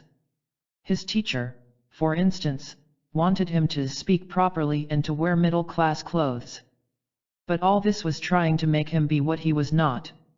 She had him, the secret masturbator, reading Bible lessons to the other children at school and held him up as a paragon. When people said how good he must be to be able to read the Bible so well, he laughed sardonically to himself. It just showed what a good actor I was. Yet he himself, beyond feeling that he was not the person he was playing at being, did not know what he wanted to be. Alongside the feeling that he was worthless, there was also the growing impression that he was someone very special, sent by God for a special mission, but who, or what, he could not say. In the meantime, he deeply resented what he felt were everybody's efforts to make him into a saint, which were more or less just for credit to themselves. It was without joy, therefore, that he worked in his office job. He came to hate more and more, and women in particular. He was aware of hating others, but it had not occurred to him that he feared them. Why should he, when they couldn't stop me thinking what I liked? This, of course, implies that they had some power to coerce him to do what they wanted, but as long as he was outwardly compliant to their wishes, he avoided experiencing the anxiety which we must suppose led him to conform to others and hardly ever reveal himself to them. It was at the second office that he first experienced attacks of anxiety. By then, the central issue for him had crystallized in terms of being sincere or being a hypocrite, being genuine or playing a part. For himself, he knew he was a hypocrite, a liar, a sham, a pretense, and it was largely a matter of how long he could kid people before he would be found out. At school, he had believed that he had been able, to a large extent, to get away with it. But the more he dissembled what he regarded as his real feelings and did things and had thoughts that had to be kept hidden and secret from every other, the more he began to scan people's faces in order to try to make out, from what he could read in them, what he imagined they either thought about him or knew about him. At the office, what he regarded as his real feelings were largely sadistic sexual fantasies about his female colleagues, particularly one woman there who, he thought, looked respectable enough but who, he imagined, was probably a hypocrite like himself. He used to masturbate in the OCE lavatory while evoking these fantasies, and once, as had previously happened with his mother, just after he had been doing this, he emerged and encountered the very woman whom he had been raping in his mind. She was looking directly at him so that she seemed to look straight through him into his secret self and to see there what he had been doing to her. He was filled with panic. He now could no longer believe with any assurance that he could conceal his actions and his thoughts from other people. In particular, as he said, he could no longer feel confidence that his face would not give him away. At the same time, he became frightened lest a smell of semen should betray him. He was in this state when he entered the army. He completed his service, however, without exhibiting outward signs of his inner distress. Indeed, he seems to have achieved an outward appearance or normality and a measure of freedom from anxiety. His sense of achieving this was most interesting and important. His apparent normality was the consequence of a deliberate intensification of the split between his inner true self and outer false self in a quite calculated way. This was expressed by a dream he had at that time. He was in a fast-moving car, he jumped off, hurting himself but not seriously, while the car went on to crash. He thus took to the logical but disastrous conclusion the game that he had been playing with himself for some while. He finally opted out as completely as he knew how. He dissociated himself both from himself and from other people. The immediate effect of this was to lessen his anxiety and to allow him to appear normal. But this was not all he did, and these were not the only consequences. His sense of pointlessness, of lack of direction, of futility, was enhanced, as was his conviction that he was nobody really. He felt that it was pointless to pretend any more. He formulated this to himself in these words: I am nobody, so I'll do nothing. He was now bent not only on dissociating himself from his false self but on destroying everything he seemed to be. I derived, as he said, a certain sardonic satisfaction out of becoming even less than I had thought I was or they had thought me to be. He had all along felt that he was, in his own words, which incidentally are also Heidegger's, on the fringe of being, with only one foot in life and with no right even to that. He felt that he was not really alive and that anyway he was of no value and had hardly the right to the pretension of having life. He imagined himself to be outside it all, yet he cherished for a while one shred of hope. Women might still have the secret. If he could somehow be loved by a woman, then he felt he might be able to overcome his sense of worthlessness. But this possible avenue was blocked for him by his conviction that any woman who had anything to do with him could only be as empty as he was, and that anything that he might be able to get from women, whether he took it or whether they gave it to him, could only be as worthless as the stuff of which he himself was made. Any woman who was not as futile as he was could, therefore, never have anything to do with him, least of all in a sexual sense. All his actual sexual relationships with women were entirely promiscuous, and through them he was never able to break through his shut-upness. With the one girl whom he regarded as pure, he maintained a tenuous and platonic relationship for some years. But he was unable to translate his relationship with this girl into anything more than this. Perhaps he would have agreed with Kierkegaard had he read him, which he had not, that if he had had faith he would have married his Regina. One has to ask why he took so long to tell me about this friendship, which was undoubtedly one of the most significant things in his life, and may well have helped to prevent him from becoming openly schizophrenic in his teens.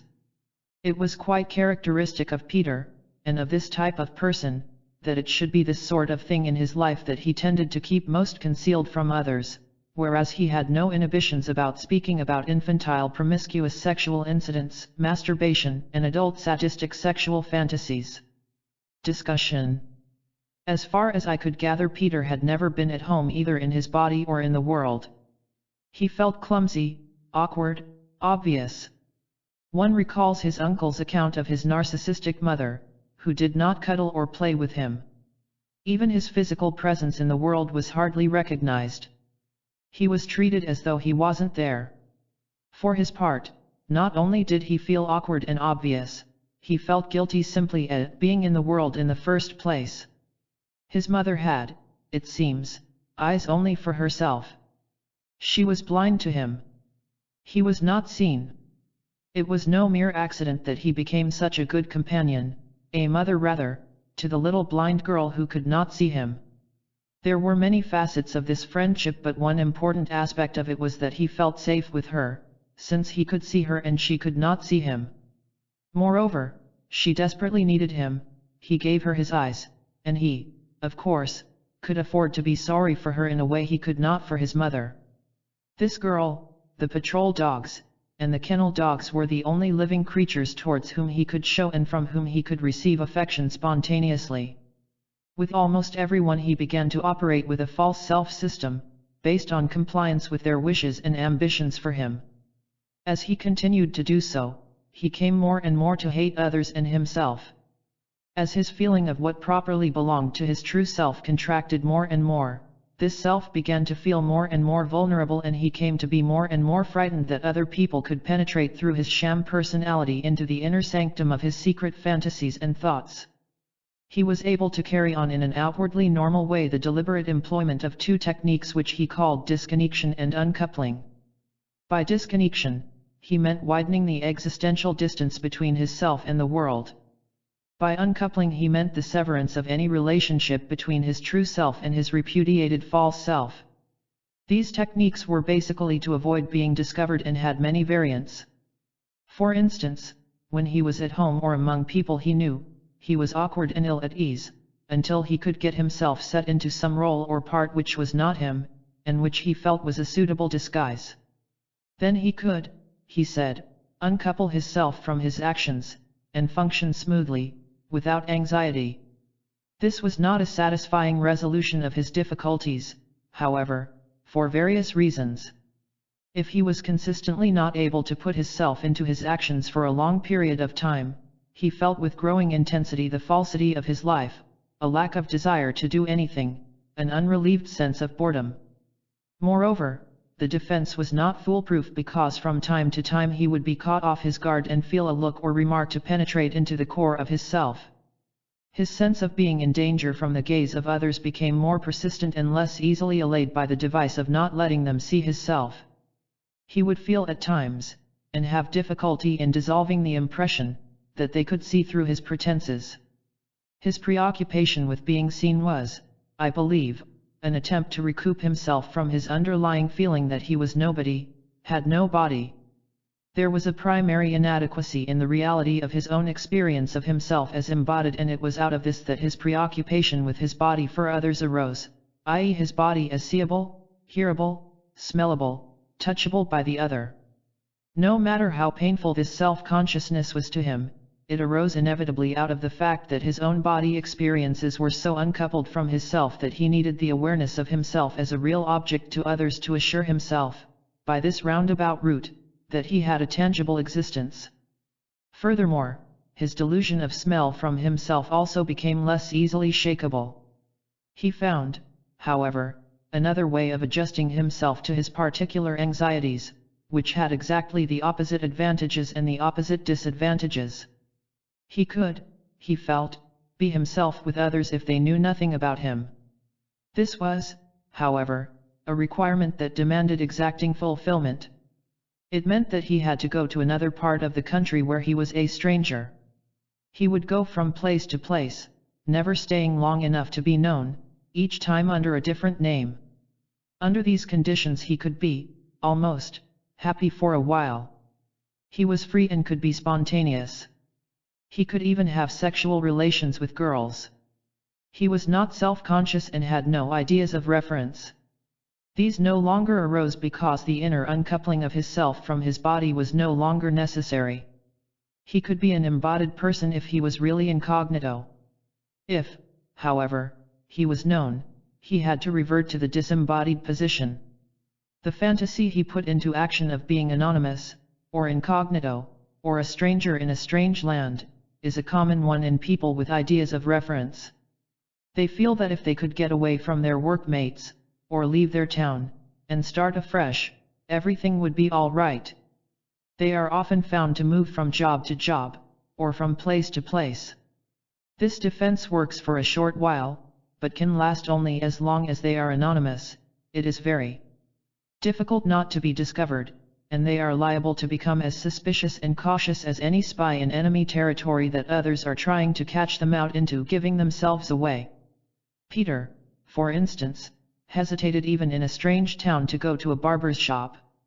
His anxiety about a barber's was not primarily an expression of castration anxiety, at any rate in any usual sense of the term. Rather, he was uneasy about having to answer any questions about himself that the barber might possibly ask, however innocent, For example, do you like football? What do you think of that chap who won £75,000, etc. In the barber's chair he was caught.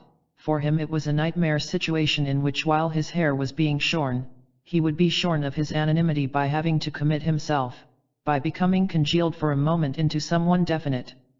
Whereas people are commonly found to say that they come from this or that place, or work at this or that job, or know such and such a person, I try as far as possible not to let it be known where I'm from, what I do, or who I know. Similarly, he was unable to patronize one public library and hold a single ticket in his own name.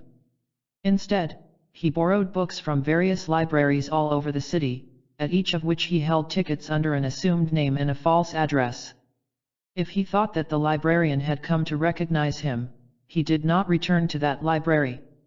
Although this defense was difficult to sustain, since it indeed demanded for its success as much effort, skill, and vigilance as would be required of a spy in enemy territory, so long as he could feel that he was not discovered or recognized, this method did serve to rid him of the need to be constantly uncoupled and disconnected. But it required a constant anxious alertness since he could never be out of danger. At this point, however, his situation, although difficult, was not utterly desperate. It was, of course, rendered critical by the way his schizoid defense system, which was his whole modus vivendi, his attempt to find some feasible way of living in the world, became an intentional project of self-annihilation. It was when this happened that his precarious sanity began to pass a critical point and become a psychosis. True and false guilt. We must now consider more closely the guilt Peter was subject to and its consequences. We remember that not only did he feel awkward and obvious, but he felt guilty simply at being in the world in the first place.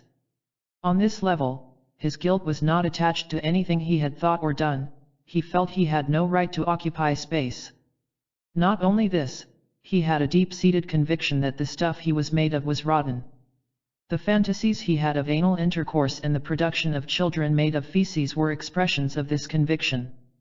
The details of these fantasies are not our present concern except in so far as they contributed to his apperception of his self as made up of muck and dung. If his father had said he was a big lump of dough, he himself went much further. Under the conviction that he was a worthless lump of muck and dung, he felt guilty at seeming to be anything worthwhile to others. He felt bad for masturbating. However, the crux of his sense of guilt is, I believe, revealed in the curious finding that when he gave up masturbating his feeling of worthlessness was intensified, and when he really set about doing and being nothing, his smell of himself became intolerable. As he said later of this smell, it was more or less the regard I had for myself. It was really a form of self-dislike. That is to say, he stank so badly in his own nostrils that he could hardly endure it. He had, in fact, two entirely antithetical and opposed sources of guilt. One urged him to life, the other urged him to death. One was constructive, the other destructive. The feelings they induced were different but both were intensely painful. If he did things that were an expression of self-affirmation, of being a worthwhile valuable person, real and alive, he would be told this is a sham, a pretense. You are worthless. However, if he persisted and refused to endorse this false counsel of conscience, he did not feel so futile, unreal, or dead, and he did not smell so badly. On the other hand, if he resolutely tried to be nothing, he still felt he was a pretense or a sham, he still experienced anxiety, and he was just as compulsively aware of his body as an object of other people's perception. The worst effect of all efforts to be nothing was the deadness that settled over his whole existence. This deadness permeated his experience of his uncoupled self, his experience of his body, and his perception of the disconnected world. Everything began to come to a stop. The world came to lose what reality it had for him, and he had difficulty in imagining that he had any existence for others. Worst of all, he began to feel dead. From his subsequent description of this feeling of being dead, it was possible to see that it involved a loss of the feeling of realness and aliveness of his body. The core of this feeling was the absence of the experience of his body as a real object for others. He was coming to exist only for himself, intolerably, and ceasing to feel that he had any existence in the eyes of the world. It seems probable that in all this he was contending with a primary gap in the two-dimensional experience of himself of which his parents' handling, or rather failure to handle him, had deprived him. His compulsive preoccupation, which he felt as extremely unpleasant, with being touchable, smellable, etc., to others was a desperate attempt to retain that very dimension of a living body, that it has a being for others. But he had to pump up a sense of this dimension to his body in a secondary, artificial, and compulsive way. This was a dimension of his experience that had not become established in a primary sense out of the original infantile situation, and the gap was filled, not by any later development of a feeling of being loved and respected as a person, but by a feeling that practically all love was disguised persecution, since it aimed to turn him into a thing of the other, a feather in the hat of his school teacher, as he put it.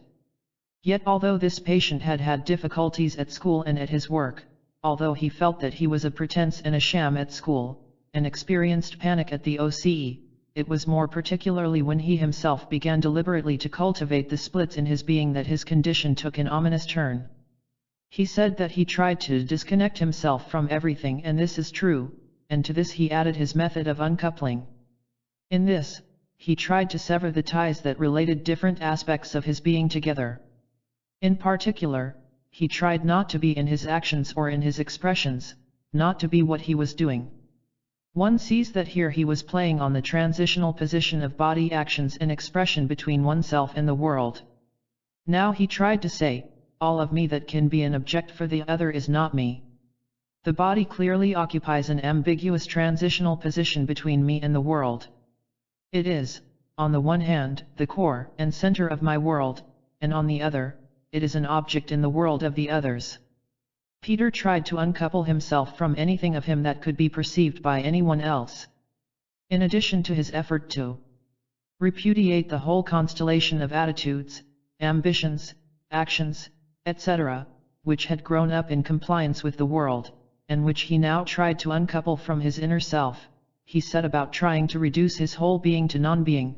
He set about as systematically as he could to become nothing. Under the conviction that he was nobody, that he was nothing, he was driven by a terrible sense of honesty to be nothing. He felt that if he was nobody he ought to become nobody. Being anonymous was one way of magically translating this conviction into fact. When he gave up his work he wandered through the country, constantly on the move. He belonged nowhere. He was going from anywhere to anywhere. He had no past, no future. He had no possessions, no friends. Being nothing, knowing nobody, being known by none, he was creating the conditions which made it more easy for him to believe that he was nobody. Onan's sin in spilling his seed on the ground was that thereby he wasted his productivity and creativity. Peter's guilt, as he later expressed it, was not simply that he masturbated and had sadistic fantasies, but that he did not have the courage to do with others what he imagined himself in fantasy to be doing with them, and when he tried and to some extent succeeded in curbing, if not repressing, his fantasies, his guilt became not only that he had these fantasies but that he was repressing them. When he set out to be nothing, his guilt was not only that he had no right to do all the things that an ordinary person can do, but that he had not the courage to do these things over and against and despite his conscience, which sought to tell him that everything he did or could do in this life among other people was wrong. His guilt was in endorsing by his own decision this feeling that he had no right to life, and in denying himself access to the possibilities of this life. He felt guilty, that is, not so much at his desires, drives, or impulses in themselves, but because he had not the courage to become a real person by doing real things with real people in reality. His guilt was not simply at his wishes but that they remained only wishes. His sense of futility arose from the fact that his wishes were fulfilled only in fantasy, and not in reality. Masturbation was an activity in which par excellence he had substituted a sterile relationship to the phantoms of fantasy for a creative relationship with a real other, instead of the possible guilt that he might have had arising out of real desire for a real person. His guilt was that his desires were only fantastic ones. Guilt is the call of being for itself in silence, says Heidegger. What one might call Peter's authentic guilt was that he had capitulated to his unauthentic guilt, and was making it the aim of his life not to be himself. There was also in this patient, however, the division of his inner self mentioned earlier. From his earliest days, he had been haunted by the sense of being nobody, and now he was grimly bent on creating the conditions that would confirm this feeling. Yet at the same time he felt he was someone very special, with a special mission and purpose, sent by God to this earth. This empty omnipotence and sense of mission were frightening to him, and he set them aside as a sort of mad feeling. He sensed that if he gave this feeling indulgence that waylay, in Empson's expression, madhouse, and the whole thing there. Yet a severe penalty was exacted from him for indulging the alternative. Since he had tried to be nobody by not living in and through his body became, in a sense, dead.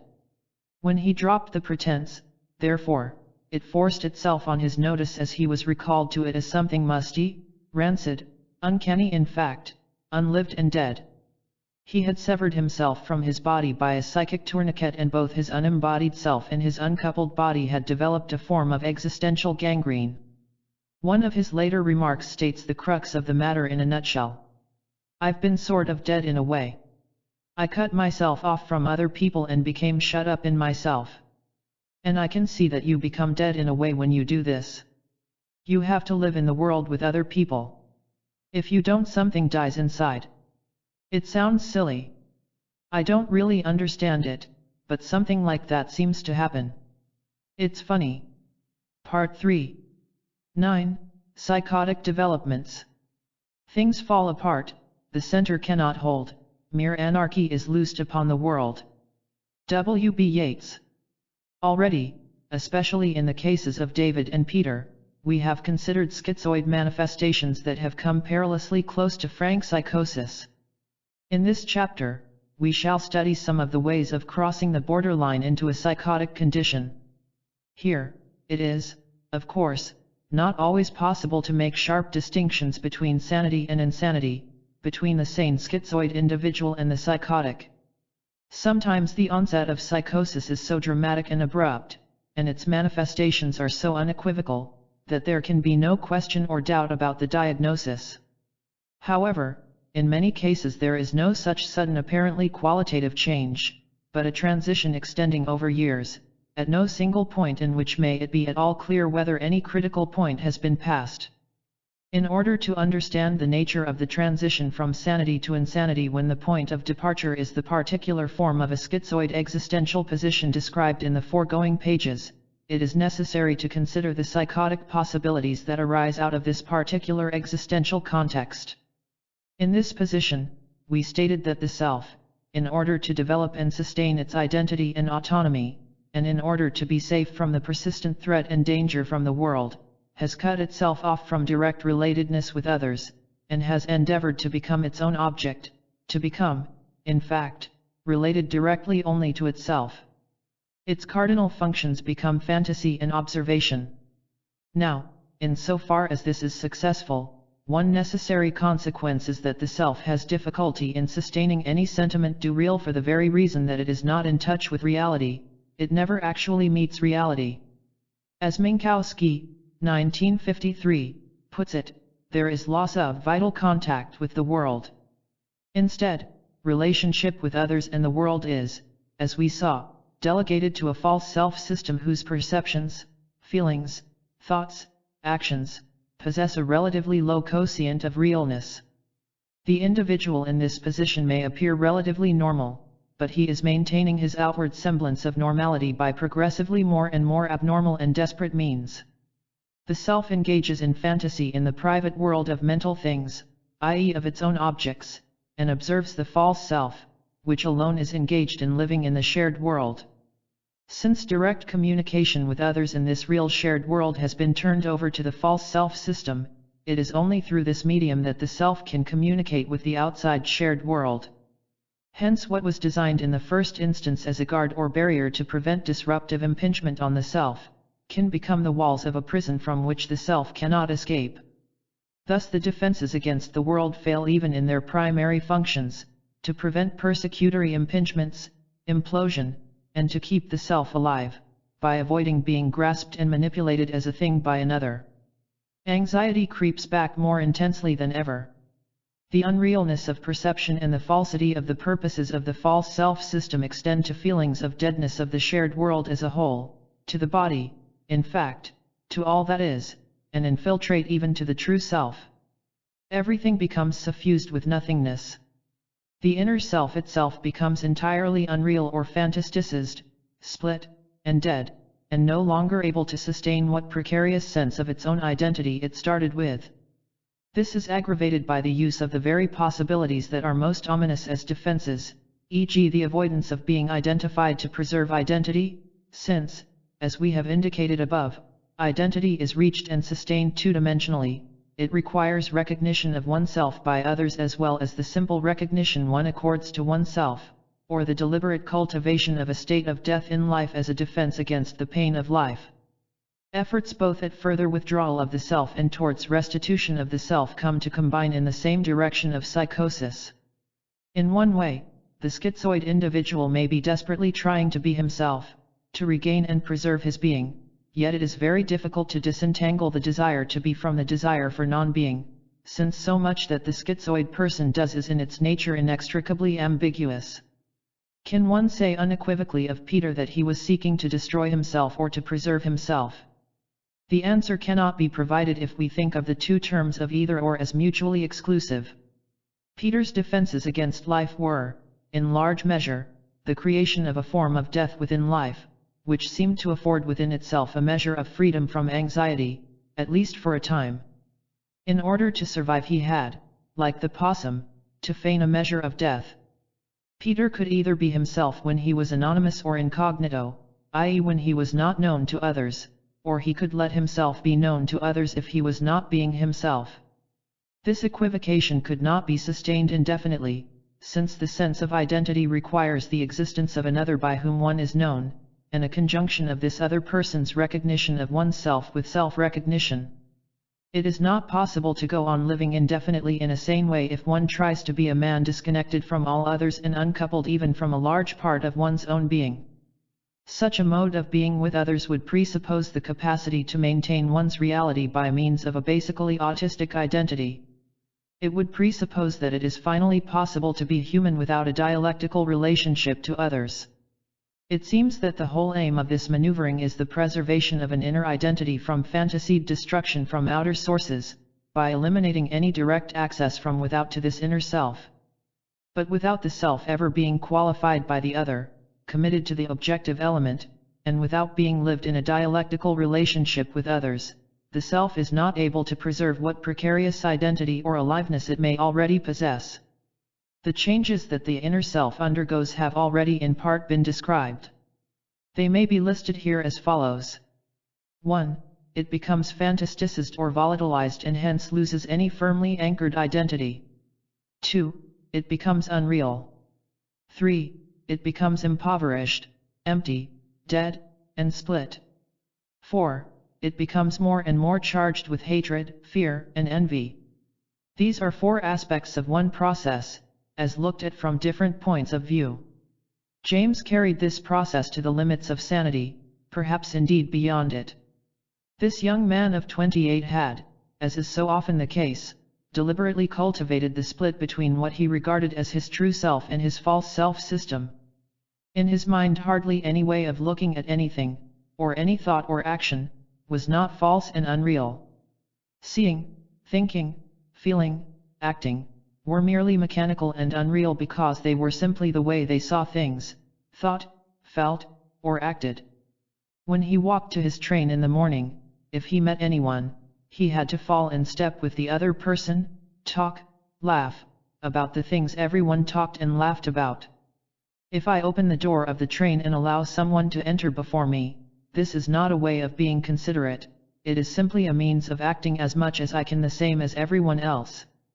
Yet his effort to appear to be like everyone else was made with such resentment of others and contempt for self that his actual behavior was a bizarre product of conflict between concealing and revealing his true feelings.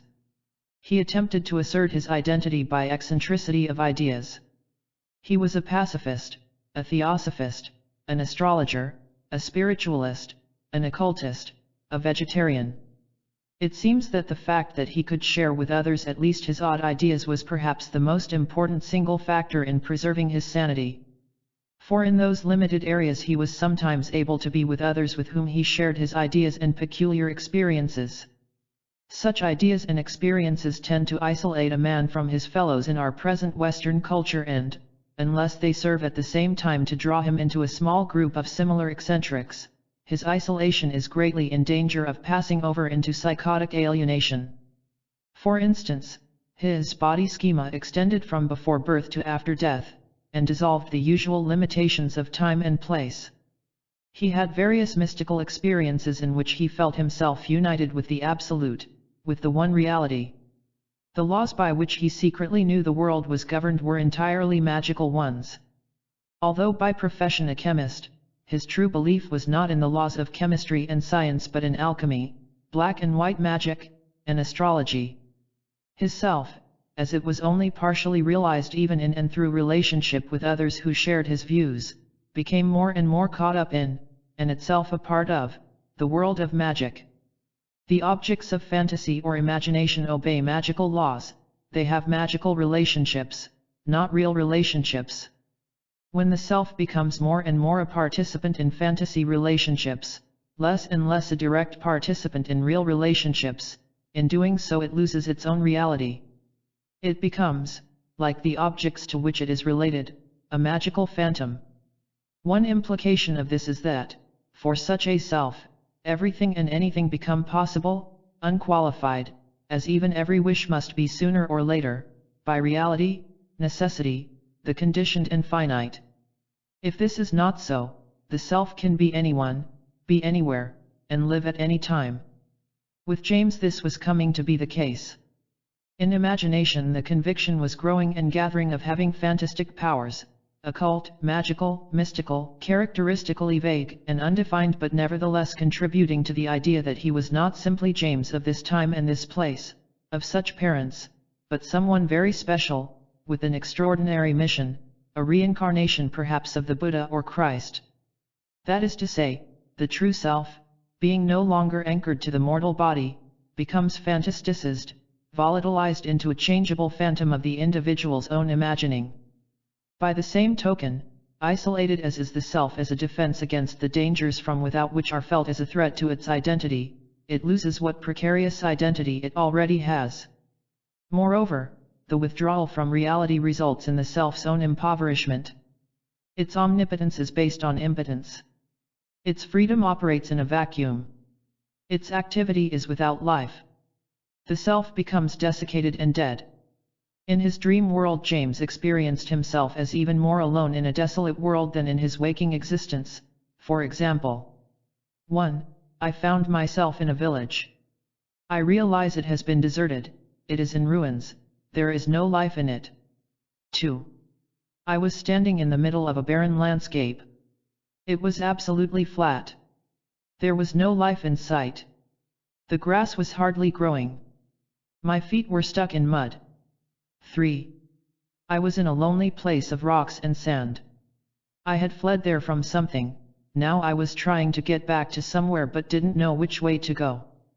The tragic irony is that even finally no anxiety is avoided, whereas every anxiety and all else besides becomes even more tormenting by the infusion into all experiences in waking life and in dreams of an abiding sense of nothingness and deadness. The self can be real only in relation to real people and things. But it fears that it will be engulfed, swallowed up in any relationships. If the I only comes into play vis-a-vis objects of fantasy, while a false self manages dealings with the world, various profound phenomenological changes occur in all elements of experience. Thus the point we have already got to is that the self, being transcendent, empty, omnipotent, free in its own way, comes to be anybody in fantasy, and nobody in reality. This self is related primarily to objects of its own fantasies. Being so much a self in fantasy, it becomes eventually volatilized. In its dread of facing the commitment to the objective element, it sought to preserve its identity, but, no longer anchored to fact, to the conditioned and definitive, it comes to be in danger of losing what it was seeking above all to safeguard. Losing the conditioned, it loses its identity, losing reality, it loses its possibility of exercising effective freedom of choice in the world. In the escape from the risk of being killed, it becomes dead. The individual may now no longer be experiencing the world as other people experience it, though he may still know how it is for others if not for him. But the immediate sense of the realness of the world cannot be sustained by a false self-system. Moreover, the false self-system cannot put reality to the test, for the testing of reality demands a mind of one's own that can choose the better of alternatives and so on, and it is the lack of such a mind of its own that makes the false self false. When experience from the outer world is filtered to the inner self, this self can no longer either experience or give expression to its own desires in a way that is socially acceptable. Social acceptability has come to be merely a trick, a technique. His own view of things, the meaning they have for him, his feelings, his expression, are now likely to be at least odd and eccentric, if not bizarre and crazy. The self remains encapsulated more and more within its own system, while adaptation and adjustment to changing experiences have to be conducted by the false self. This false self system is apparently plastic, it operates with new people, and adapts to changing surroundings. But the self does not keep up with changes in the real world. The objects of its fantasy relationships remain the same basic figures although they undergo modification. For instance, in the direction of idealization, or they become more persecutory. There is no thought of checking, testing, correcting these phantom figures, imagos, in terms of reality. There is in fact no occasion to do so. The individual self by now is not making any effort to act upon reality, to effect real changes in it. While the self and its imagos are undergoing the above modification, the false self system undergoes parallel changes.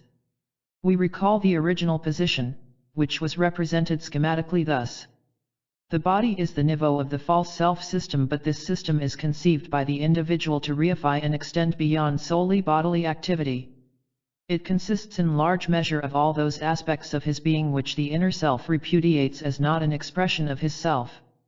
Thus, as with James, while the self retreats into more and more exclusive fantasy relationships and detached, non-participant observation of the transactions of the false self and others, the false self-system is felt to encroach more and more, to make deeper and deeper inroads into the individual's being until practically everything is conceived to belong to this system. James finally could hardly perceive any object by sight, sound, touch, particularly, nor do anything without his feeling it was not himself. We have already given some examples. They could be multiplied indefinitely. Since in this way he experienced his actions at home, at work, and with friends. The consequences of this mode of being to the nature of the false self-system can now be summarized as follows. 1. The false self-system becomes more and more extensive. 2. It becomes more autonomous. 3. It becomes harassed by compulsive behavior fragments. 4. All that belongs to it becomes more and more dead, unreal, false, mechanical. The dissociation of the self from the body and the close link between the body and others, lends itself to the psychotic position wherein the body is conceived not only as operating to comply with and placate others, but as being in the actual possession of others.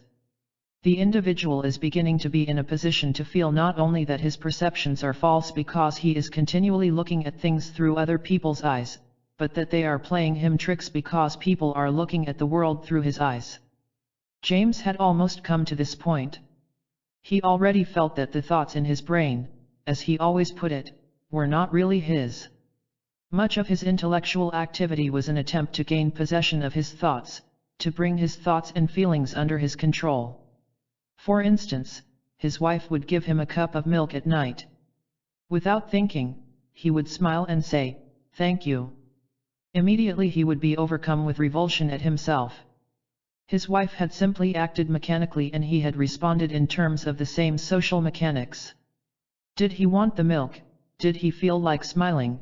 Did he want to say thank you? No. Yet he did all these things. The situation facing the individual in James's position is critical. He has become in large measure unreal and dead. Realness in life may not anymore be directly felt or experienced, although the sense of their possibility is not lost. Others have realness in life. Realness in life exists, perhaps, in nature, more concretely, inside the body of Mother Nature, or they can be grasped in certain types of experience, they can be regained by intellectual disciplines and control. The self is, however, charged with hatred in its envy of the rich, vivid, abundant life which is always elsewhere, always there, never here. The self, as we said, is empty and dry. One might call it an oral self in so far as it is empty and longs to be and dreads being filled up. But its orality is such that it can never be satiated by any amount of drinking, feeding, eating, chewing, swallowing. It is unable to incorporate anything. It remains a bottomless pit, a gaping maw that can never be filled up. In a world of wet, it cannot quench its thirst. Guilt, which might arise if it were possible to take in and destroy the world as food, in a sense, for constructive purposes, cannot arise. The self tries to destroy the world by reducing it to dust and ashes, without assimilating it. Its hatred reduces the object to nothing, without digesting it. Thus, although the self is desolate, and desperately envies the goodness, life, realness, it imagines to reside in others, it must destroy it rather than take it in. It becomes a question of getting life and realness in some way that will not result in the annihilation of the self, but the destruction of reality. And the surreptitious acquisition of it are largely magical procedures by this time. These magical ways of surreptitiously acquiring reality include 1. Touching. 2. Copying, imitating. 3. Magical forms of stealing it. The individual may even find some measure of reassurance if he can evoke in himself an immediate impression of realness in others. These methods are illustrated in the case of Rose, pages 150 ff. A further attempt to experience real alive feelings may be made by subjecting oneself to intense pain or terror. Thus, one schizophrenic woman who was in the habit of stubbing out her cigarettes on the back of her hand, pressing her thumbs hard against her eyeballs, slowly tearing out her hair, etc., explained that she did such things in order to experience something real. It is most important to understand that this woman was not courting masochistic gratification, nor was she anesthetic. Her sensations were not less intense than normal. She could feel everything except being alive and real. Minkowski reports that one of his patients set fire to her clothing for similar reasons.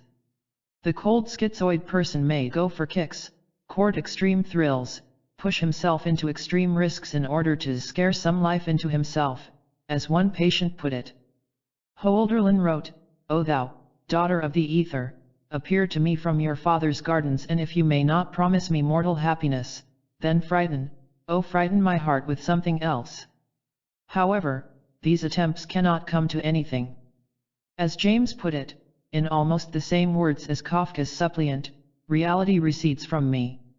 Everything I touch, everything I think, everyone I meet, becomes unreal as soon as I approach. In the progressive loss of the real presence of the other, and hence loss of the sense of me and you together, of we-ness, women may become more remote and threatening than men. The last hope of a point of breakthrough of what Binswanger, 1942, calls a dual mode of being in the world may be through a homosexual attachment, or the last loving bond may be with the other as child or animal. Boss, 1949, describes the role that a form of homosexual love played in a man whose self and world were becoming shrunken and narrowed in his isolation. This human being, in whom even scalp and heart muscle contract, is less and less able to reach out for a broadening and deepening of existential fullness of a male-female love union. He can no longer attain the heavenly bliss, the passion and enlightenment, which the love for the cousin had once meant to him. The first step in the process of increasing barrenness of his existence was that the woman lost her love transparency, being a completely different, remote foreign pole of existence. She became pale, a mirage, then she represented indigestible food, and finally she dropped entirely out of the frame of his world. When his progressing schizophrenia depleted his masculinity, when most of his own male feelings had run out, he suddenly and for the first time in his life felt driven to open himself to a certain form of homosexual love. He described most vividly how in this homosexual love he succeeded in experiencing at least half of the fullness of existence. He did not have to exert himself very much to attain this semi-fullness. There was little danger of losing himself and of running out into boundlessness in this limited extent and depth. On the contrary, the homosexual love could replenish his existence to a whole man. Voss states, I think rightly, that this observation throws a new light upon Freud's important statement that homosexual tendencies are regularly encountered in all paranoics. Freud believed that this homosexuality was the cause of the development of persecution thoughts. We, however, see in both phenomena, in this sort of homosexuality and in the persecution ideas, nothing but two parallel forms of expression of the same schizophrenic shrinkage and destruction of human existence, namely two different attempts at regaining the lost parts of one's personality, pages 122-4. The individual is in a world in which, like some nightmare Midas, everything he approaches becomes dead. There are now perhaps only two further possibilities open to him at this stage. 1. He may decide to be himself despite everything, or 2. He may attempt to murder himself. Both these projects, if carried through, are likely to result in manifest psychosis. We shall consider them separately. The individual whose false self-system has remained intact and has not become devastated by attacks from the self, or from the accumulation of transitory fragments of alien behavior, may present the appearance of complete normality. However, behind this sane facade an interior psychotic process may be going on secretly and silently.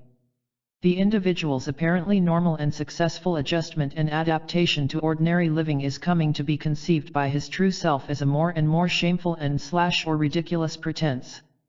Pari passu his self, in its own fantasied relationships, has become more and more volatilized, free from the contingencies and necessities that encumber it as an object among others in the world, where he knows he would be committed to be of this time and this place, subject to life and death, and embedded in this flesh and these bones. If the self thus volatilized in fantasy now conceives the desire to escape from its shut-upness, to end the pretense, to be honest, to reveal and declare and let itself be known without equivocation, one may be witness to the onset of an acute psychosis. Such a person, though sane outside, has been becoming progressively insane inside. Cases of this kind may present on superficial examination a most blaming problem, since, on reviewing the objective history, one may find no understandable precipitating stresses or, even in retrospect, any obvious indications that such a sudden abrupt form of events was imminent. It is only when one is able to gather from the individual himself the history of his self, and not what a psychiatric history in these circumstances usually is, the history of the false self-system, that his psychosis becomes explicable. The following are two quite everyday accounts of the onset of psychosis out of a blue sky, of a kind that is familiar to any psychiatrist, given from the outside. From this point of view they must remain quite blaming. A young man of 22 was regarded by his parents and friends as entirely normal. While on holiday by the sea, he took a boat out to sea. He was picked up some hours later, having drifted far from the land. He resisted being rescued, saying that he had lost God, and had set out on the ocean to find him. This incident marked the onset of a manifest psychosis that required his hospitalization for many months. A man in his 50s who never before had had any nervous trouble, at least not to his wife's knowledge, and who had seemed to her, up to the acute onset of the psychosis, to be his usual self, went with his wife and children on a picnic beside a river, on a hot summer's afternoon. After the meal, he undressed completely, although there were other picnickers in view, and entered the water. This was perhaps not more than unusual. Having waded waist deep, he threw the water over himself. He now refused to come out, saying that he was baptizing himself for his sins, which were that he had never loved his wife or his children, and that he would not leave the water until he was cleansed. He eventually had to be dragged from the river by the police and admitted to a mental hospital. In both these cases, and in the others described elsewhere, Sanity, i.e. outwardly normal appearance, dress, behavior, motor, and verbal, everything observable, was maintained by a false self-system, while the self had come to be more and more engaged not in a world of its own but in the world as seen by the self. I am quite sure that a good number of cures of psychotics consist in the fact that the patient has decided, for one reason or other, once more to play at being sane. It is not uncommon for depersonalized patients, whether or not they are schizophrenic, to speak of having murdered themselves and also of having lost or been robbed of themselves. Such statements are usually called delusions, but if they are delusions, they are delusions which contain existential truth. They are to be understood as statements that are literally true within the terms of reference of the individual who makes them. The schizophrenic who says he has committed suicide may be perfectly clear about the fact that he has not cut his throat open or thrown himself into a canal, and he may expect this to be equally clear to the person whom he is addressing, otherwise that person is regarded as a fool.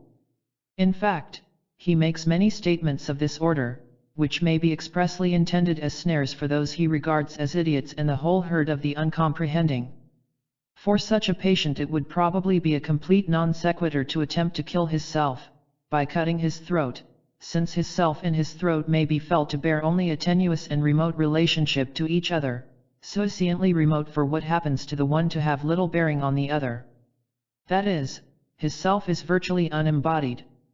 The self is probably conceived as immortal or made of nearly imperishable non-bodily substance.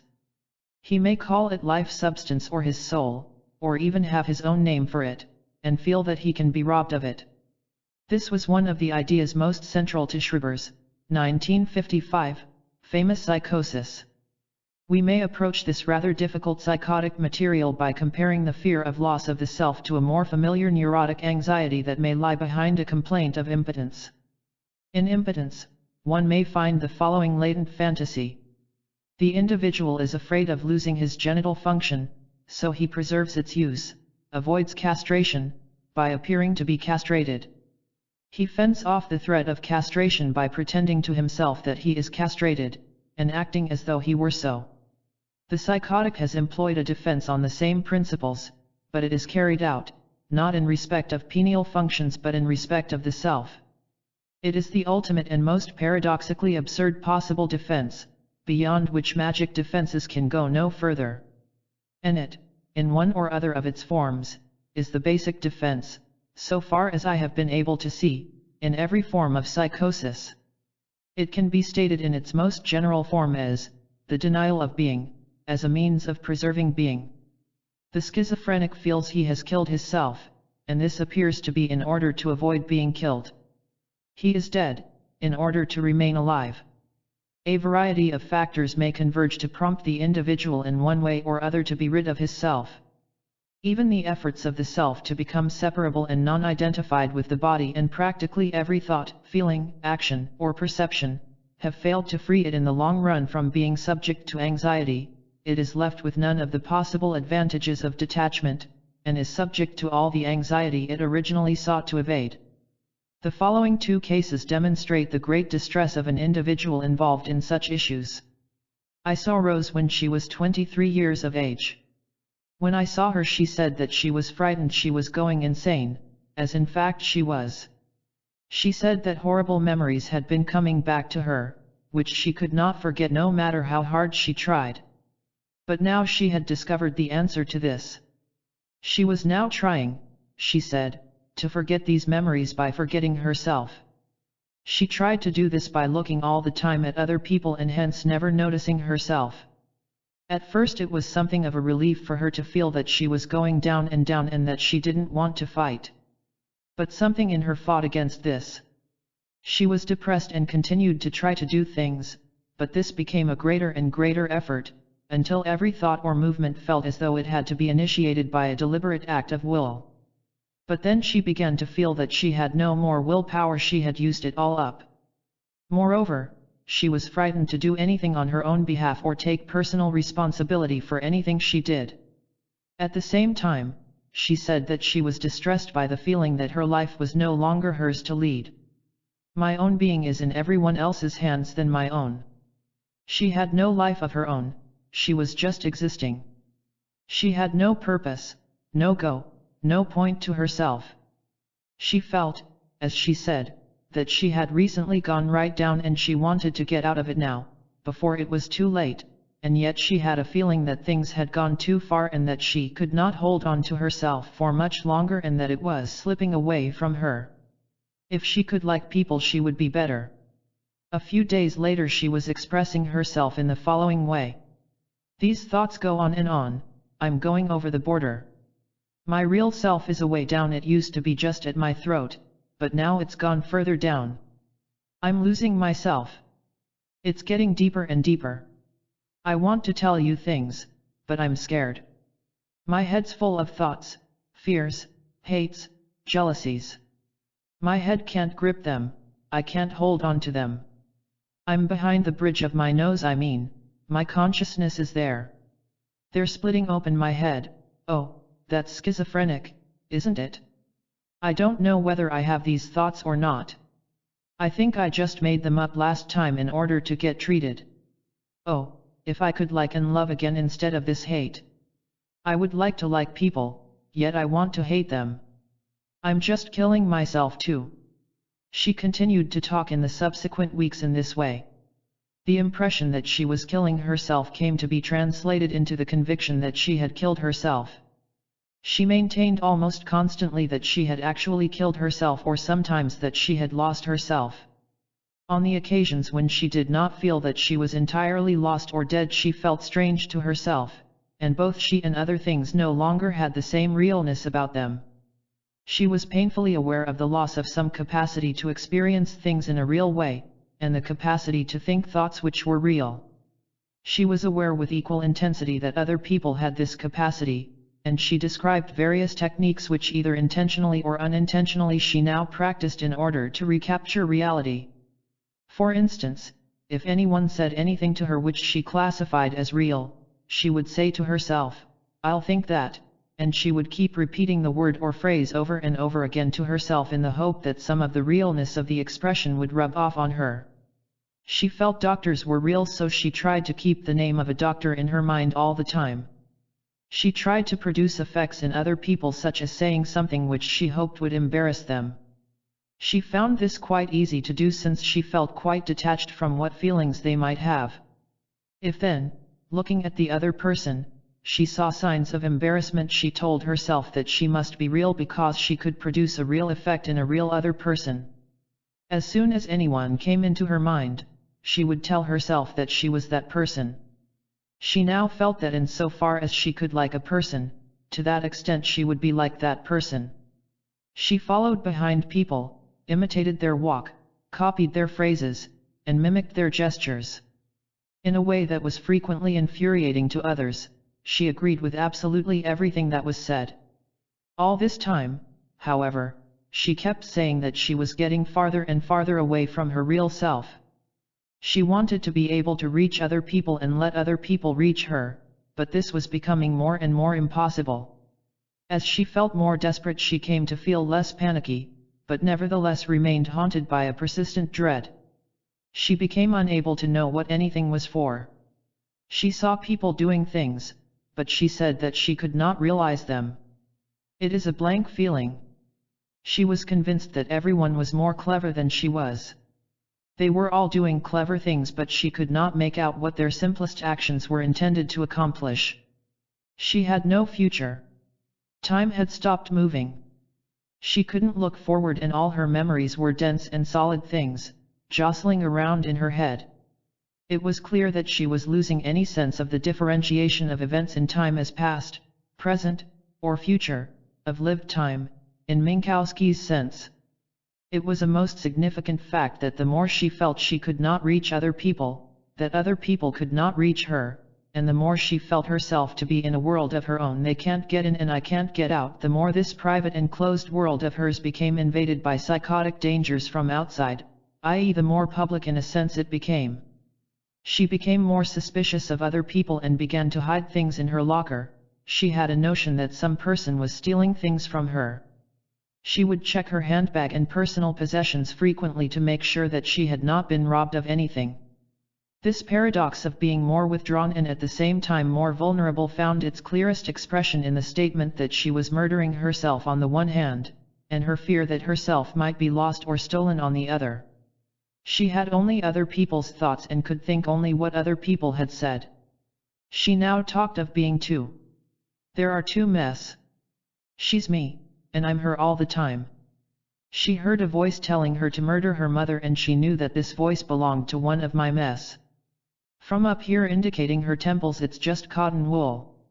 I've no thoughts of my own, I'm awfully confused, me all the time, me and myself. When I say myself, I know there's something wrong, something's happening to me, I don't know what. Thus, despite the fear of losing herself, all her efforts to recapture reality involved not being herself, and attempts to escape from herself or to kill herself continued to be used as basic defenses. Indeed, they became intensified. The individual is led to kill himself not only under pressure from anxiety, but out of his sense of guilt, which in such people is of a particularly radical and crushing kind, and seems to leave the subject with no room to maneuver. We have already seen how, under such pressure of guilt, Peter was led to be no thing, to be no body.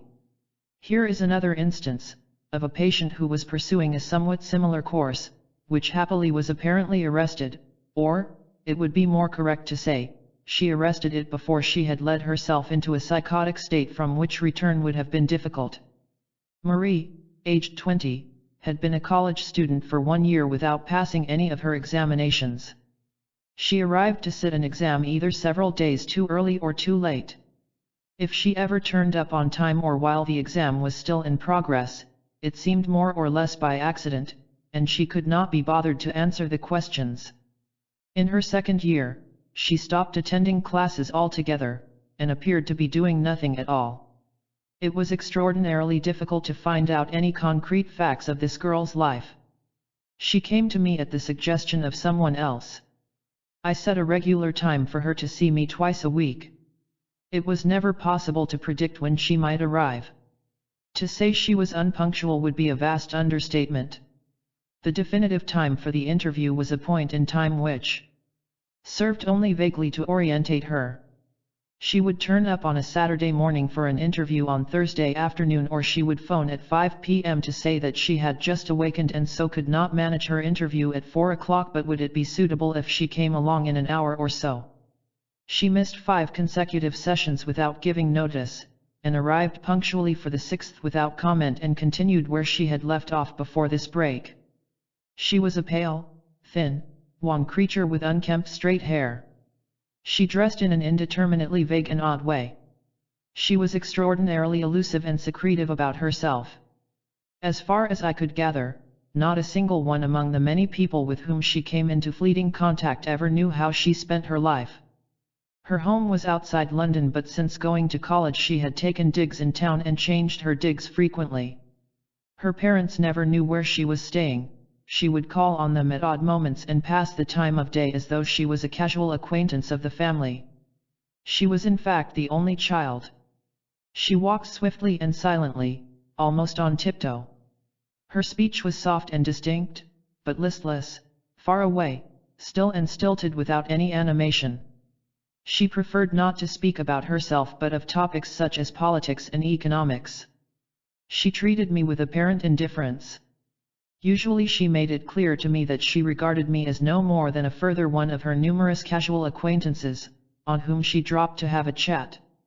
She once told me, however, that I was a fascinating person, but that my nature was vicious and dirty. She did not betray any desire or expectation to get anything from me, and it was never completely clear what she did feel that she derived from me. When she felt herself to be so indifferent to me, she could not understand why she traveled considerable distances in order to see me. One would have thought that the outlook in this girl's case was pretty hopeless, as she presented unequivocally the clinical psychiatric picture of dementia praecox or schizophrenia simplex. However, one day she arrived punctually and amazingly transformed. For the first time in my experience of her, she was dressed with at least ordinary care and without that disturbingly odd appearance in dress and manner that is so characteristic of this type of person but so difficult to define. Her movements and her expression had, unmistakably, life in them. She began the session by saying that she realized that she had been cutting herself off from any real relationship with other people, that she was scared by the way she had been living, but, apart from that, she knew in herself that this wasn't the right way to live. Obviously something very decisive had happened. According to her, and I see no reason to doubt this, it had arisen out of going to see a film. She had gone every day for a week to see the film La Strada. This is an Italian film about a man and a girl. The man is an itinerant strong man who travels from town to town performing his act, which consists in bursting by chest expansion a chain fastened round him. He acquires a girl from her parents to act as his assistant. He is strong, cruel, dirty, and vicious. He treats the girl as dirt. When he chooses, he rapes her, beats her, abandons her. He seems to be without conscience or remorse, he accords her no recognition as a person, shows not the slightest gratitude when she tries to please him or when she is loyal to him. He makes it clear to her that there is nothing that she can do for him that someone else couldn't do better. She cannot see what use her life is since it has been given over to this man, and to him she is worthless and useless. Although in her sadness and desolation there is no persistent bitterness, yet she is in despair that she is of no significance. She makes friends with a tightrope walker in a circus. She laments to him her insignificance. However, when this funambulist asks her to come away with him she refuses, saying that if she does so the man will have nobody to put up with him. The funambulist picks up a pebble and says that he can't believe that she is absolutely useless since she must be worth at least as much as the pebble, and the pebble at least exists. Moreover, he points out that she must also have some use though she does not know it, since she knows that she is the only person whom this man does not drive away from him. Much of the charm of the film derives from this girl. She is utterly without guile or deception.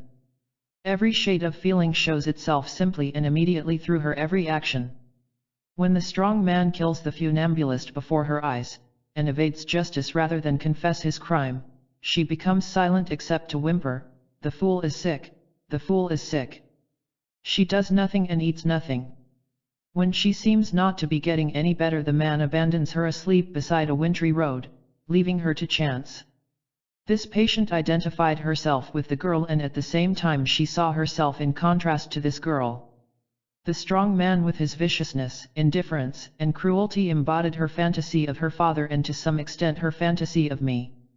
But what struck her most forcibly was that, though so despairing and unhappy, this girl did not cut herself off from life, no matter how terrible it was.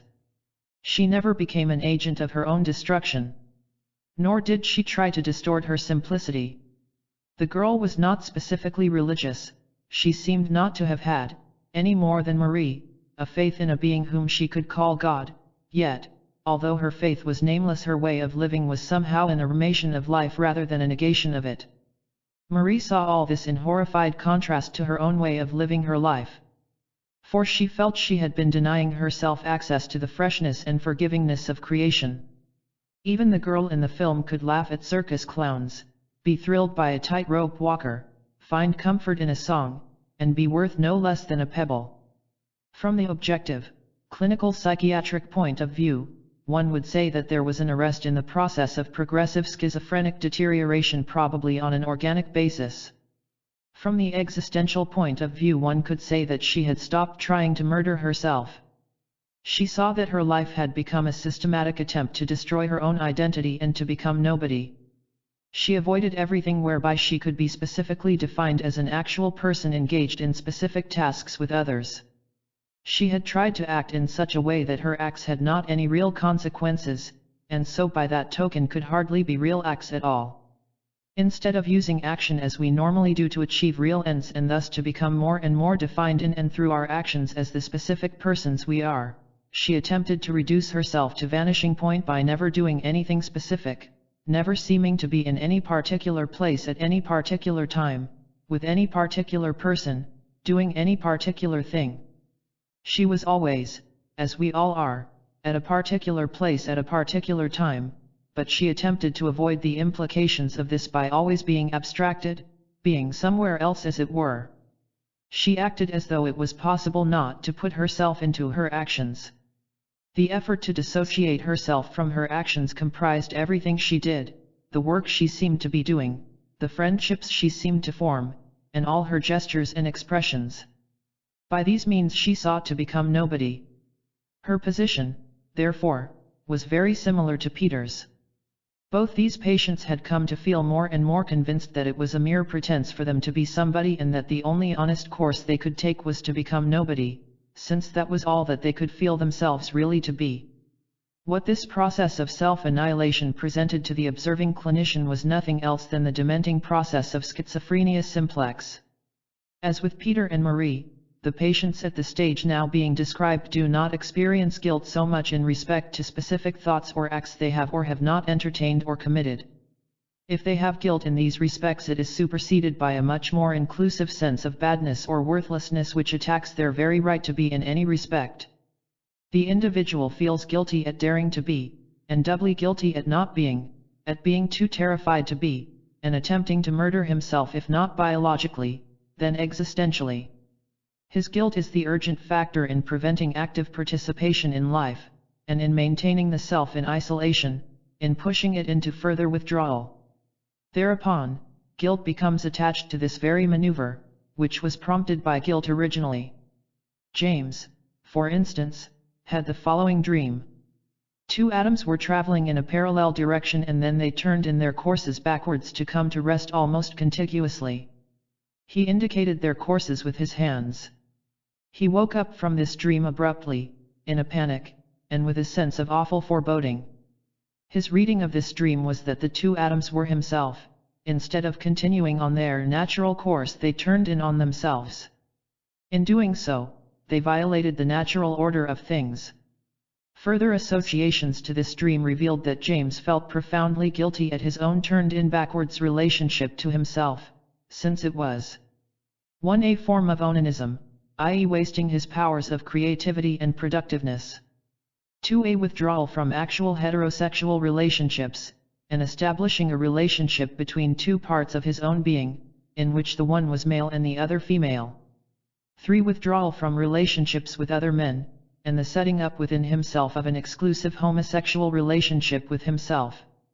This illuminates the further difficult problem, that in these circumstances the relationship of the self to itself is a guilty one, since, as we indicated earlier, it gathers into itself, or seeks to, a mode of relationship that in the natural order of things can exist only between two persons and cannot be lived out in actuality by the self exclusively.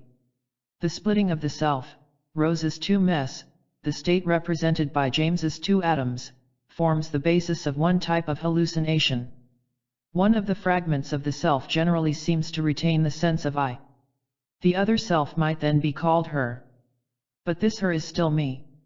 Rose says, she's me, and I'm her all the time. One schizophrenic told me, she's an I looking for a me. The self in chronic schizophrenic states seems to fragment into several foci, each with a certain I sense, and each experiencing the other fragments as partially not me. A thought belonging to the other self tends to have some of the quality of a perception, since it is received by the experiencing self neither as a product of its imagination nor as belonging to it. That is, the other self is the basis of an hallucination. An hallucination is an as-if perception of a fragment of the disintegrated other self by a remnant, self-focus, retaining residual I sense. This becomes more apparent in manifestly psychotic patients. Moreover, the self-self relationship provides the internal setting for violent attacks between warring phantoms inside, experienced as having a sort of phantom concreteness. It is in fact such attacks from such inner phantoms that compel the individual to say he has been murdered, or that he has murdered his self. In the last resort, however, even speaking in schizophrenies, it is in fact impossible to murder the inner phantom self, although it is possible to cut one's throat. A ghost cannot be killed. What may happen is that the place and function of the inner phantom self become almost completely taken over by archetypal agencies which appear to be in complete control and dominate all aspects of the individual's being. The task in therapy then comes to be to make contact with the original self of the individual which, or who, we must believe is still a possibility, if not an actuality, and can still be nursed back to a feasible life. But this is a story that we can take up and make explicable only after we have studied psychotic processes and phenomena at greater length, and this task we shall now undertake.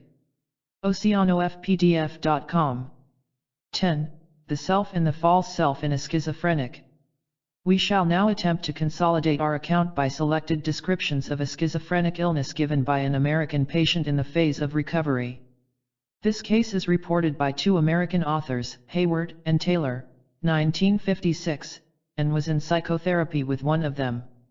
They state, Joan is a 26-year-old white woman. Her illness first appeared early in 1947 when she was 17. In the ensuing 2 years she was treated in 4 private hospitals with a regimen of psychotherapy, accompanied by a total of 34 electric shock and 60 insulin treatments. 50 comas occurred. She showed little, if any, improvement and was finally referred to one of the writers, MLH, since she appeared to be hopelessly ill. At the start of the writer's treatment, Joan was cold, withdrawn, seclusive, and suspicious. Visual and auditory hallucinations were active. She would enter into no hospital activities and frequently became so stuporous that it was difficult to elicit any response from her. If pressed about the need for treatment, she would become sullenly resistive or maintain angrily that she wanted to be left alone. 3 suicidal attempts were made, by slashing herself with broken glass or taking an overdose of sedation. At times, she became so violently belligerent that she had to be placed on the agitated ward. I have chosen to draw on this material for a number of reasons. This girl's account of her psychosis seems to afford striking confirmation of the views here presented. The confirmation is strengthened by the fact that the present book was originally written before the American material was published. The American authors write in the classical psychoanalytic terminology of ego, superego, ID, which I feel puts unnecessary limitations on one's understanding of the material. The patient's own account seems to be very much her own way of looking at herself, and not to have been imposed upon her or suggested to her by the authors. In this case, therefore, the possible fallacy in presenting material from one of my own patients that the patient was merely repeating parrot-wise my own theories about her is avoided. Finally, this patient has given as clear and insightful an account of herself in ordinary language as any within my knowledge.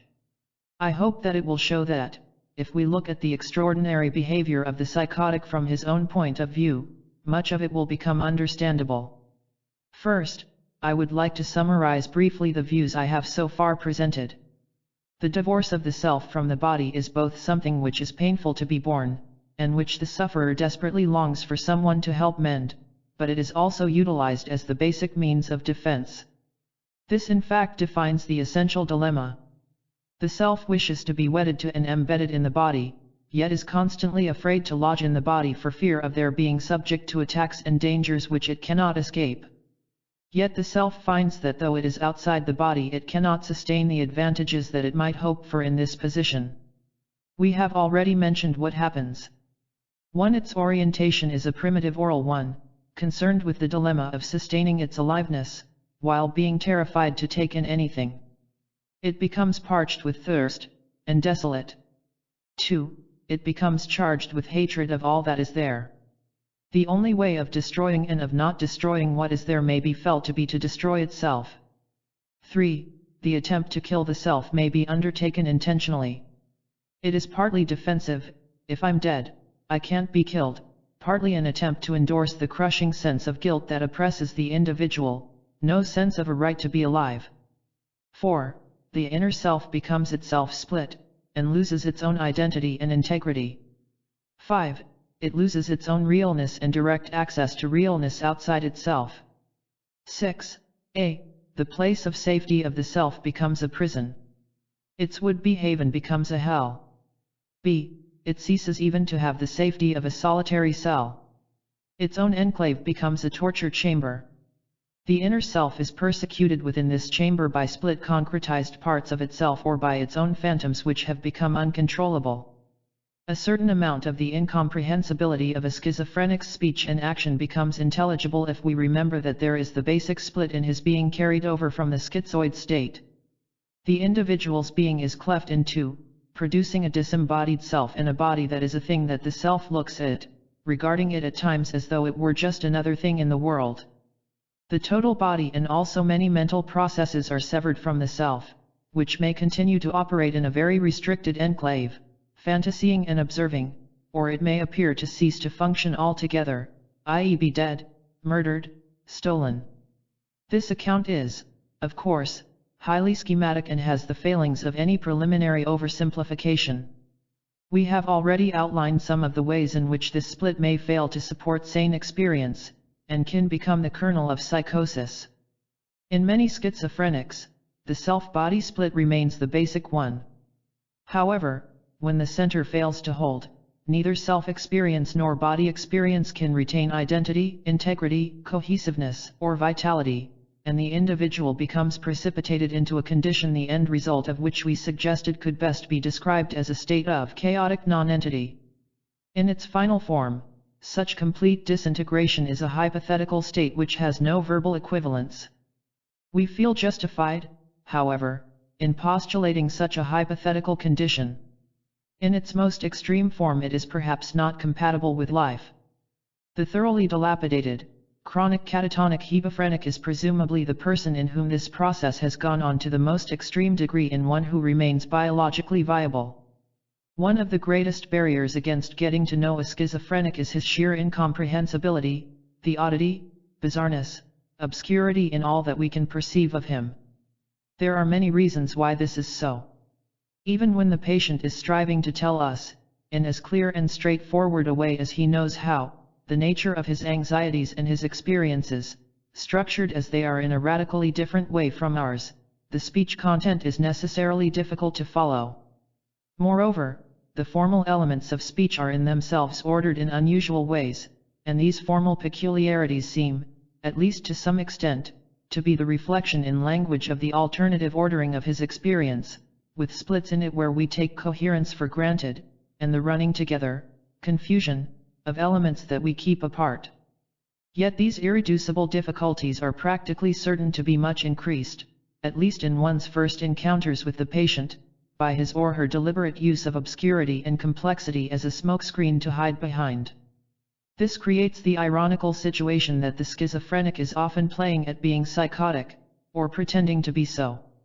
In fact, as we have said, pretense and equivocation are greatly used by schizophrenics. The reasons for doing this are, in any single case, likely to serve more than one purpose at a time. The most obvious one is that it preserves the secrecy, the privacy, of the self against intrusion, engulfment, implosion. The self, as one patient put it, feels crushed and mangled even at the exchanges in an ordinary conversation. Despite his longing to be loved for his real self, the schizophrenic is terrified of love. Any form of understanding threatens his whole defensive system.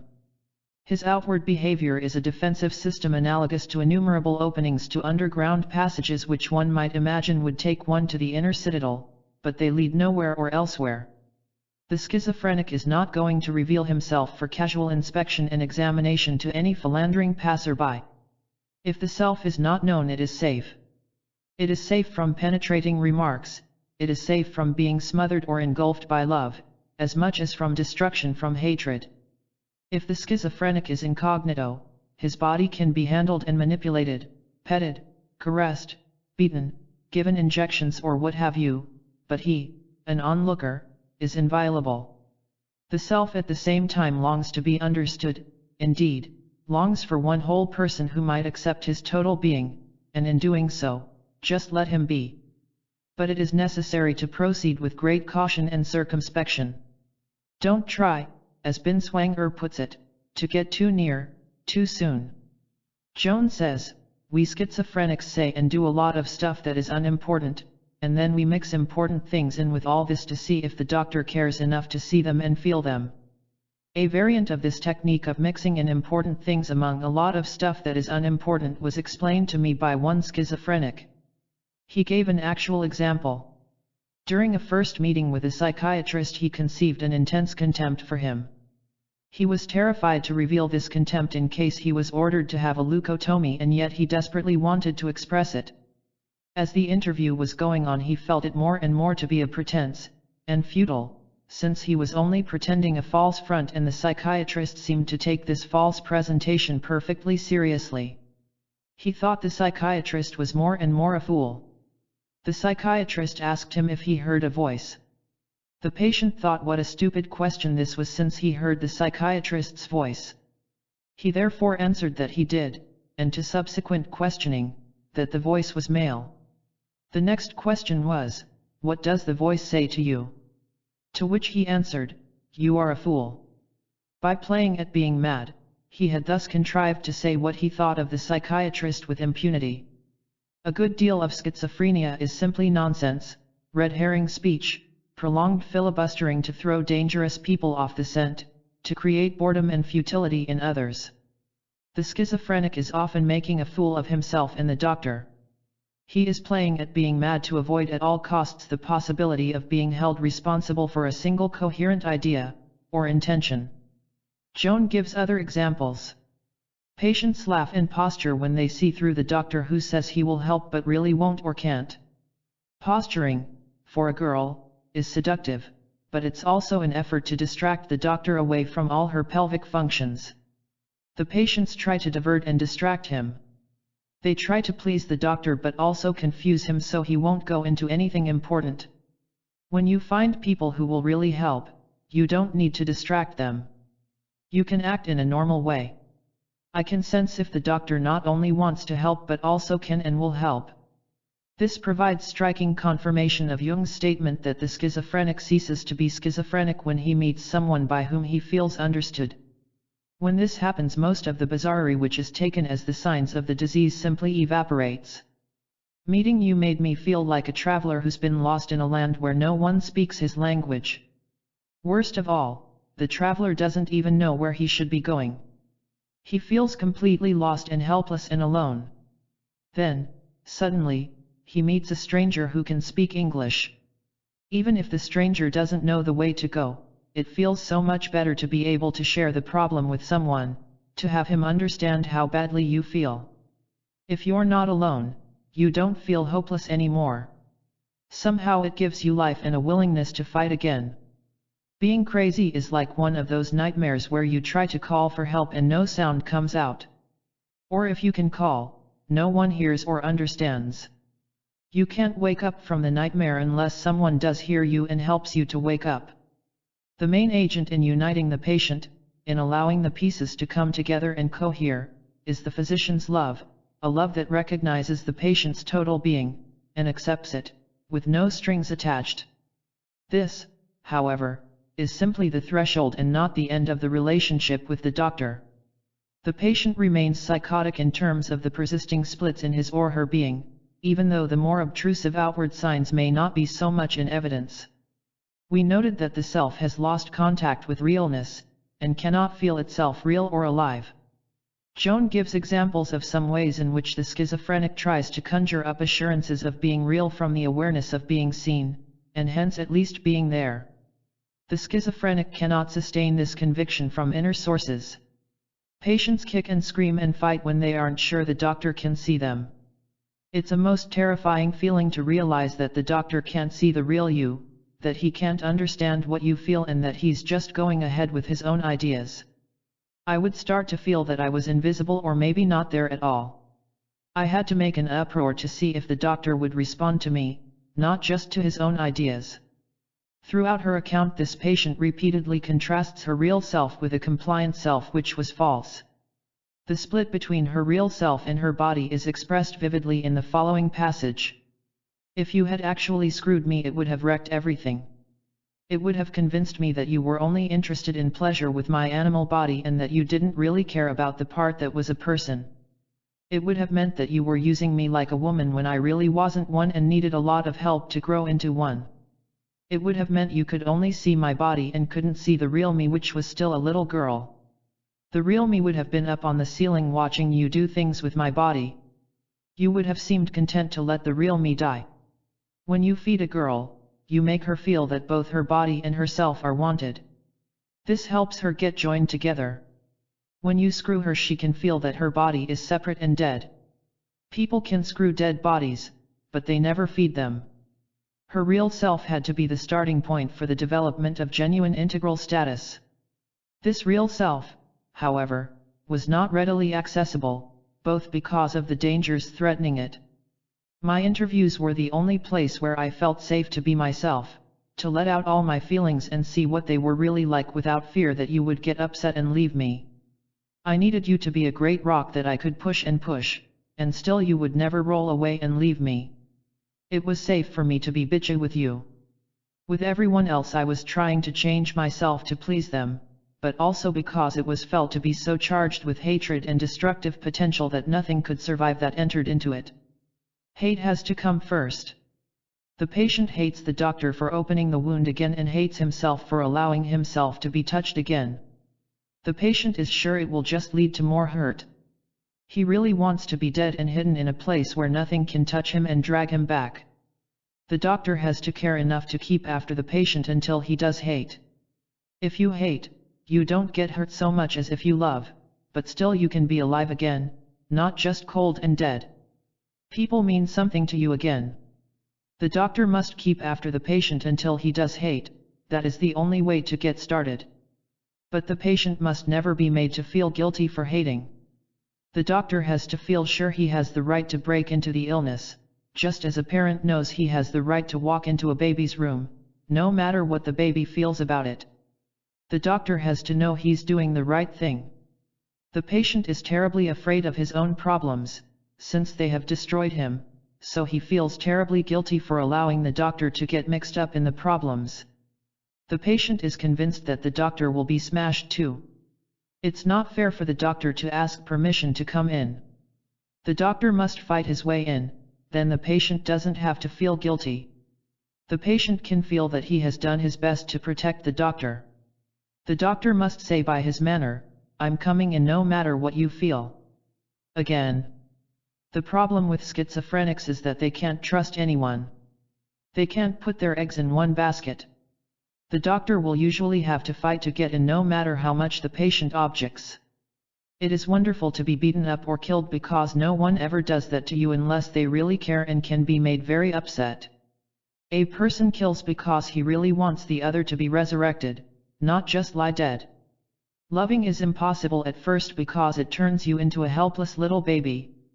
The patient can't feel safe to do this until he is absolutely sure the doctor understands what is needed and will provide it.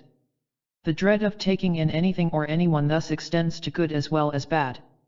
The bad will destroy the self will destroy the good. The self is therefore at the same time empty and starving. The whole orientation of the self is in terms of longing to eat, yet destroying the food or being destroyed by it. Some people go through life with vomit on their lips.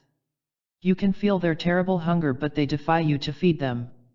It's hellish misery to see the breast being offered gladly with love, but to know that getting close to it will make you hate it as you hated your mothers. It makes you feel hellish guilt because before you can love, you have to be able to feel the hate too. The doctor has to show that he can feel the hate but can understand and not be hurt by it. It's too awful if the doctor is going to be hurt by the sickness. It's hell to want the milk so much but to be torn by guilt for hating the breast at the same time. Consequently, the schizophrenic has to try to do three things at once. He's trying to get to the breast, but he's also trying to die. A third part of him is trying not to die. We shall return to the issues involved in this last sentence later. For the moment, we have to continue with this effort of the self to avoid anything entering it in case it, the self or the object, will be destroyed.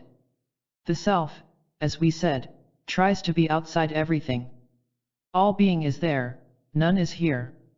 This finally comes even to the position that everything the patient is felt to be not me. He rejects all that he is, as a mere mirror of an alien reality. This total rejection of his being makes him, his true self, a mere vanishing point. He can't be real, substantial, he can have no actual identity, or actual personality. Everything he is comes by definition, therefore, under the scope of his false self-system. This may go beyond actions and words and extend to thoughts, ideas, even memories and fantasies. This false self-system is the breeding ground of paranoid fears, since it follows easily that the false self-system, which has spread to include everything and is disavowed by the self as a mere mirror of alien reality, an object, a thing, mechanical, a robot, dead, can be regarded as an alien presence or person in possession of the individual. The self has disavowed participation in it, the false self-system becomes enemy-occupied territory, felt to be controlled and directed by an alien, hostile, a destructive agency. As for the self, it exists in a vacuum. But this vacuum becomes encapsulated, albeit at first perhaps in moments in a relatively benign and protective way. I felt as though I were in a bottle. I could feel that everything was outside and couldn't touch me. But this turns into a nightmare. The walls of the bottle become a prison excluding the self from everything while, contrariwise, the self is persecuted as never before even within the confines of its own prison.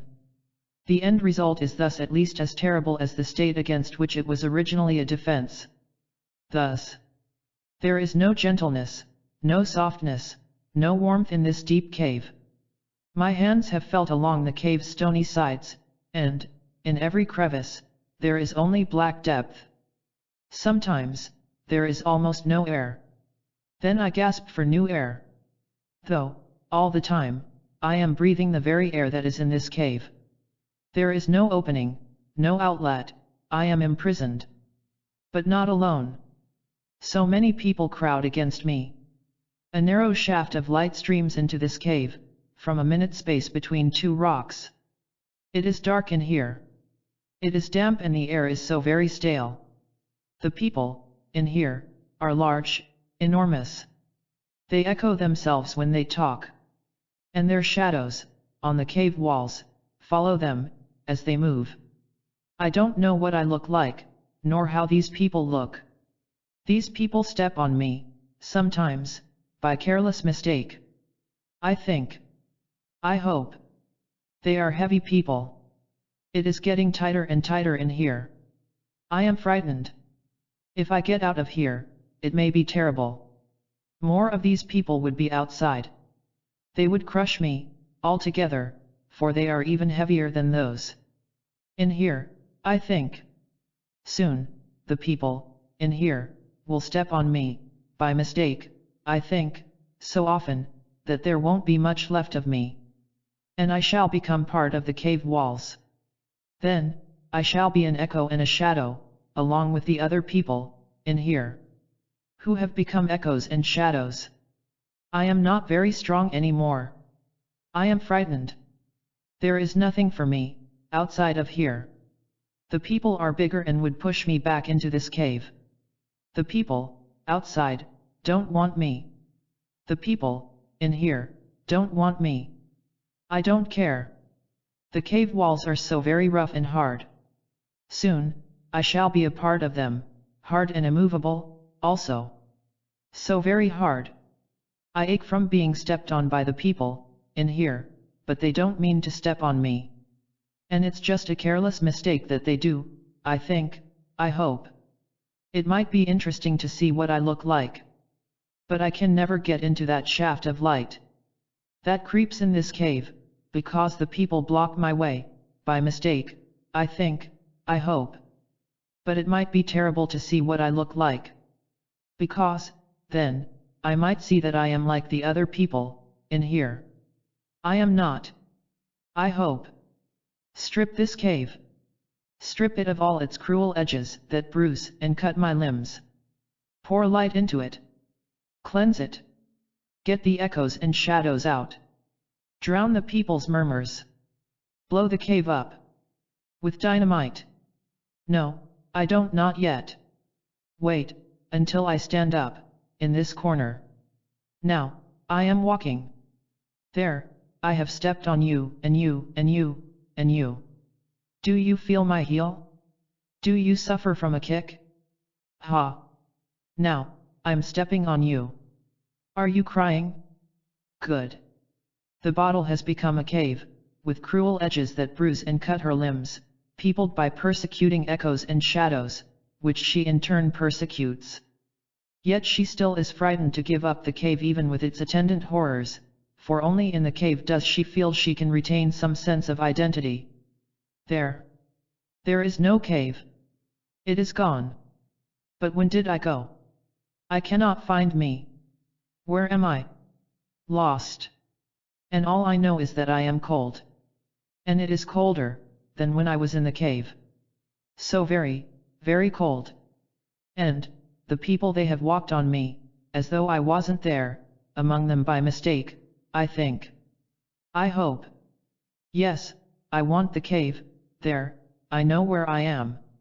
I can grope, in the dark, and feel the cave walls.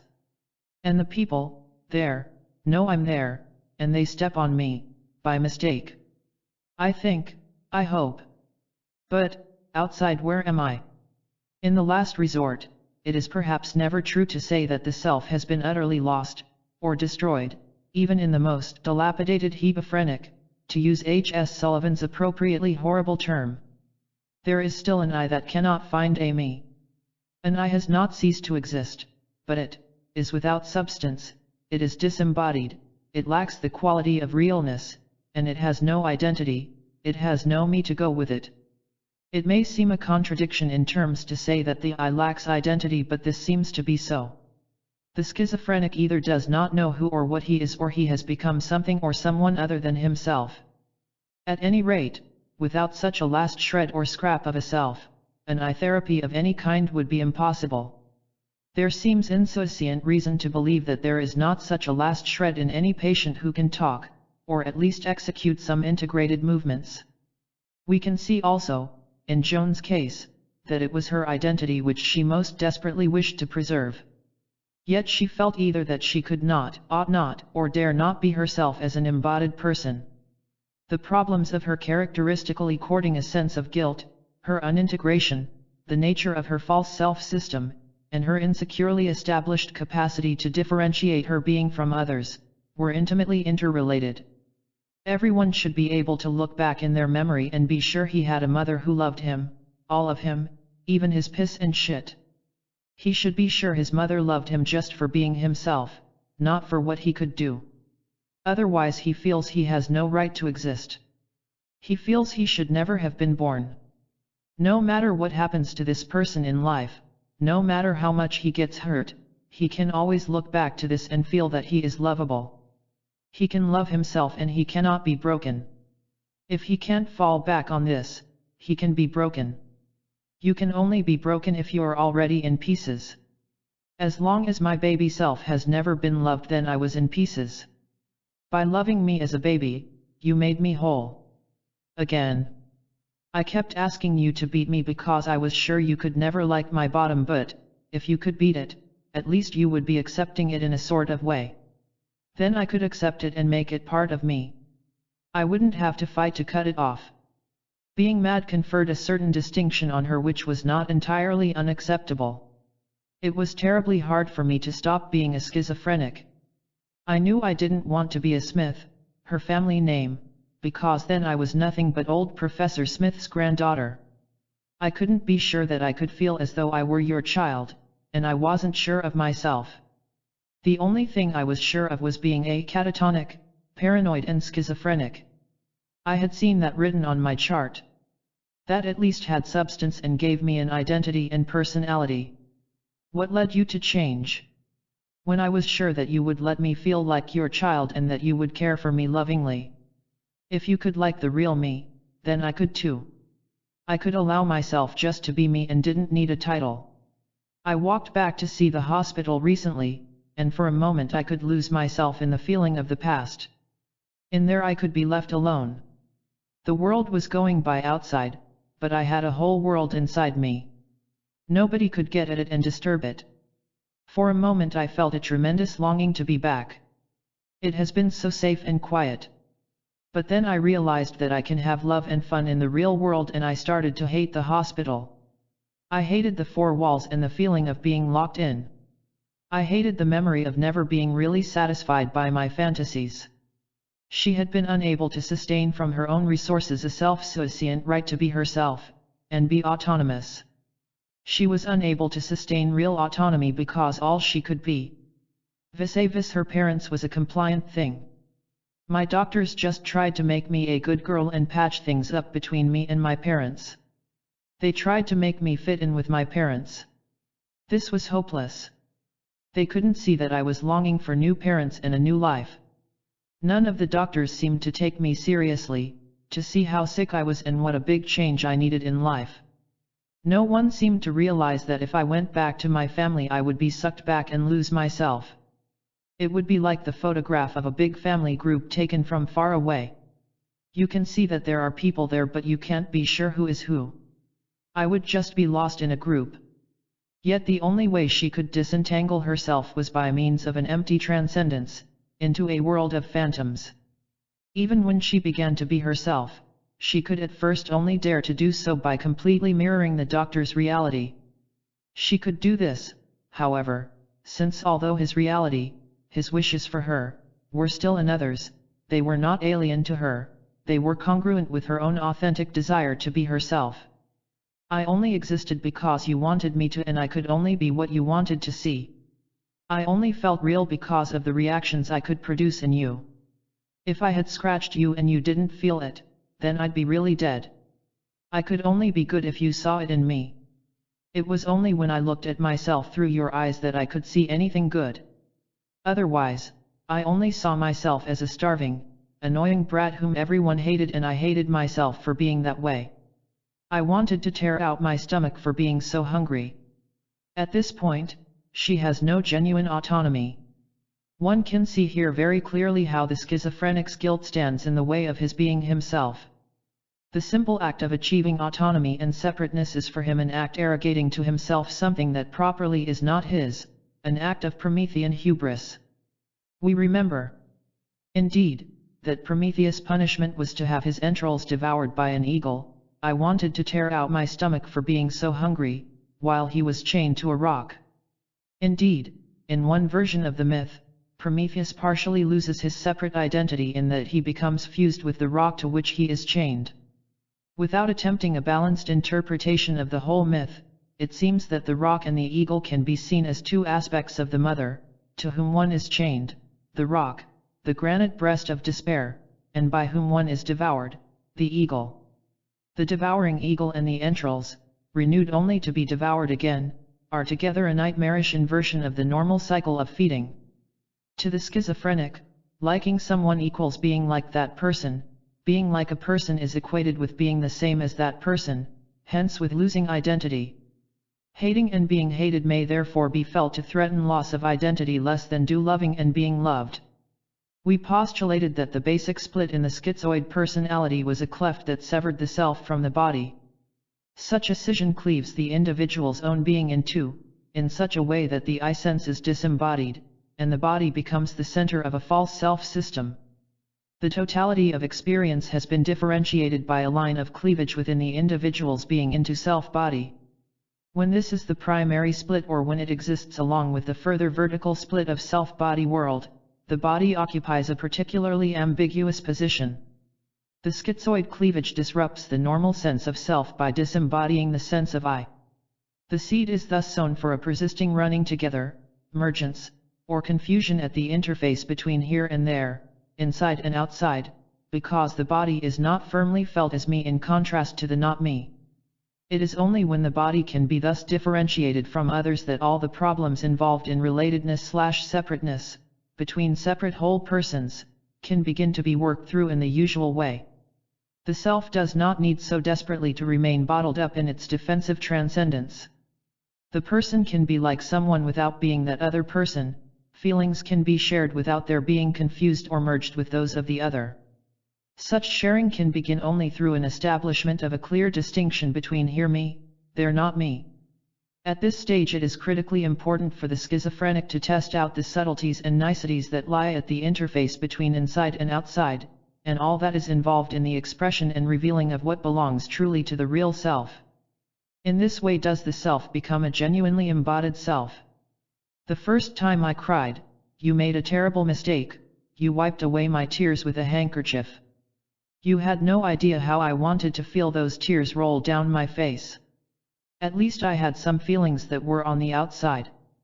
If only you could have licked my tears with your tongue, I would have been completely happy. Then you would have shared my feelings.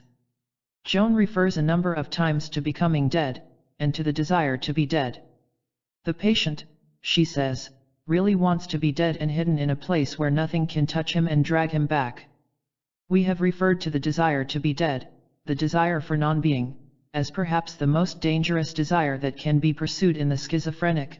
Two main motives form into one force operating in the direction of promoting a state of death in life. There is the primary guilt of having no right to life in the first place, and hence of being entitled at most only to a dead life. Secondly, it is probably the most extreme defensive posture that can be adopted. One no longer fears being crushed, engulfed, overwhelmed by realness and aliveness, whether they arise in other people, in inner feelings or emotions, etc., since one is already dead. Being dead, one cannot die, and one cannot kill. The anxieties attendant on the schizophrenic's fantastic omnipotence are undercut by living in a condition of fantastic impotence. Joan, since she could not be anything other than what her parents wanted her to be, and since they wanted her to be a boy, could only be nothing. I needed to be controlled and know what you wanted me to be. Then I'd be sure you would want me. With my parents I couldn't be a boy, and they never made it clear what else they wanted me to be except that. So I tried to die by being catatonic. She puts the whole matter extremely succinctly in the following passage. When I was catatonic, I tried to be dead and grey and motionless. I thought Mother would like that. She could carry me around like a doll. I felt as though I were in a bottle. I could feel that everything was outside and couldn't touch me. I had to die to keep from dying.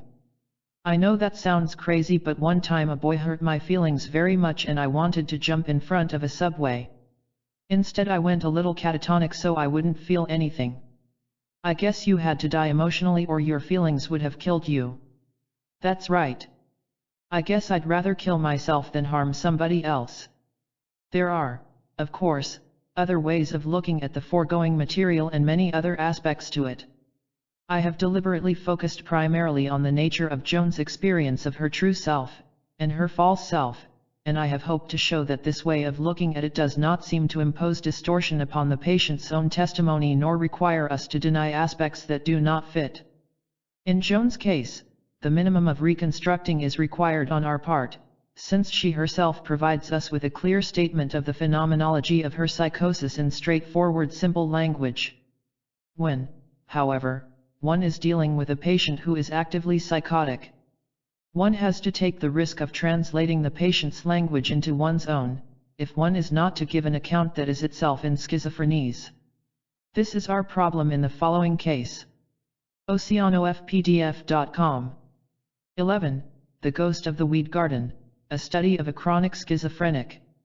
For the truth is past all commiseration. Maxim Gorky.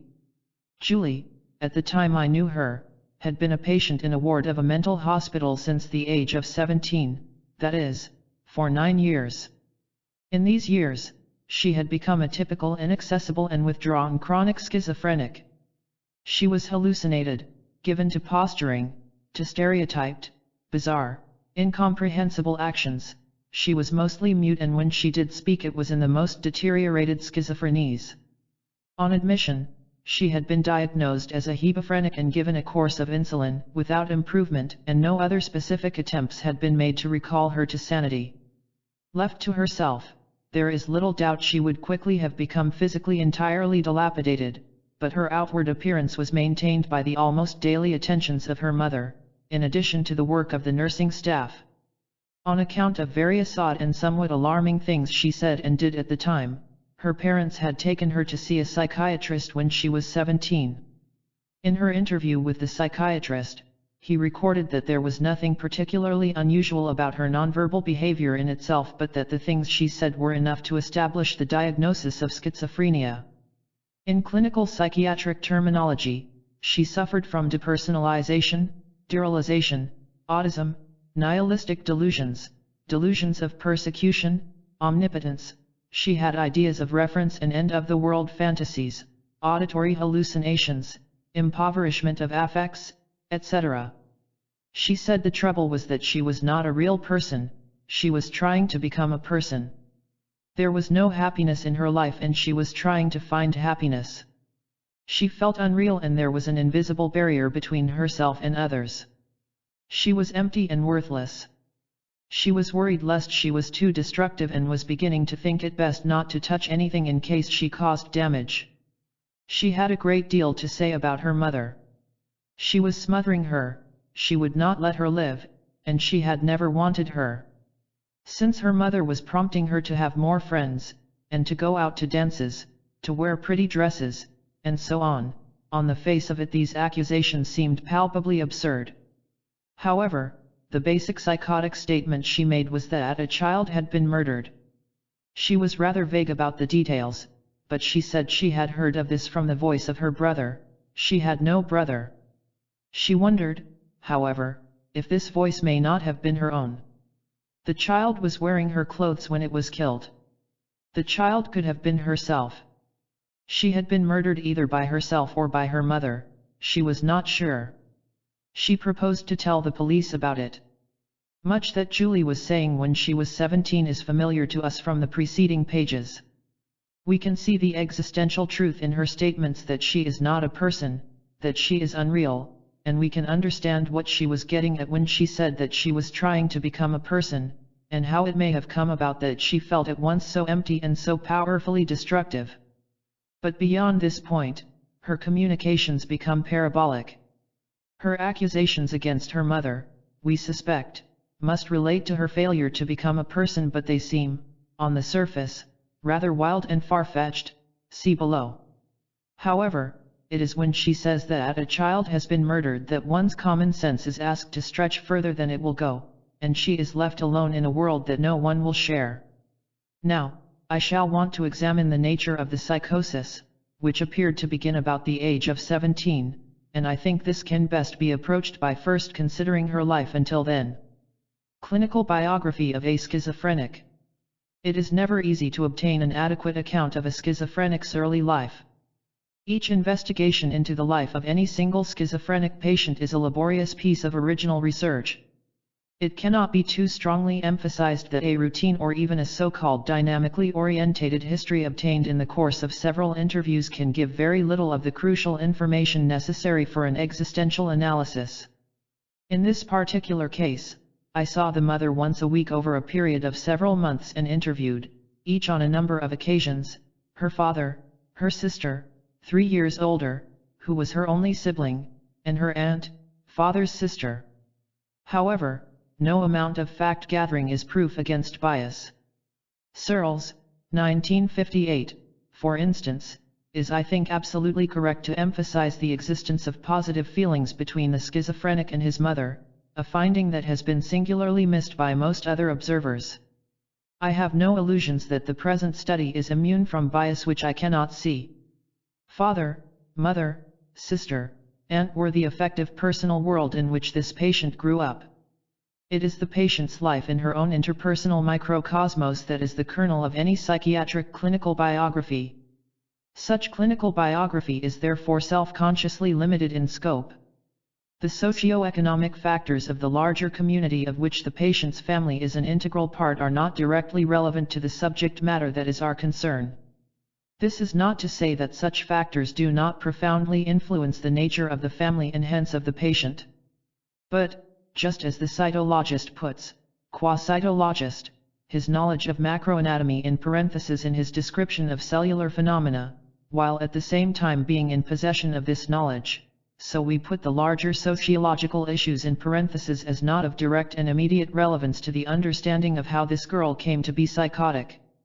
Thus I think the clinical biography that I shall present could be of a working-class girl from Zurich, of a middle-class girl from Lincoln, or of a millionaire's daughter from Texas. Very similar human possibilities arise in the interpersonal relationships of people as differently placed within society as these. I am, however, describing something that occurs in our 20th century Western world, and perhaps not, in quite the same terms, anywhere else. I do not know what are the essential features of this world that allow of such possibilities to arise. But we, as clinicians, must not forget that what goes on beyond our self-imposed horizons may make a great difference to the patterns to be made out within the boundaries of our clinical interpersonal microcosmos. I have felt it necessary to state this briefly here because I feel that clinical psychiatry in the West tends towards what a schizophrenic friend of mine called social gaucherie, whereas Soviet psychiatry seems to be rather gauche in the interpersonal sphere. Although a clinical biography must, I believe, focus on the interpersonal sphere, this should be in such a way as not to be a closed system which excludes the relevance in principle of what one may temporarily place in parentheses for convenience. Now, although each of the various people interviewed had his or her own point of view on Julie's life, they all agreed in seeing her life in three basic states or phases. Namely, there was a time when 1. The patient was a good, normal, healthy child, until she gradually began 2. To be bad, to do or say things that caused great distress, and which were on the whole put down to naughtiness or badness, until 3. This went beyond all tolerable limits so that she could only be regarded as completely mad. Once the parents knew she was mad, they blamed themselves for not realizing it sooner. Her mother said, "I was beginning to hate the terrible things she said to me, but then I saw she couldn't help it, she was such a good girl. Then she started to say such awful things, if only we had known. Were we wrong to think she was responsible for what she said? I knew she really could not have meant the awful things she said to me. In a way, I blame myself, but, in a way, I'm glad that it was an illness after all, but if only I had not waited so long before I took her to a doctor." What is meant precisely by good, bad, and mad we do not yet know. But we do now know a great deal. To begin with, as the parents remember it now, of course, Julie acted in such a way as to appear to her parents to be everything that was right. She was good, healthy, normal.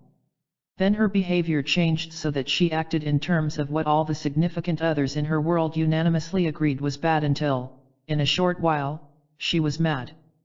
This does not tell us anything about what the child did to be good, bad, or mad in her parents' eyes, but it does supply us with the important information that the original pattern of her actions was entirely in conformity with what her parents held to be good and praiseworthy.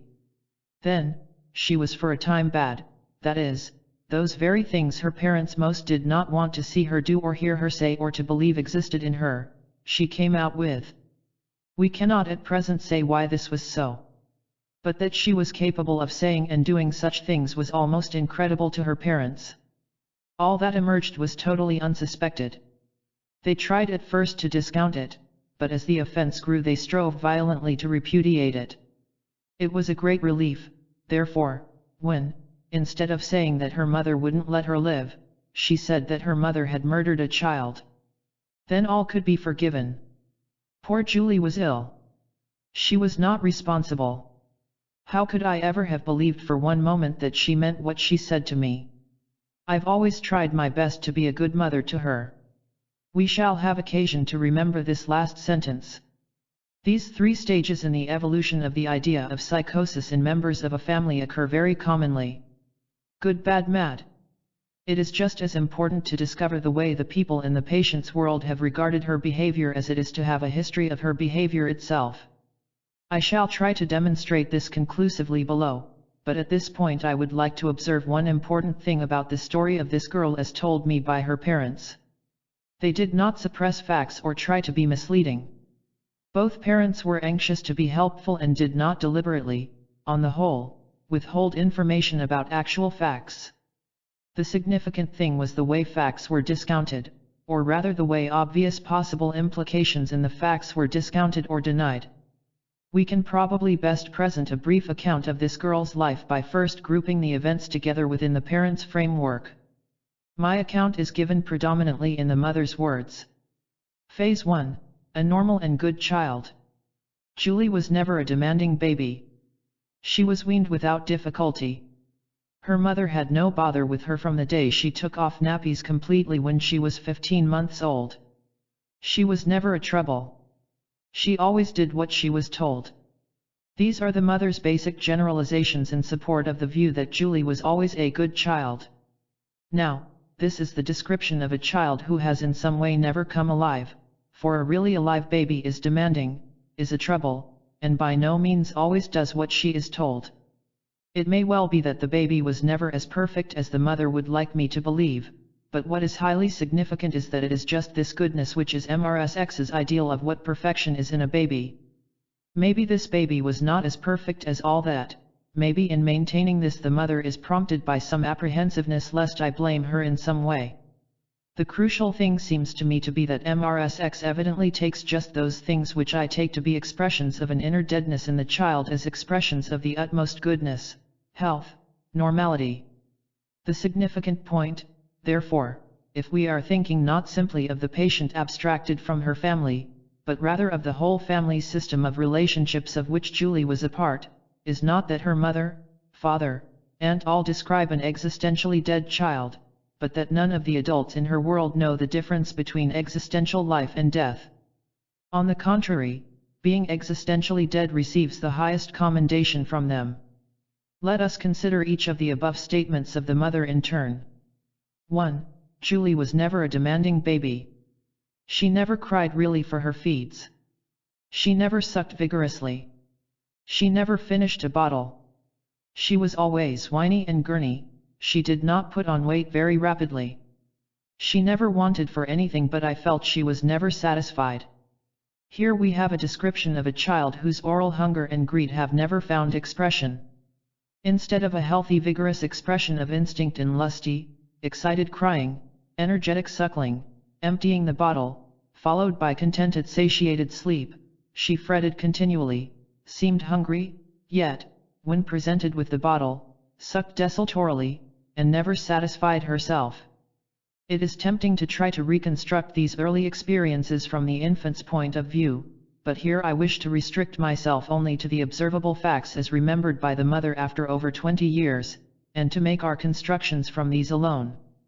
As stated above, and this is I believe an important point when thinking of etiological factors, one of the most important aspects of this account is not simply that we get the picture of a child who, however physically alive, is not existentially becoming alive, but that the mother so far misunderstands the situation that she continues to rejoice in the memory of just those aspects of the baby's behavior which were most dead. The mother is not alarmed that the baby did not cry demandingly nor drain the bottle. That Julie did not do so, is not sensed by her as an ominous failure of basic oral instinctual drives to find expression and fulfillment, but solely as token of goodness. MRSX repeatedly emphasized that Julie had never been a demanding baby. This did not mean that she was not a generous person herself. In fact, she had given her life for Julie, as she put it. As we shall see, Julie's sister had been a demanding, greedy baby. Her mother had never had much hope for her. I just let her go her own way. However, it was just the fact that Julie from the start had never been demanding that seemed largely to have encouraged her mother to give her so much, as she had done. It was therefore a terrible thing for her when, in her teens, Julie, instead of displaying some gratitude for all that had been done for her and given to her, began to accuse her mother of never having let her be. Thus, although it seems to me quite possible that, owing to some genetic factor, this baby was born with its organism so formed that instinctual need and need gratification did not come easily to it, put in the most general way, added to this was the fact that all the others in its world took this very feature as a token of goodness and stamped with approval the absence of self-action. The combination of almost total failure of the baby to achieve self-instinctual gratification, along with the mother's total failure to realize this, can be noted as one of the recurrent themes in the early beginnings of the relation of mother to schizophrenic child. More research is needed to establish how specific this combination is. 2. She was weaned without any trouble. It is in feeding that the baby for the first time is actively alive with another. By the time of weaning, the ordinary infant can be expected to have developed some sense of itself as a being in its own right. It has a way of its own, and some sense of the permanence of the mother as prototypical other. On the basis of these achievements, weaning occurs without much difficulty. The baby at this stage is given to playing weaning games in which he drops, say, a rattle, to have it returned to him, drops it again, to have it returned, drops it, and so on, interminably. The baby seems here to be playing at an object going away, returning, going away, returning, the central issue of weaning in fact. Moreover, the game has usually to be played his way so that we find it natural to collude with him in maintaining the impression that he is in control. In Freud's case, the little boy kept his reel of string attached to him when he threw it away, in contrast to the fact that he could not keep his mother thus under control by an attachment to her apron strings. Now, if, as we have inferred, this girl was, in early months, not achieving the autonomy that is the prerequisite for the ability to go one's own way, to have a mind of her own, then it is not surprising that she should appear to be weaned without difficulty, although it could hardly be called weaning when the infant is giving up something it has never had. In fact, one could hardly speak of weaning having occurred at all in Julie's case. Things went so smoothly at this time that her mother could recall very few actual incidents. However, she did remember that she played a throwing away game with the patient. Julie's elder sister had played the usual version of this game and had exasperated MRSX by it.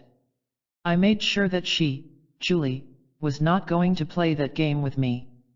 I threw things away and she brought them back to me, as soon as she could crawl. It is hardly necessary to comment on the implications of this inversion of roles for Julie's failure to develop any real ways of her own. She was said to have been precocious in walking, just over 1 year, and would scream if she could not get to her mother across the room quickly enough. The furniture had to be rearranged because Julie was terrified of any chairs that came between her and me. Her mother interpreted this as a token of how much her daughter had always loved her. Until she was 3 or 4, she nearly went crazy if her mother was out of her sight for a moment. This seems to lend confirmation to the suggestion that she was never really weaned because she had never reached a stage when weaning, in any more than a physical sense, could take place. Since she had never established an autonomous self-being, she could not begin to work through the issues of presence and absence to the achievement of the ability to be alone by herself, to the discovery that the physical presence of another person was not necessary for her own existence, however much her needs or desires may have been frustrated. If an individual needs another in order to be himself, it presupposes a failure fully to achieve autonomy, i.e. he engages in life from a basically insecure ontological position. Julie could be herself neither in her mother's presence nor in her absence.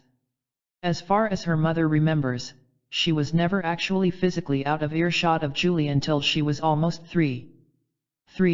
She was clean from the moment that nappies were taken OSS at 15 months. One may note at this point that it is not unusual to find in schizophrenics a precocious development of bodily control, although it is not known how they compare with others in this respect. One is certainly often told by parents of schizophrenics of how proud they were of their children because of their precocious crawling, walking, bowel and bladder functioning, talking, giving up crying, and so on. One has to ask, however, in considering the conjunction between what the parent is proud to tell about and what the child has achieved, how much of the infant's behavior is an expression of its own will. The question is not how good or how naughty a child is, but whether the child develops a sense of being the origin of his own actions, of being the source from which his actions arise, or whether the child feels that his own actions are generated not from within himself, but from within the mother, despite possibly giving every appearance of being the agent of his acts. Cf. the person in hypnosis who is under orders to pretend to be autonomous.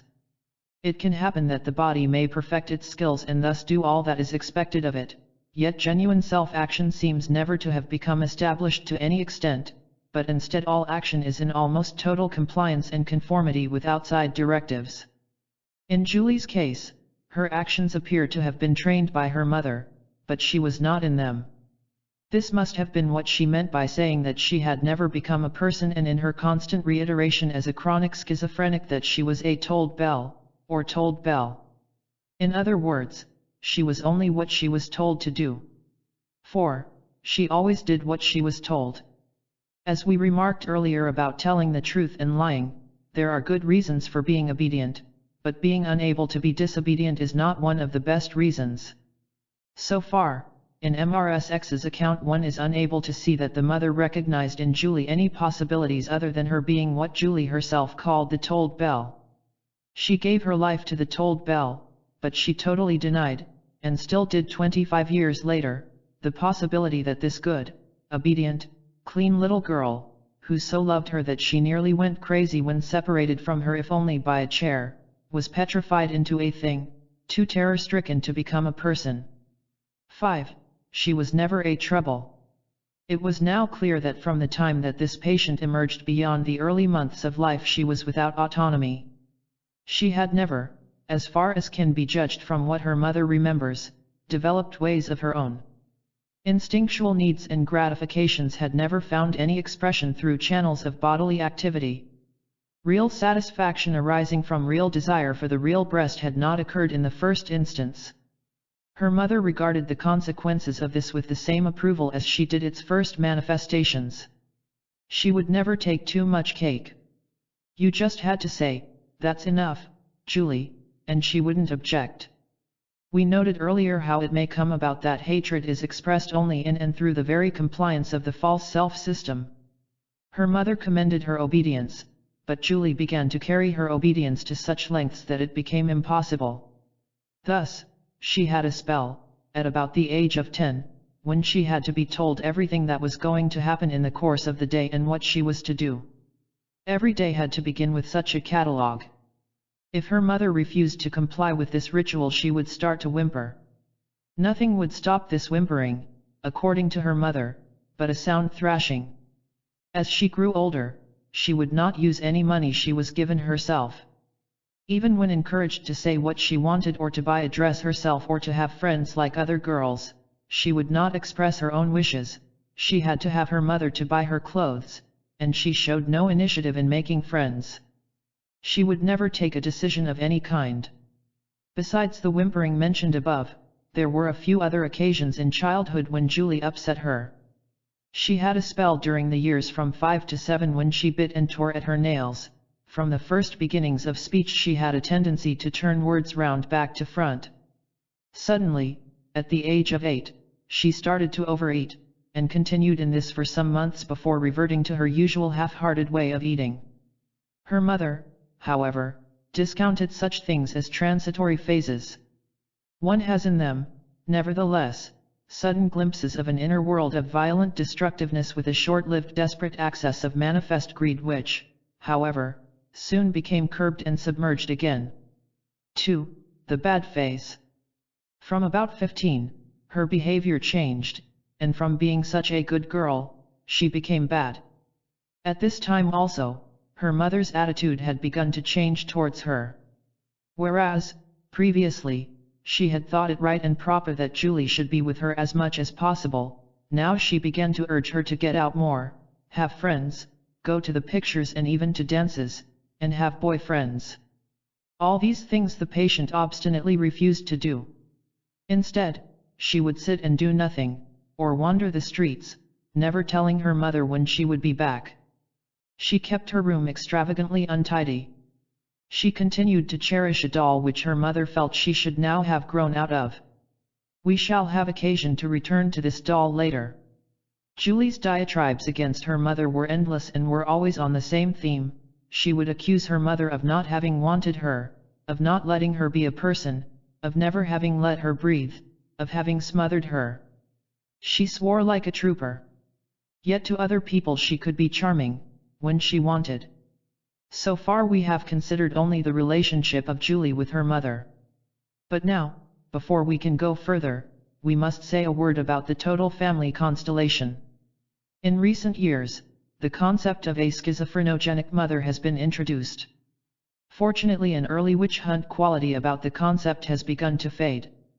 This concept can be worked out in various rather different ways, but it can be stated in the following terms: there may be some ways of being a mother that impede rather than facilitate or reinforce any genetically determined inborn tendency there may be in the child towards achieving the primary developmental stages of ontological security. Not only the mother but also the total family situation may impede rather than facilitate the child's capacity to participate in a real shared world, as self with other. It is the thesis of this study that schizophrenia is a possible outcome of a more than usual difficulty in being a whole person with the other, and with not sharing the common sense, i.e. the community sense, way of experiencing oneself in the world.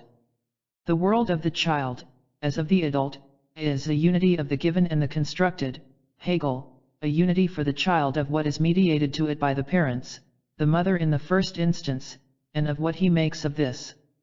The mother and father greatly simplify the world for the young child, and as his capacity grows to make sense, to inform chaos with pattern, to grasp distinctions and connections of greater and greater complexity, so, as Buber puts it, he is led out into a feasible world. But what can happen if the mother's or the family's scheme of things does not match what the child can live and breathe in? The child then has to develop its own piercing vision and to be able to live by that, as William Blake succeeded in doing, as Rimbaud succeeded in stating, but not in living or else become mad. It is out of the earliest loving bonds with the mother that the infant develops the beginnings of a being for itself. It is in and through these bonds that the mother mediates the world to the infant in the first place. The world he is given may be one he can manage to be in. It is possible, on the contrary, that what he is given is just not feasible for him at the time. Yet, despite the importance of the first year of life, the nature of the milieu in which the child has to exist throughout its infancy, childhood, and adolescence may still have great effect one way or the other. It is at these subsequent stages that the father or other significant adults may play a decisive role in the child's life, either in direct relation with the child or, indirectly, through effects on the mother. These considerations suggest that one might do better to think of schizophrenogenic families, rather than too exclusively of schizophrenogenic mothers. At least, doing so might encourage more reports of the dynamics of the family constellation as a whole, instead of studies of mothers, or fathers, or siblings, without succinct reference to the whole family dynamics. Julie's sister, 3 years older, was a rather forthright, assertive married woman, not, however, without femininity and charm. According to her mother, she had been difficult from birth, demanding and always a trouble. In short, she seems to have been a relatively normal child of whom her mother never very much approved.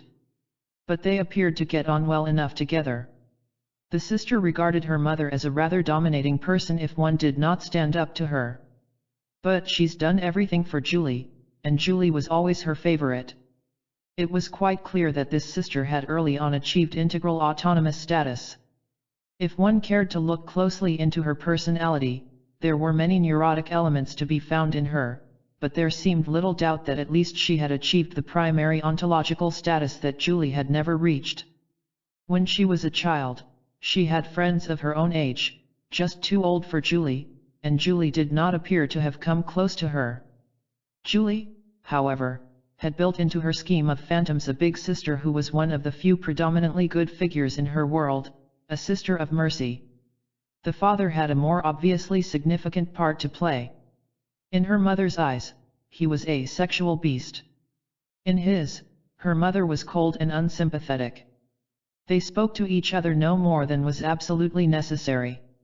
He found sexual satisfaction elsewhere. However, although they had many accusations to make against each other, neither built into these accusations any allegations about mistreating their daughter. The father, indeed, as he said, had not much to tell me, because he had withdrawn himself emotionally from the family before Julie was born.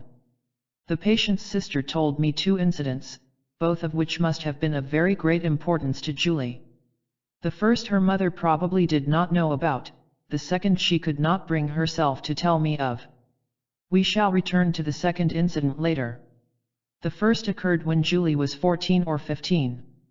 Despite her father's distance from her and his relative inaccessibility, Julie had seemed fond of him. He occasionally took her for a walk. On one occasion Julie came home from such a walk in tears. She never told her mother what had happened. Her mother mentioned this to me to say that she was sure that something awful had taken place between Julie and her husband, but she had never discovered what. After this, Julie would have nothing to do with her father. She had, however, confided to her sister at the time that her father had taken her into a call box and she had overheard a horrible conversation between him and his mistress. MRSX did not hesitate to miscall her husband to her daughters, and in piling up innumerable instances of injustices she tried to get them on her side. However, the elder sister took a middle way, and Julie apparently would never openly collude with her mother against her father. After the telephone box incident, she simply cut herself off from him but would not supply the information for grist to her mother's mill. The father, however, had, as he said, withdrawn himself from the family. He did not make accusations against his wife to his daughters, since he did not need their support against her. Although he regarded her as a useless wife, to be fair to her, as he put it, she was a good mother. I have to grant her that. The elder sister saw faults on both sides but tried as far as possible to be reasonable and balanced, and not to take one side more than another. But if she had to, she took her mother's side against her father, and her mother's side against Julie. In this latter respect, it was not unreasonable that she should do so. Julie's accusations against her mother were, from a matter of fact, common sense point of view, wild and fantastic from the first. They must have sounded from the start rather mad. To rant and rave about being smothered and not being allowed to live and be a person seemed to this ordinary common sense family to make no sense at all. She said her mother had never wanted her, and yet she was the favorite. Her mother had done everything for her and given her everything. She said her mother was smothering her, and yet her mother was urging her to grow up. She said her mother did not want her to become a person, and yet her mother was urging her to make friends, go to dances, etc. It is remarkable that, despite the radical disruption of the relationship between husband and wife, in one respect at least they maintained a collusion. Both accepted the patient's false self as good and rejected every other aspect of her as bad. But in the bad phase, a corollary to this was perhaps even more important. Not only did they reject as bad all of Julie apart from the compliant lifeless shadow which passed in their eyes for a real person, they completely refused to take to heart any of the reproaches that Julie had against them. Julie and her mother were at this time both desperate people.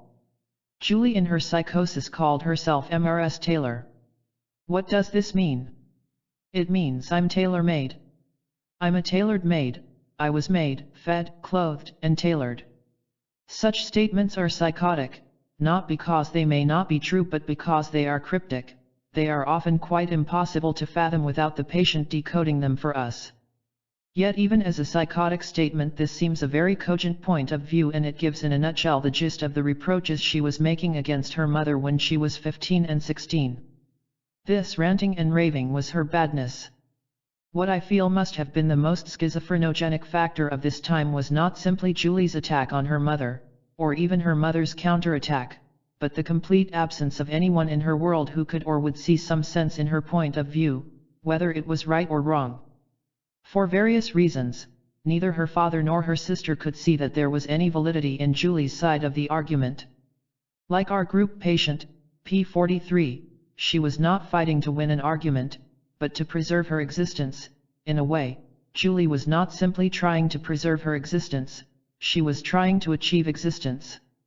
We can see, I think, that by 15 or 16, Julie could hardly have developed what one might call the ability of common sense. The common family sense accorded her no existence.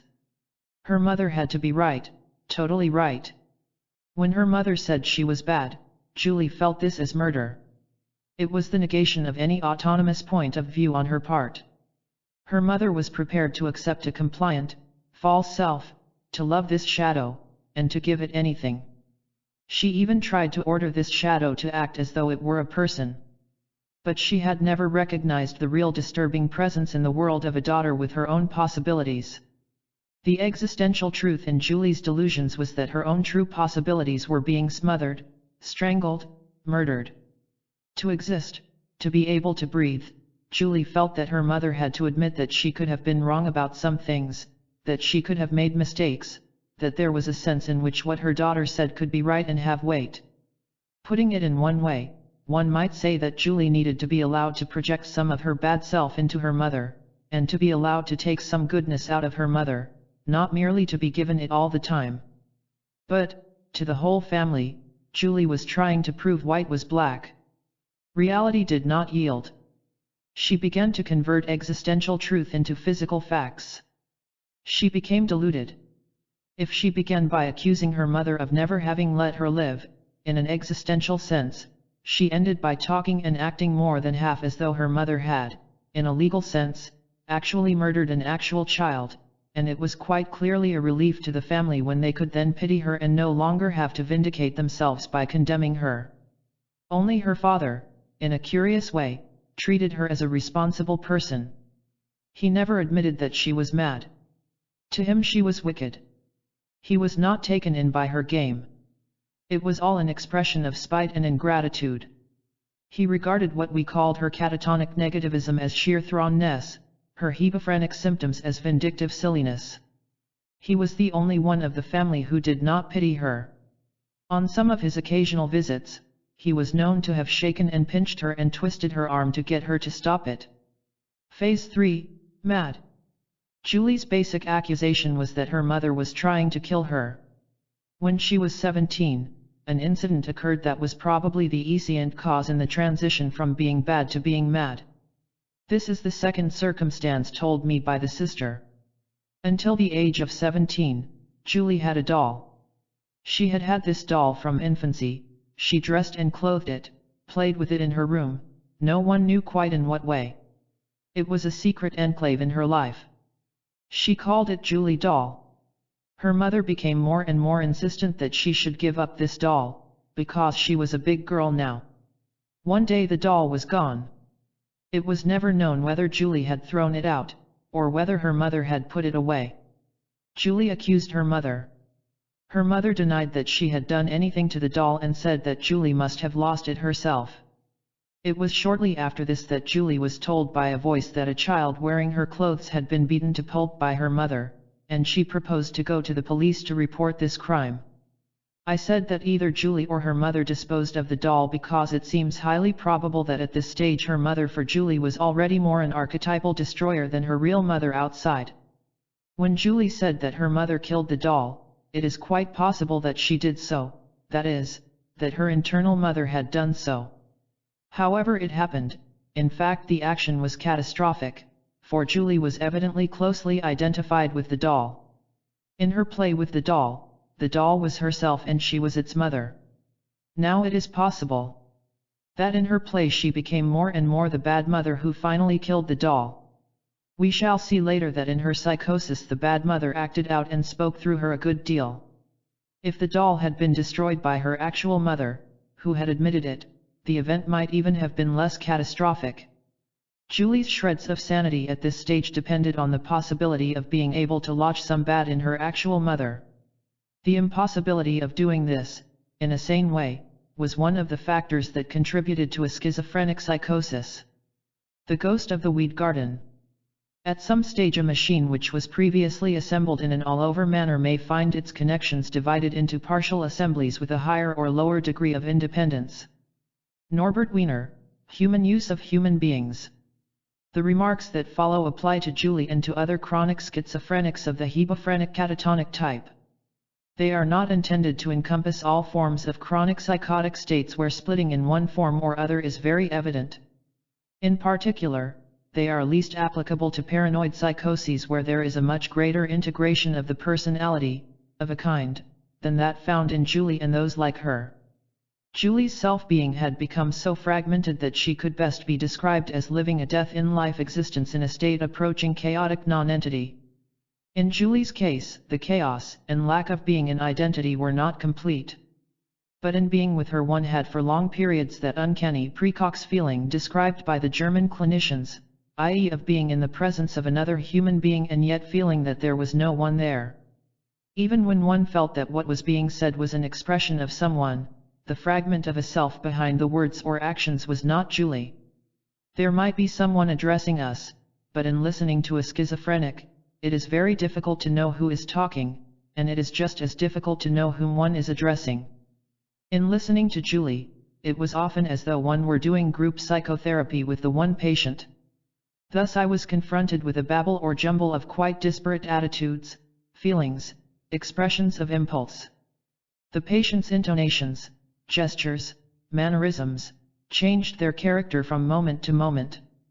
One may begin to recognize patches of speech, or fragments of behavior cropping up at different times, which seem to belong together by reason of similarities of the intonation, the vocabulary, syntax, the preoccupations in the utterance, or to cohere as behavior by reason of certain stereotyped gestures or mannerisms. It seemed therefore that one was in the presence of various fragments, or incomplete elements, of different personalities in operation at the one time. Her word salad seemed to be the result of a number of quasi-autonomous partial systems striving to give expression to themselves out of the same mouth at the same time. This impression is strengthened, though hardly made the less confusing, by the fact that Julie seemed to speak of herself in the first, second, or third person. One requires an intimate knowledge of the individual patient before one can be in a position to say anything about the significance of this. This is true in all other aspects of schizophrenic activity. Janet has differentiated dissociation or splitting into molar splits and molecular splits. The hysterical split personality is a molar split. Schizophrenia consists of molecular splitting. In Julie's case, there seemed to be both. The overall unity of her being had broken up into several partial assemblies or partial systems, quasi-autonomous complexes, inner objects, each of which had its own little stereotyped personality, molar splitting. In addition, any actual sequence of behavior was fragmented in a much more minute manner, molecular splitting. Even the integrity of words, for instance, would be disrupted. It is not surprising therefore that we speak of the inaccessibility and precox feeling in such a case as this. With Julie it was not difficult to carry on a verbal exchange of a kind, but without her seeming to have any overall unity but rather a constellation of quasi-autonomous partial systems, it was difficult to speak to her. However, one must not think primarily in terms of any mechanical analogy, since even this state of near-chaotic nonentity was by no means irreversible and fixed in its disintegration. She would sometimes marvelously come together again and display a most pathetic realization of her plight. But she was terrified of these moments of integration, for various reasons. Among others, because she had to sustain in them intense anxiety, and because the process of disintegration appeared to be remembered and dreaded as an experience so awful that there was refuge for her in her unintegration, unrealness, and deadness. Julie's being as a chronic schizophrenic was thus characterized by lack of unity and by division into what might variously be called partial assemblies, complexes, partial systems, or internal objects. Each of these partial systems had recognizable features and distinctive ways of its own. By following through these postulates, many features of her behavior become explicable. The fact that her self-being was not assembled in an all-over manner, but was split into various partial assemblies or systems, allows us to understand that various functions which presuppose the achievement of personal unity, or at least a high degree of personal unity, could not be present in her, as indeed they were not. Personal unity is a prerequisite of reflective awareness, that is, the ability to be aware of one's own self acting relatively unself-consciously, or with a simple primary non-reflective awareness. In Julie, each partial system could be aware of objects, but a system might not be aware of the processes going on in another system which was split off from it. For example, if, in talking to me, one system was speaking, there seemed to be no overall unity within her whereby she as a unified person could be aware of what this system was saying or doing. In so far as reflective awareness was absent, memory, for which reflective awareness would seem to be prerequisite, was very patchy. All her life seemed to be contemporaneous. The absence of a total experience of her being as a whole meant that she lacked the unified experience on which to base a clear idea of the boundary of her being. Such an overall boundary was not, however, entirely lacking. Thus Federn's term, ego boundary, is unsatisfactory. One needs another term for the total of which the ego is a part. Rather, each system seemed to have a boundary of its own. That is to say, to the awareness that characterized one system, another system was liable to appear outside itself. Within an overall unity, a diverse aspect of her being, if sufficiently dystonic to the rest, would set up painful conflict. In her, however, conflict of this kind could not arise. It was only from the outside that one could see that different conflicting systems of her being were active at the same time. Each partial system seemed to have within it its own focus or center of awareness. It had its own very limited memory schemata and limited ways of structuring percepts, its own quasi-autonomous drives or component drives, its own tendency to preserve its autonomy, and special dangers which threatened its autonomy. She would refer to these diverse aspects as he, or she, or address them as you.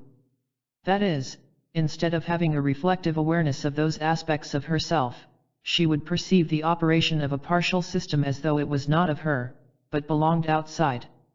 She would be hallucinated. Together with the tendency to perceive aspects of her own being as not her, was the failure to discriminate between what objectively was not her and what was her. This is simply the other aspect of the lack of an overall ontological boundary. She might for instance feel that rain on her cheek was her tears. William Blake in his description of split states of being in his prophetic books describes a tendency to become what one perceives. In Julie all perception seemed to threaten confusion with the object. She spent much of her time exercising herself with this difficulty. That's the rain. I could be the rain. That chair, that wall. I could be that wall. It's a terrible thing for a girl to be a wall. All perception seemed to threaten mergence and all sense of being perceived by the other threatened her similarly. This meant that she was living in a world of constant persecution and felt herself to be doing to others what she dreaded as happening to her. Almost every act of perception appeared to involve a confusion of self with not self. The ground was prepared for this confusion by the fact that, since large aspects of her person were partially outside herself, it was easy to confuse those split-off aspects of her being with other people, e.g. her confusion of her conscience with her mother, and her mother with her conscience. To love was therefore very dangerous. To like equals to be like equals to be the same as. If she likes me, she is like me, she is me. Thus she began by saying that she was my sister, my wife, she was a McBride. I was life. She was the bride of life. She developed my mannerisms. She had the tree of life inside her. She was the tree of life. Or again, she is thinking thoughts A, B, C. I express closely similar thoughts A1, B1, C1. Therefore, I have stolen her thoughts.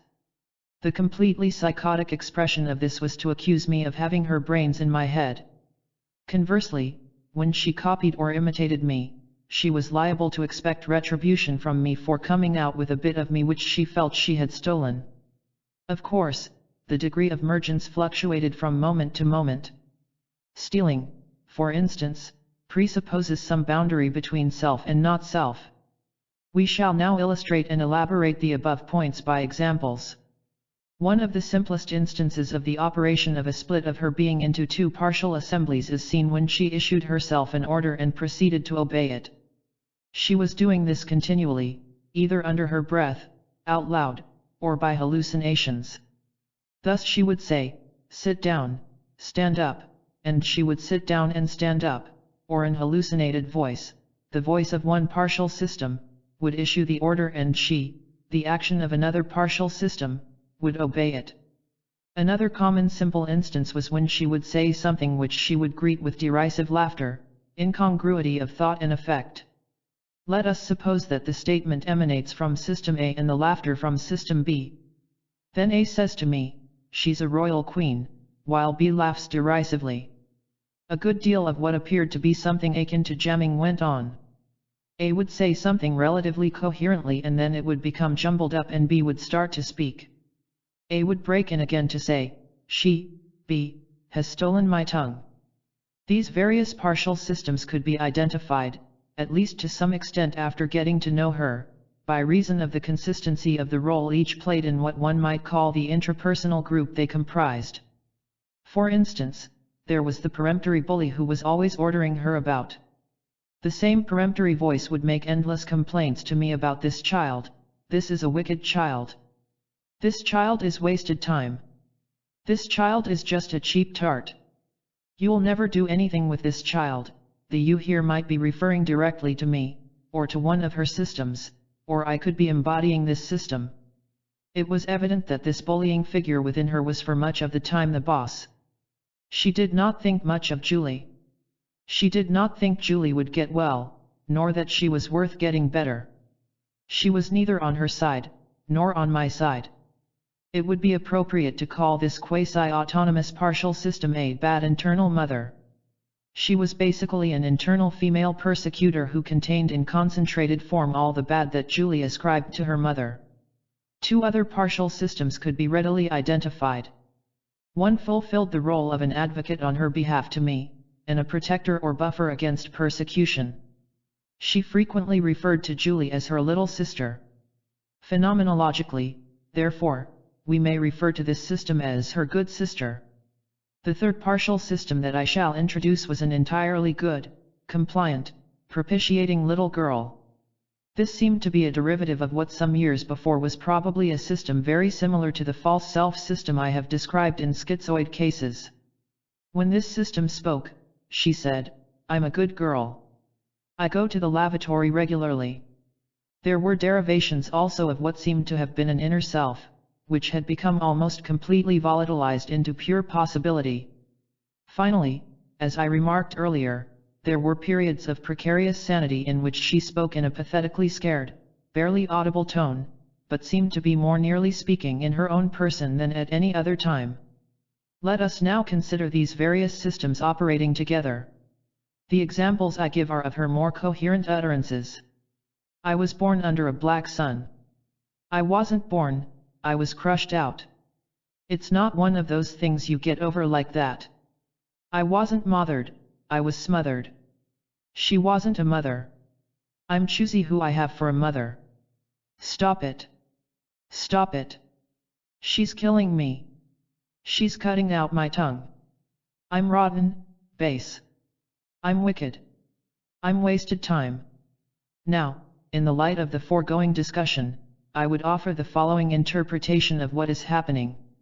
She starts by talking to me in her own person to level the same accusations against her mother as she has persisted in for years. But in a particularly clear and lucid way. The black sun, Sol Niger, appears to be a symbol of her destructive mother. It was a frequently recurring image. The first 6 sentences are spoken sanely. Suddenly she appears to be subject to some terrifying attack, presumably from this bad mother. She breaks off in an interpersonal crisis. Stop it, stop it. Addressing me briefly again, she exclaims, "She's killing me."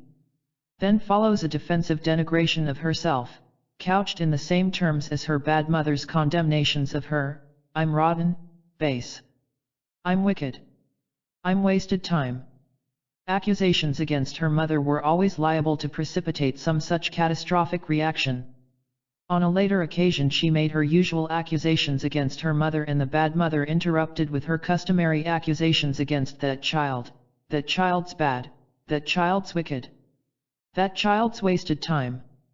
I interrupted these remarks to say, Julie's frightened of being killed by herself for saying these things. The diatribe did not continue, but she said very quietly, "Yes, that's my conscience killing me. I've been frightened of my mother all my life and always will be. Do you think I can live?" This relatively integrated statement makes clear the remaining confusion of her conscience and her real mother. Her bad conscience was a bad persecuting mother. As stated above, it may have been one of the schizophrenogenic elements in her life that she could not get her real mother in a real sense to accept her need to project part of her bad conscience into her. That is, for her mother really to admit some validity to Julie's accusations, and thus, by allowing her to see some imperfections in her mother, to relieve some of the internal persecution from her conscience. This child doesn't want to come here, Do you realize that? She's my little sister. This child does not know about things she shouldn't know about. Here her big sister is speaking, making clear to me that Julie is innocent and ignorant and therefore blameless and irresponsible. The big sister system, in contrast to the innocent and ignorant little sister system, was a very knowing and responsible person, rather patronizing though kindly and protective. However, she is not on the side of Julie, the little sister, growing up, and is always speaking for the little sister. She wishes to maintain the status quo. This child's mind is cracked. This child's mind is closed. You're trying to open this child's mind. I'll never forgive you for trying to open this child's mind. This child is dead and not dead. The implication of this last sentence is that, by remaining in a sense dead, she can be not dead in a sense, but if she takes responsibility for being really alive, then she may be really killed. However, this sister could also speak in this way. You've got to want this child. You've got to make her welcome, you've got to take care of this girl. I'm a good girl. She's my little sister. You've got to take her to the lavatory. She's my little sister. She doesn't know about these things.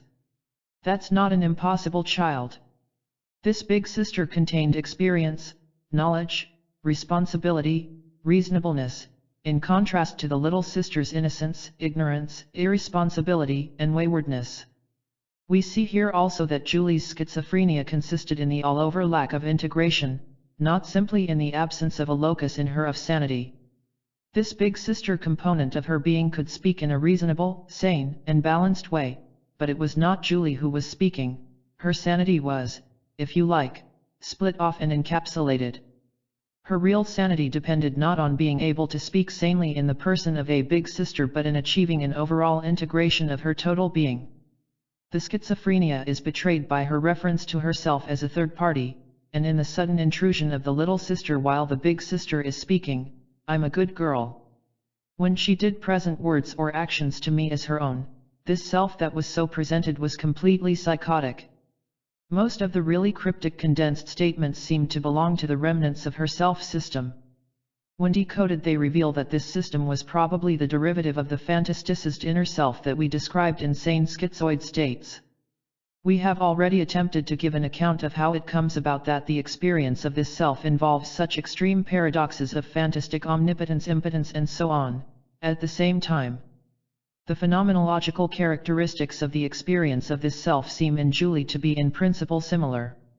However, one must be prepared to paraphrase her schizophrenia into sane speech before one can attempt a phenomenological construct of the experience of this self. I must make it clear once more that in using the term self in this context, I do not mean to imply that this was her true self. This system did, however, seem to comprise a rallying point around which integration could occur. When disintegration occurred, this seemed to be the center which could not hold. It seemed to be a central reference for centripetal or centrifugal tendencies. It appeared as the really mad kernel of her being, that central aspect of her which, so it seemed, had to be maintained chaotic and dead lest she be killed. We shall attempt to characterize the nature of this self by statements made not only by this self directly but also by statements that appear to originate in other systems. There are not a great many of these statements, at least by the self in person as it were. During her years in hospital, many of them probably had become run together to result in constantly reiterated short telegraphic statements containing a great wealth of implications. As we saw above, she said she had the tree of life inside her. The apples of this tree were her breasts. She had 10 nipples, her fingers. She had all the bones of a brigade of the Highland Light Infantry. She had everything she could think of. Anything she wanted, she had, and she had not, immediately, at the one time. Reality did not cast its shadow or its light over any wish or fear. Every wish met with instantaneous phantom fulfillment, and every dread likewise instantaneously came to pass in a phantom way. Thus she could be anyone, anywhere, anytime. I'm Rita Hayworth, I'm Joan Blondell. I'm a royal queen. My royal name is Julianne. She's self-sufficient, she told me. She's the self-possessed. But this self-possession was double-edged. It had also its dark side. She was a girl possessed by the phantom of her own being. Herself had no freedom, autonomy, or power in the real world. Since she was anyone she cared to mention. She was no one. I'm thousands. I'm an individual. I'm a no-one, i.e. a none, a noun, no one single person. Being a nun had very many meanings. One of them was contrasted with being a bride. She usually regarded me as her brother and called herself my bride or the bride of Lily Lovely Lively Life. Of course, since life and me were sometimes identical for her, she was terrified of life, or me. Life, me, would mash her to pulp, burn her heart with a red-hot iron, cut off her legs, hands, tongue, breasts. Life was conceived in the most violent and fiercely destructive terms imaginable. It was not some quality about me, or something I had, e.g. a phallus equals a red-hot iron. It was what I was. I was life. Notwithstanding having the tree of life inside her, she generally felt that she was the destroyer of life. It was understandable, therefore, that she was terrified that life would destroy her. Life was usually depicted by a male or phallic symbol, but what she seemed to wish for was not simply to be a male herself but to have a heavy armamentarium of the sexual equipment of both sexes, all the bones of a brigade of the Highland Light Infantry and 10 nipples, etc. She was born under a black sun. She's the Occidental sun. The ancient and very sinister image of the black sun arose quite independently of any reading. Julie had left school at 14, had read very little, and was not particularly clever. It was extremely unlikely that she would have come across any reference to it, but we shall forego discussion of the origin of the symbol and restrict ourselves to seeing her language as an expression of the way she experienced being in her world. She always insisted that her mother had never wanted her, and had crushed her out in some monstrous way rather than give birth to her normally. Her mother had wanted and not wanted a son. She was an Occidental son, i.e. an accidental son whom her mother out of hate had turned into a girl. The rays of the black sun scorched and shriveled her. Under the black sun she existed as a dead thing. Thus, I'm the prairie. She's a ruined city. The only living things in the prairie were wild beasts. Rats infested the ruined city. Her existence was depicted in images of utterly barren, arid desolation. This existential death, this death in life was her prevailing mode of being in the world. She's the ghost of the weed garden. In this death there was no hope, no future, no possibility. Everything had happened. There was no pleasure, no source of possible satisfaction or possible gratification, for the world was as empty and dead as she was. The pitcher is broken, the well is dry. She was utterly pointless and worthless. She could not believe in the possibility of love anywhere. She's just one of those girls who live in the world. Everyone pretends to want her and doesn't want her. I'm just leading the life now of a cheap tart.